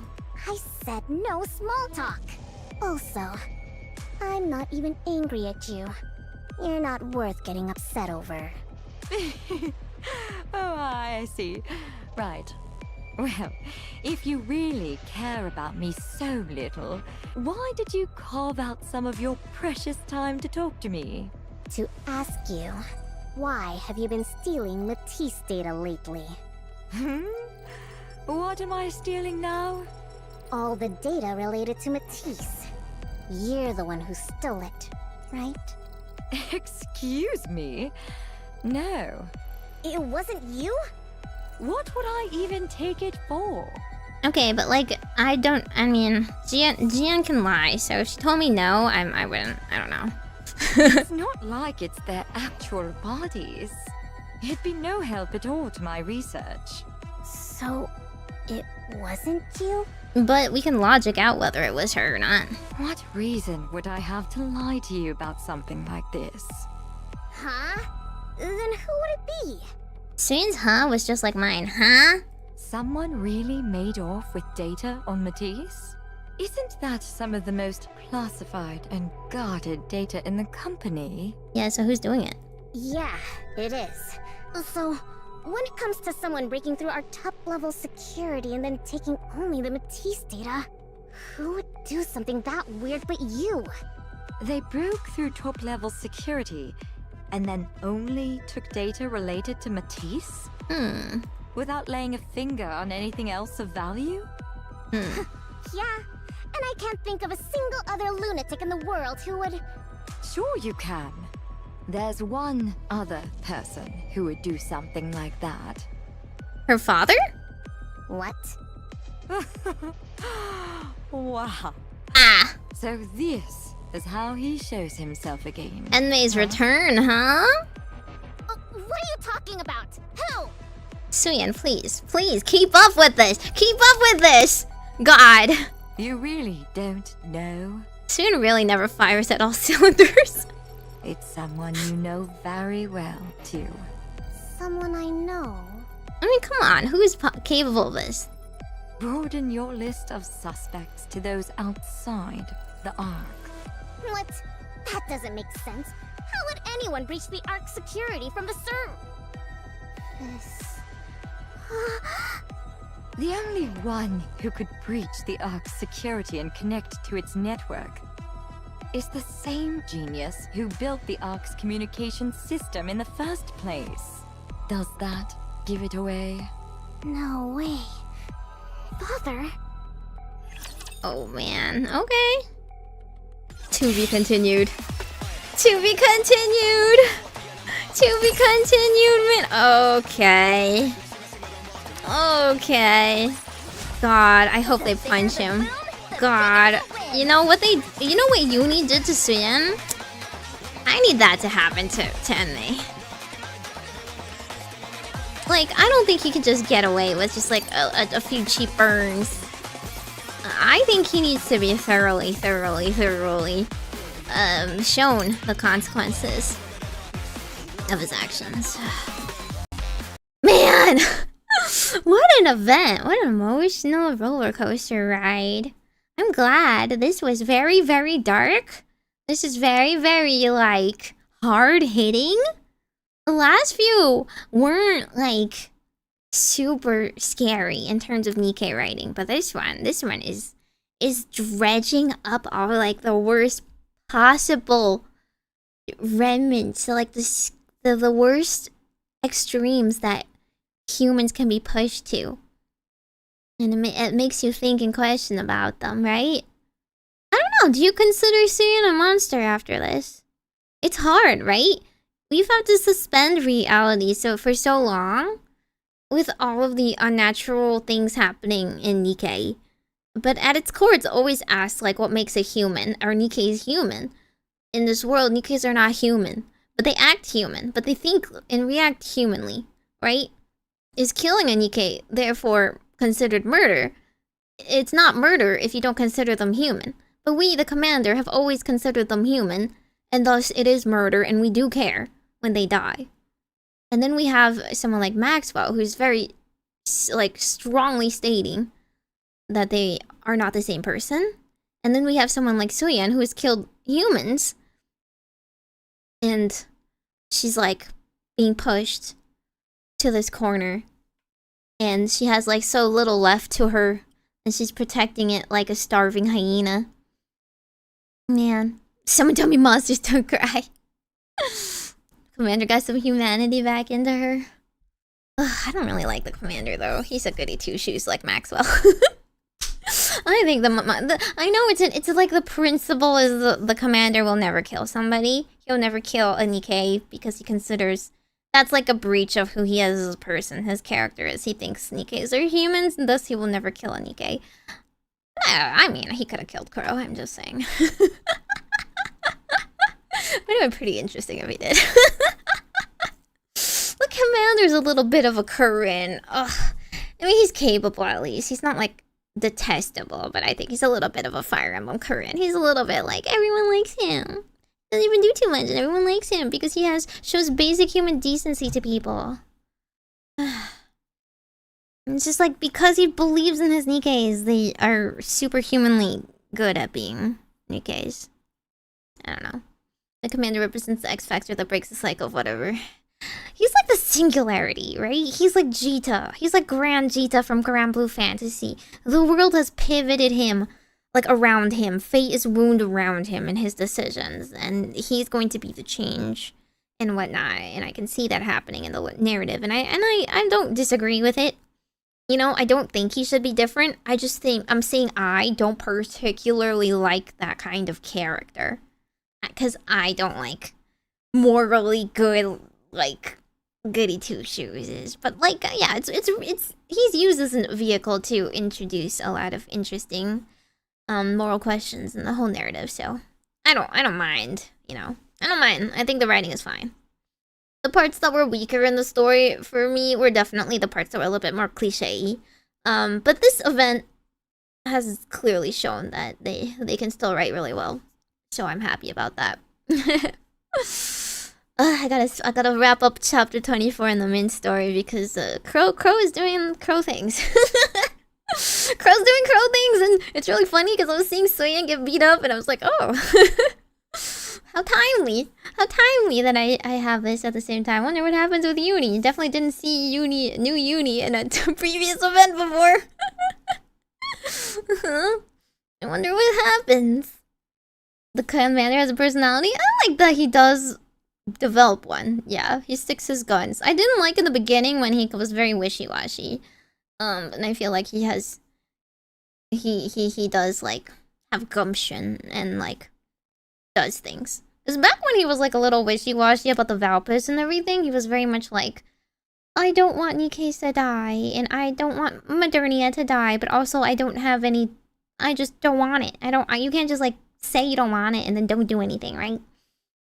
But now he's like kind of like taking charge and actually, you know, creating change. So yeah, there's that. Okay. Anyway, I do need to maybe I'll take a nap. Why don't we all go and take a nap? How about that? Okay, I'm gonna read you guys back into Mochi's subathon. She's obviously asleep, but you know, who else is like awake at this time of day? Thank y'all for watching with me. I hope your minds are blown as long with me, and if anyone else reacts to this, I'm curious to know if they go into such depth analyzing all of this. Let me find. I think the only people streaming on YouTube are also streamathon people. So I'll send you to Miss Aishi I, who's also had her birthday, and also had their birthday, Miss Kohaku. So make sure to go wish them all happy birthdays. Okay, Meimi. Hate to leave off without finishing my Nikke dailies, but you know, desperate times and 6:40 a.m. and all. And thank you all for your throne gifts. I don't even know what to do. By the way, I was literally showing you guys. I have where is it? Where's my silly little tip goal? Okay, here it is. So yeah, just so in case you haven't seen my latest YouTube post, you should check my latest YouTube post. I'm gonna be putting the next few donos to a hyperdrive cover from Yu-Gi-Oh!